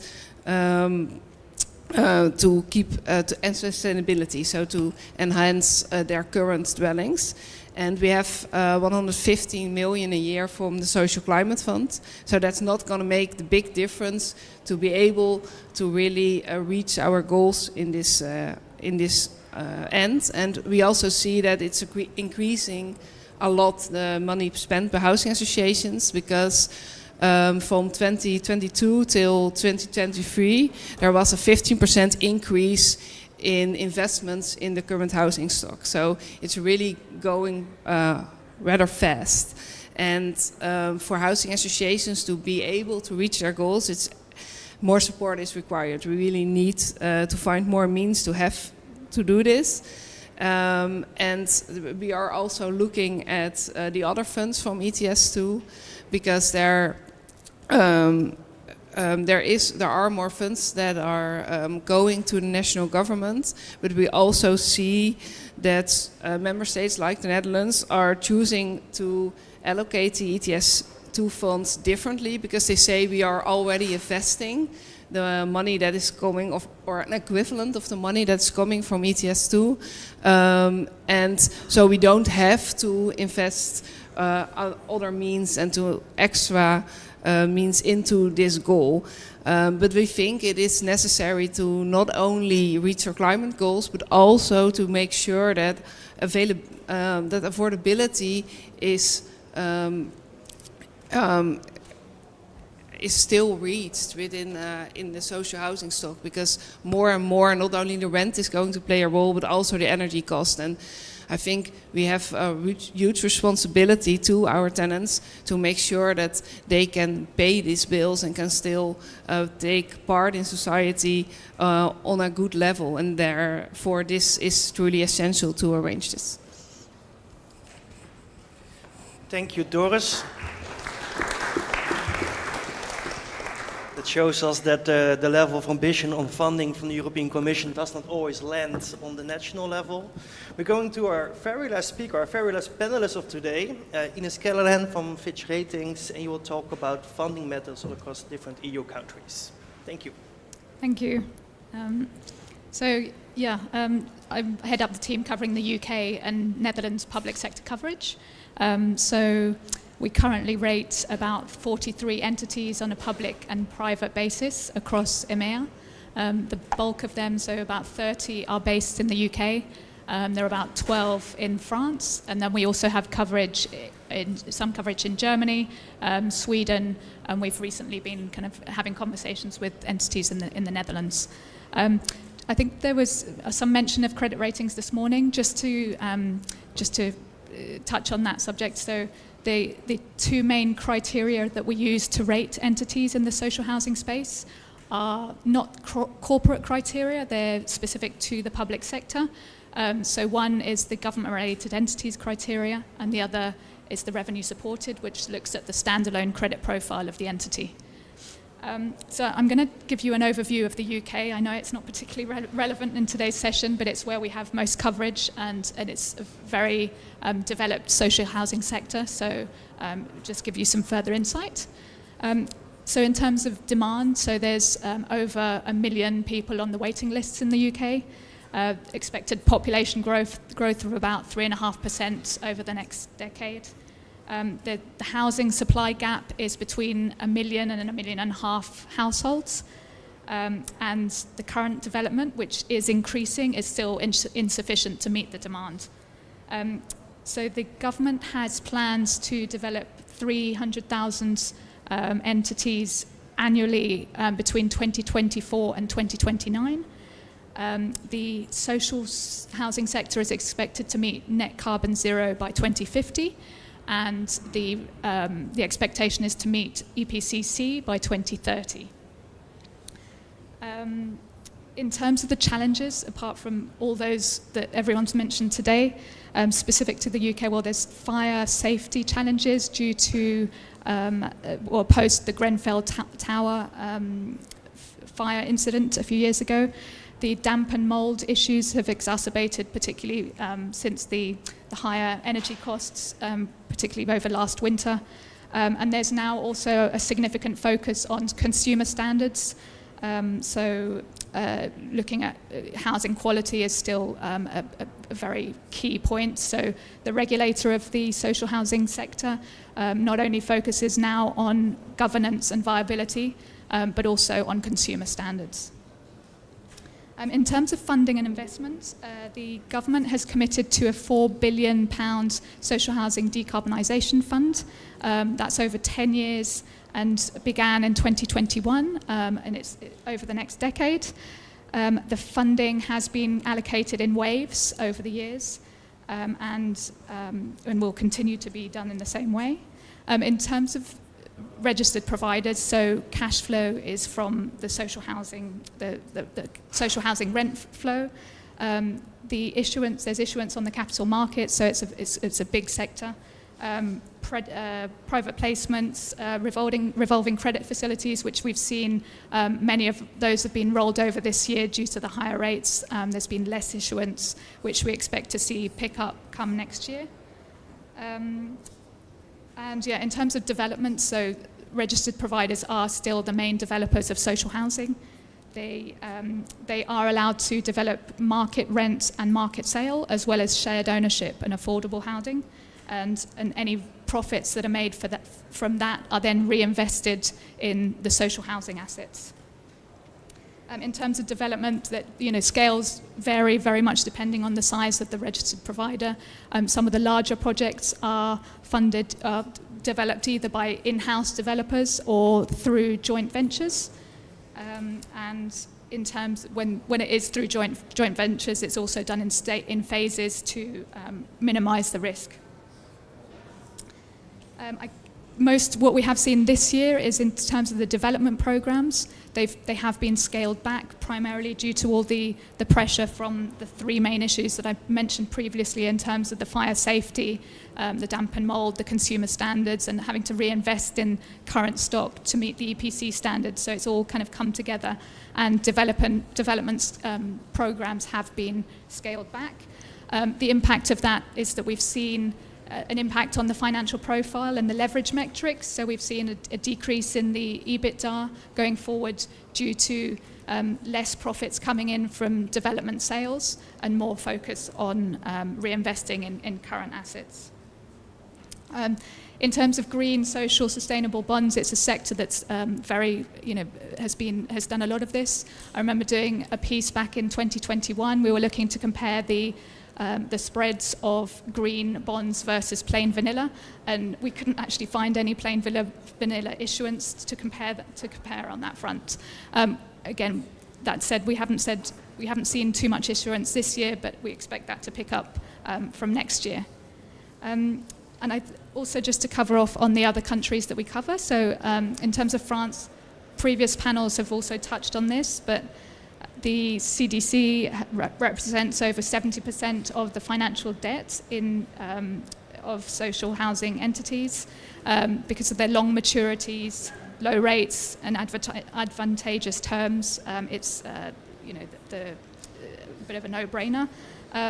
The financial ratios we've seen have weakened over the last, more recently, because of the livret A savings rate. We've also seen that there's a 1.2 state fund that's specifically for energy renovation. So at the end of the day, although registered providers do receive the subsidies from the government, they tend to rely on the state for the state support through the CDC. Just in terms of, we've got some coverage in Germany. Yeah. Okay. Well, just to say, we've got some coverage in Germany, in Sweden as well, in the Netherlands. So I think some of the points I was going to raise have been covered in previous presentations. But I'll leave it there, knowing that we're tight on time. Thanks. Okay, thank you very much.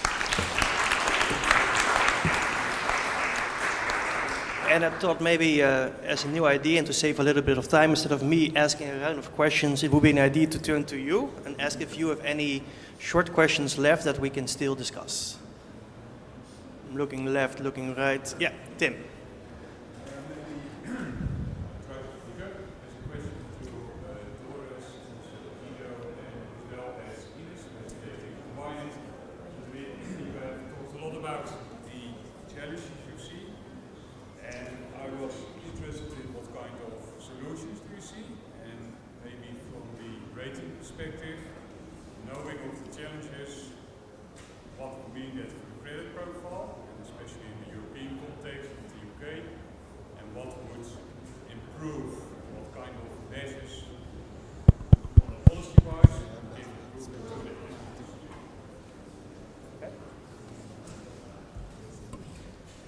I'll go first.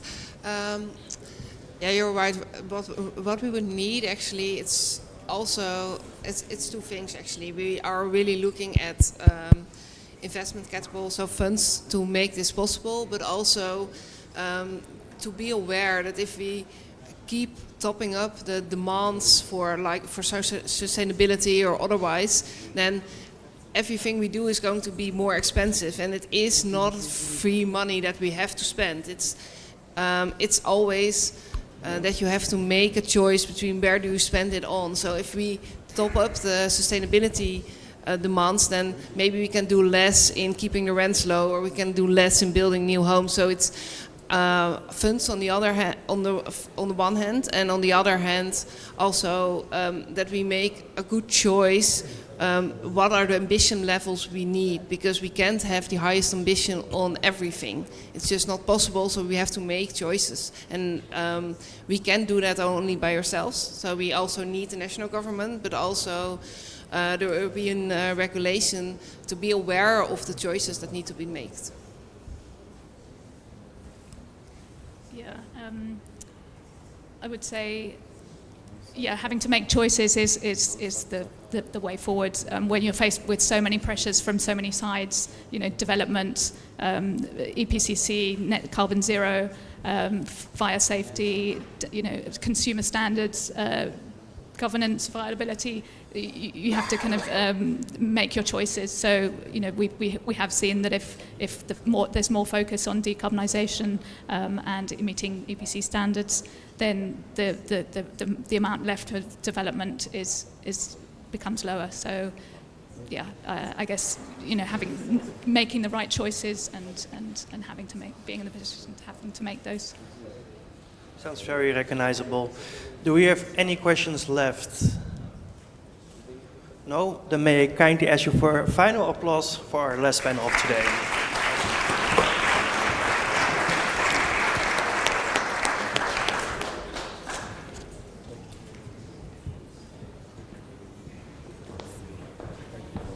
So this morning we talked about the basis of good housing being values, investment, collaboration, and I have to add perseverance and patience, and I think you've showed a lot of it today. Even the mist has cleared now, the Milanese mist.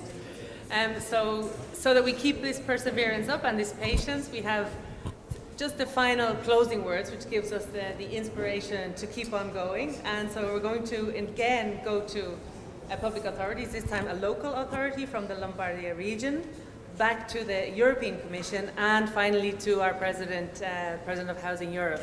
So I will pass the microphone to Paolo Franco.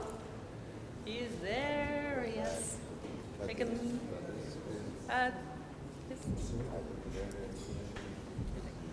You'd like to stand here? You can stand.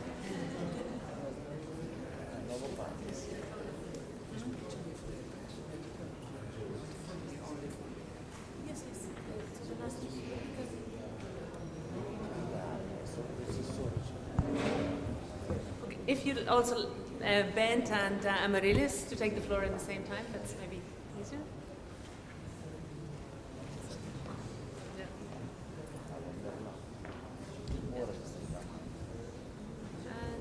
there. So would you like to kick off?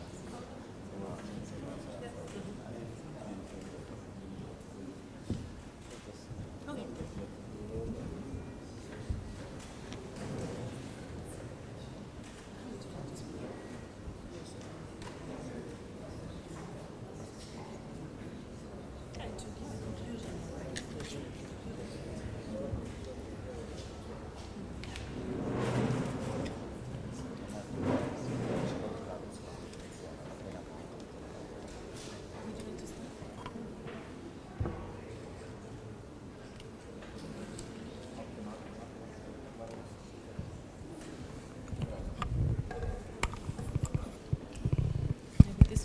Grazie. Grazie mille.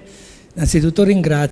Well, thank you very much. Well, first of all, I would like to thank Housing Europe for choosing the region of Lombardy for this event.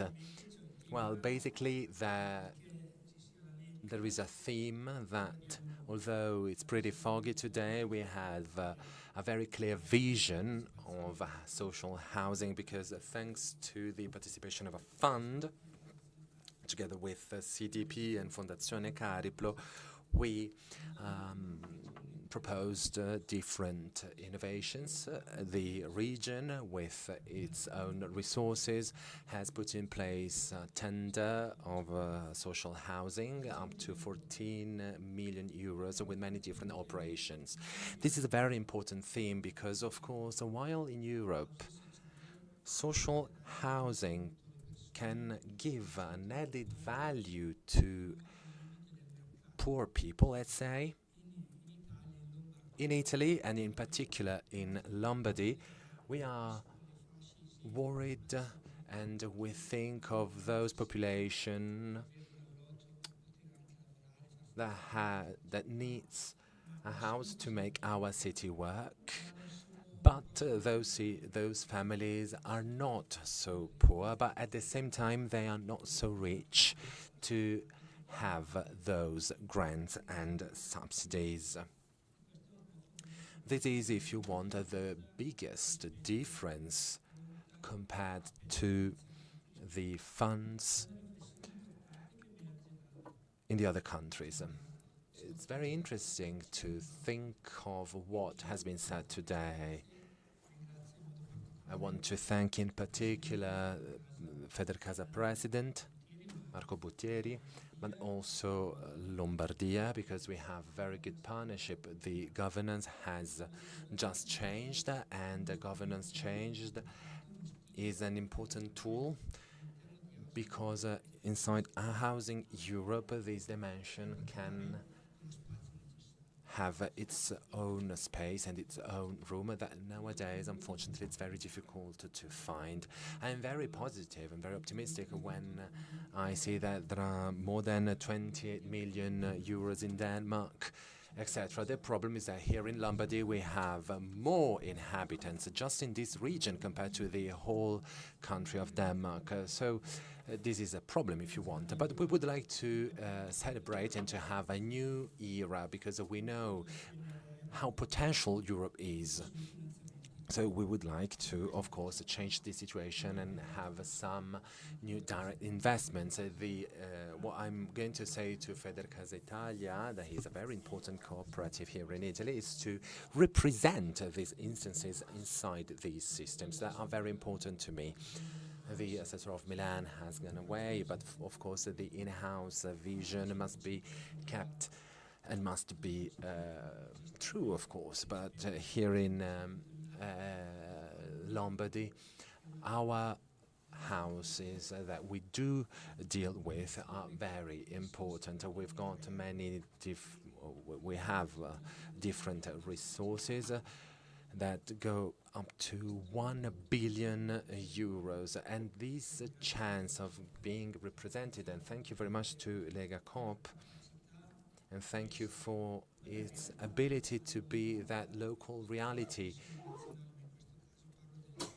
even national sometimes, but in this case a regional entity that can really do social housing.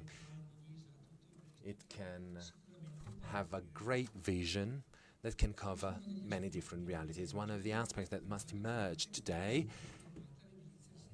is based on how social housing has changed in the last 50 years. That's what we should think about. It was created for, blue collars. It was a sort of tool for those that simply needed to work, whereas nowadays it's a welfare tool. Nowadays, here in Lombardy, 50% of those who live in public buildings have a revenue that is below 9,000 euros. So we are, if you want, a sort of welfare tool that goes beyond our mission, if you want, that was simply to give people a house to cour.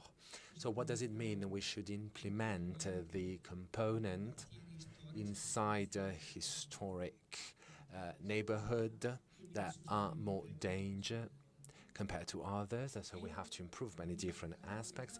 And social housing and public housing, that today is a welfare tool, risk disappearing or risk not respecting what it was supposed to do.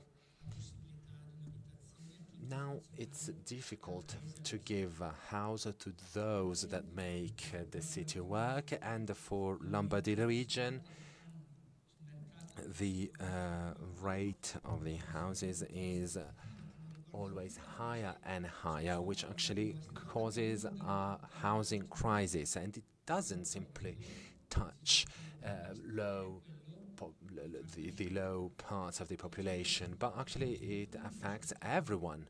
50% is not bearable anymore. Nowadays, we should go back to the fascia, so a tool that was used and meant for those that simply needed a house to work. Of course, we need to collaborate with Europe. I do believe that it's mandatory to have all policymakers implied in what we do, because of course this problem has an impact on every social class. We should try to improve that situation. Nowadays, we are looking at the situation, and we are even, spectators in terms of belonging, that nowadays hasn't given any results, because the base relations are important, but even with the PNRR are always funds that must be given back. It's different for housing policies of European brand that together with institutions. Why? Because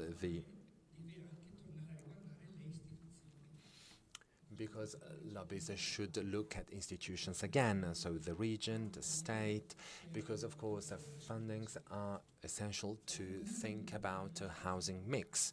We should not forget that house and work are the most decent aspect of the mankind. Without these two aspects, we can't talk about anything else. And in this moment, the southern part of Europe is very interested in having possibilities and chances and setting the space and the environment for all those that want to work and live in that way. So thank you very much to Housing Europe that should talk on our behalf. And nowadays, we would really like to think together with Federcasa Lombardia, inside Federcasa Nazionale, to think about how it's important to be there. And we will assess that part when we will be have some easy interest rates. In that case, we can actually maybe do some interesting things. Of course, there are some projects that are funded with the PNRR, for example, but then our kids should respond to that fund. So nowadays, it's important to know what's going on. I come from lobby experiences here in Europe, there are many lobbies, and instances are represented, for example, public water, and the return on the sanctions to get back into the system, well, it served the necessities. In that case, it played a very interesting match, and I think that Housing Europe can do it too. We are very interested in that because, of course, that opportunity must be seized bilaterally.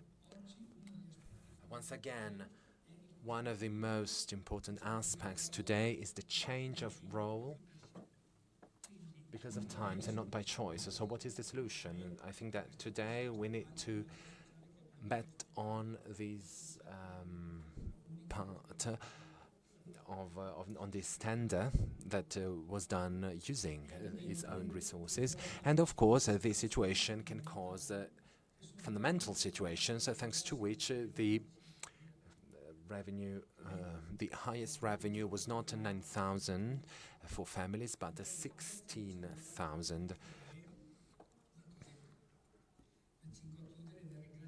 So I'm going to close, and I want to tell you that the representation is, of course, fundamental for us. And as an institution, so we work with Federcasa, but also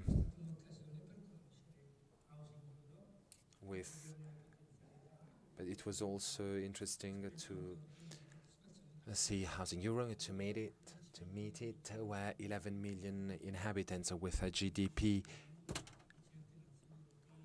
that is lower than other European countries, needed to find and to look in Europe an interesting speaker. And of course, it's important for those that do represent us in Europe, at the European Parliament, by removing their ideologies and doing their own part. It's fundamental for me in terms of collaboration.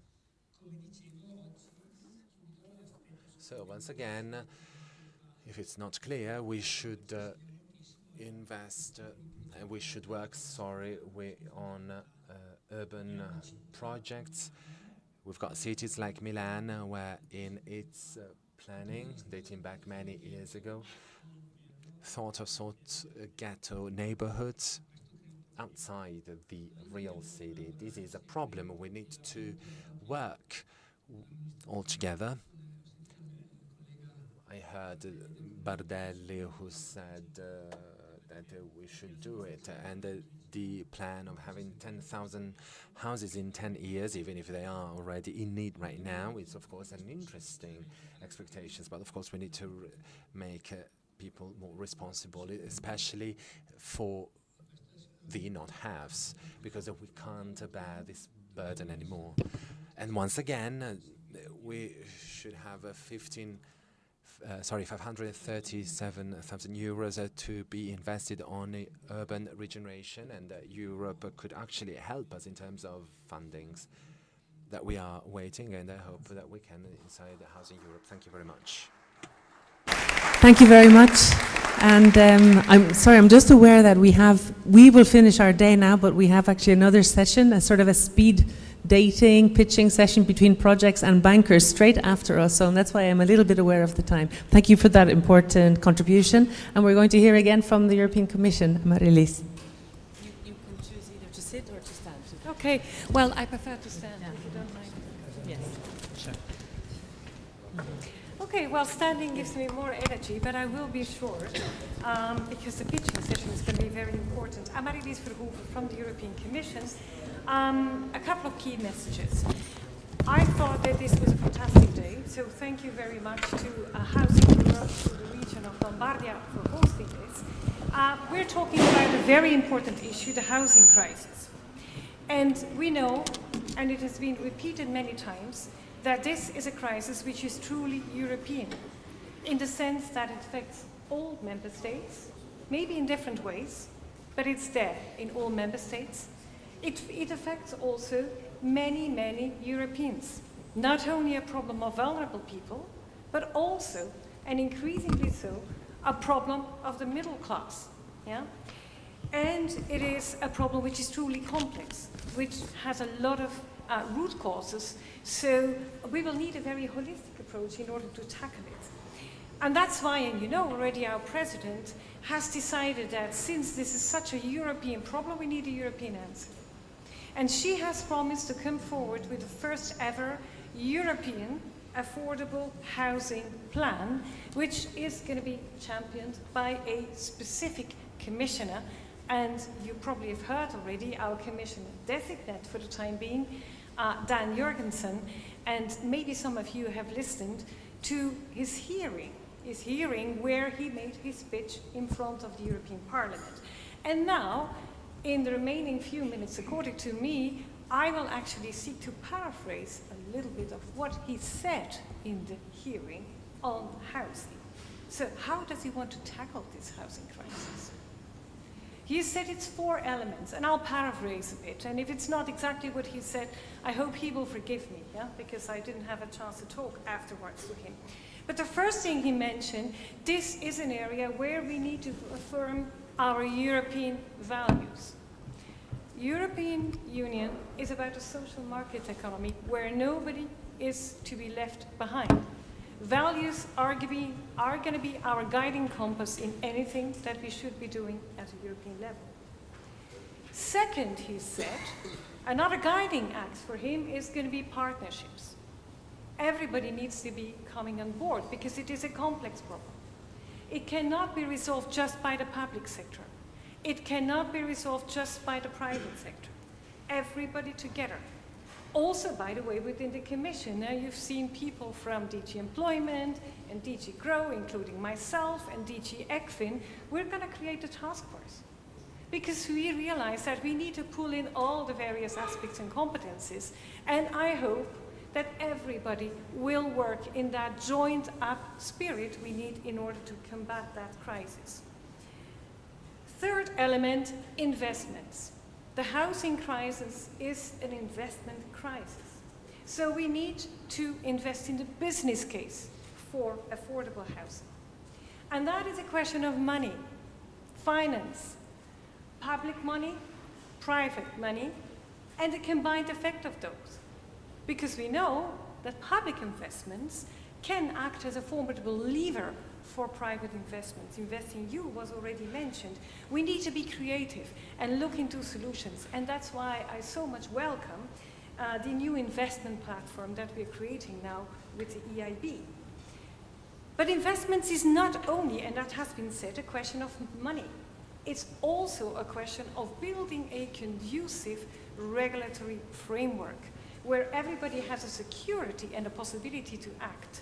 And that's why in the construction sector, we're looking at a strategy to build the business case for sustainable construction through reducing red tape such a scourge on our companies, through enhancing permitting. Zoning laws, of course, are very important, but permits need to be delivered faster. That is also why, as a European Commission, we are looking again into the issue of short-term rentals, mentioned here. We need to offer clarity and give tools to public authorities in order to deal in an effective manner with short-term rentals. So building a conducive regulatory framework. And fourth element, and last element of promise, mentioned by our Commissioner designate, is knowledge sharing, technical assistance, in order to drive through innovation. We will not be overcoming the housing crisis by relying only on solutions of the present, or even worse, on solutions of the past. We have to do better. We have to embrace innovation, financial innovation, social innovation, technical innovation, new ways of building, new ways using IT tools in order to come up with innovative solutions. Only where we develop these innovative solutions of the future will we be able to stand up, I think, to our values and indeed find solutions for the housing crisis. So we have the new mandate coming up. We have some years ahead of us, and we're all very excited and determined to make sure that by the end of the Commission mandate, we have a much better housing situation in Europe. I thank you for your attention, and we all stand ready to work together to make this happen. Thank you.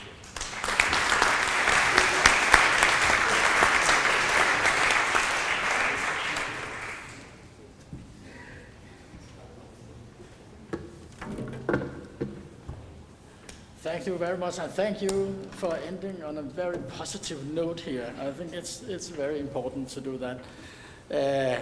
It's said earlier today, but we are talking about techniques, we are talking about finance. I'm an economist myself, I love it, but it's all about people we are talking about here, and I think it's very important. It's said during the day, homelessness, ordinary people, you said it also, ordinary people not able to find a decent home in the bigger cities in Europe, that we have a housing crisis. So I think it's so important, and I think that's why we are here also in our hearts, that we are actually solving very, very serious problems for ordinary people around in Europe. We are trying to do that. And I'm so happy to hear the commitment, and we know the commitment from the EU and the institutions. Now there is really a momentum to find the solutions. And there has also been 2 or 3 times today people talking about the Liège Declaration. I think it was a breakthrough. There has been several steps towards it, but really the declaration in Liège, I think it's so important. So we try to help people, but we need finance to do it. And today, I think we heard there are so many possibilities, so many instruments has been revealed today that can be used, and so much inspiration that we can have. And I hope, and I'm sure that we have made so many connections between us here today also, and can bring with us so many ideas. So many possibilities, but also many pitfalls, of course, when we are looking into finance. There's one of the pitfalls is that we are creating models, not creating homes, actually fine models, but with no power. The other thing is that we are creating very fine models with a lot of power, but also giving too many incentives and opening too many of the opportunities that we do not want to open. What we have to do is to find systems that are so precise, that are solving the problems we are looking at. And I think we should really x-ray the system. Sometimes we have many, many words, but we have to track it down and say, okay, to say, when we are using, it's a scarce resource, when we are using the scarce resource, do we really help the people we are talking about that we help? I think it could be a problem here, because sometimes with our eagerness we say, okay, we have really to build, we have really to fuel the system, and we can create during that the wrong incentives too. Here, I'm an optimistic person, just to say it, that we also have to look into that, to be hopelessly precise and insist on efficiency, and to get most and more affordable and social homes for the euro. And as I said, I think it was you, Jerry, said it also too, it has to be a sustainable system. I think we have seen too often systems, we create systems, they have an effect on the short term, and after that they do not. That's why you know it, I said earlier, I'm very much in love with the revolving funds. We have to have systems that we have to reuse the money, we have to have sustainable systems, or our predecessors never stand in exactly the same situation. And last but not least, we have to create simple and transparent system. And when we're talking about the governance here, and I think when we have our own systems at home, when we try to explain them here, they are quite simple, we think. But I'm sure that 90% of the other, they do not understand what we are saying, because we are so used to it at home that it's our system. Most of our systems, they are so complicated, we could make them much more simple than it is today. So to boil them down and say, what is the essence here in our systems? I think it's also an important thing to do. I can talk and talk, I will not do it. because there are some pictures in a little moment. I'll say thank you to everybody who attended today. Thank you for all those people who made it possible. Thank you to the region to have us here in this amazing house with a view. In spite of the fog, we can still see very, very good and long out of this building. So thank you very much to all of you.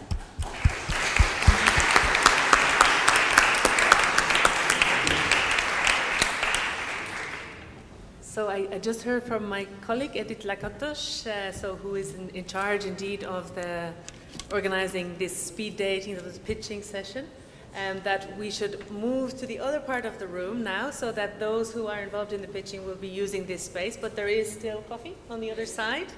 And last words indeed to the team of Housing Europe, who have put in a huge amount of effort. I think of Joanne Phillips, Abderrahim Khairi, and especially Edith Lakatos, and of course on communications, Andrea as well has been working away. So please a round of applause also.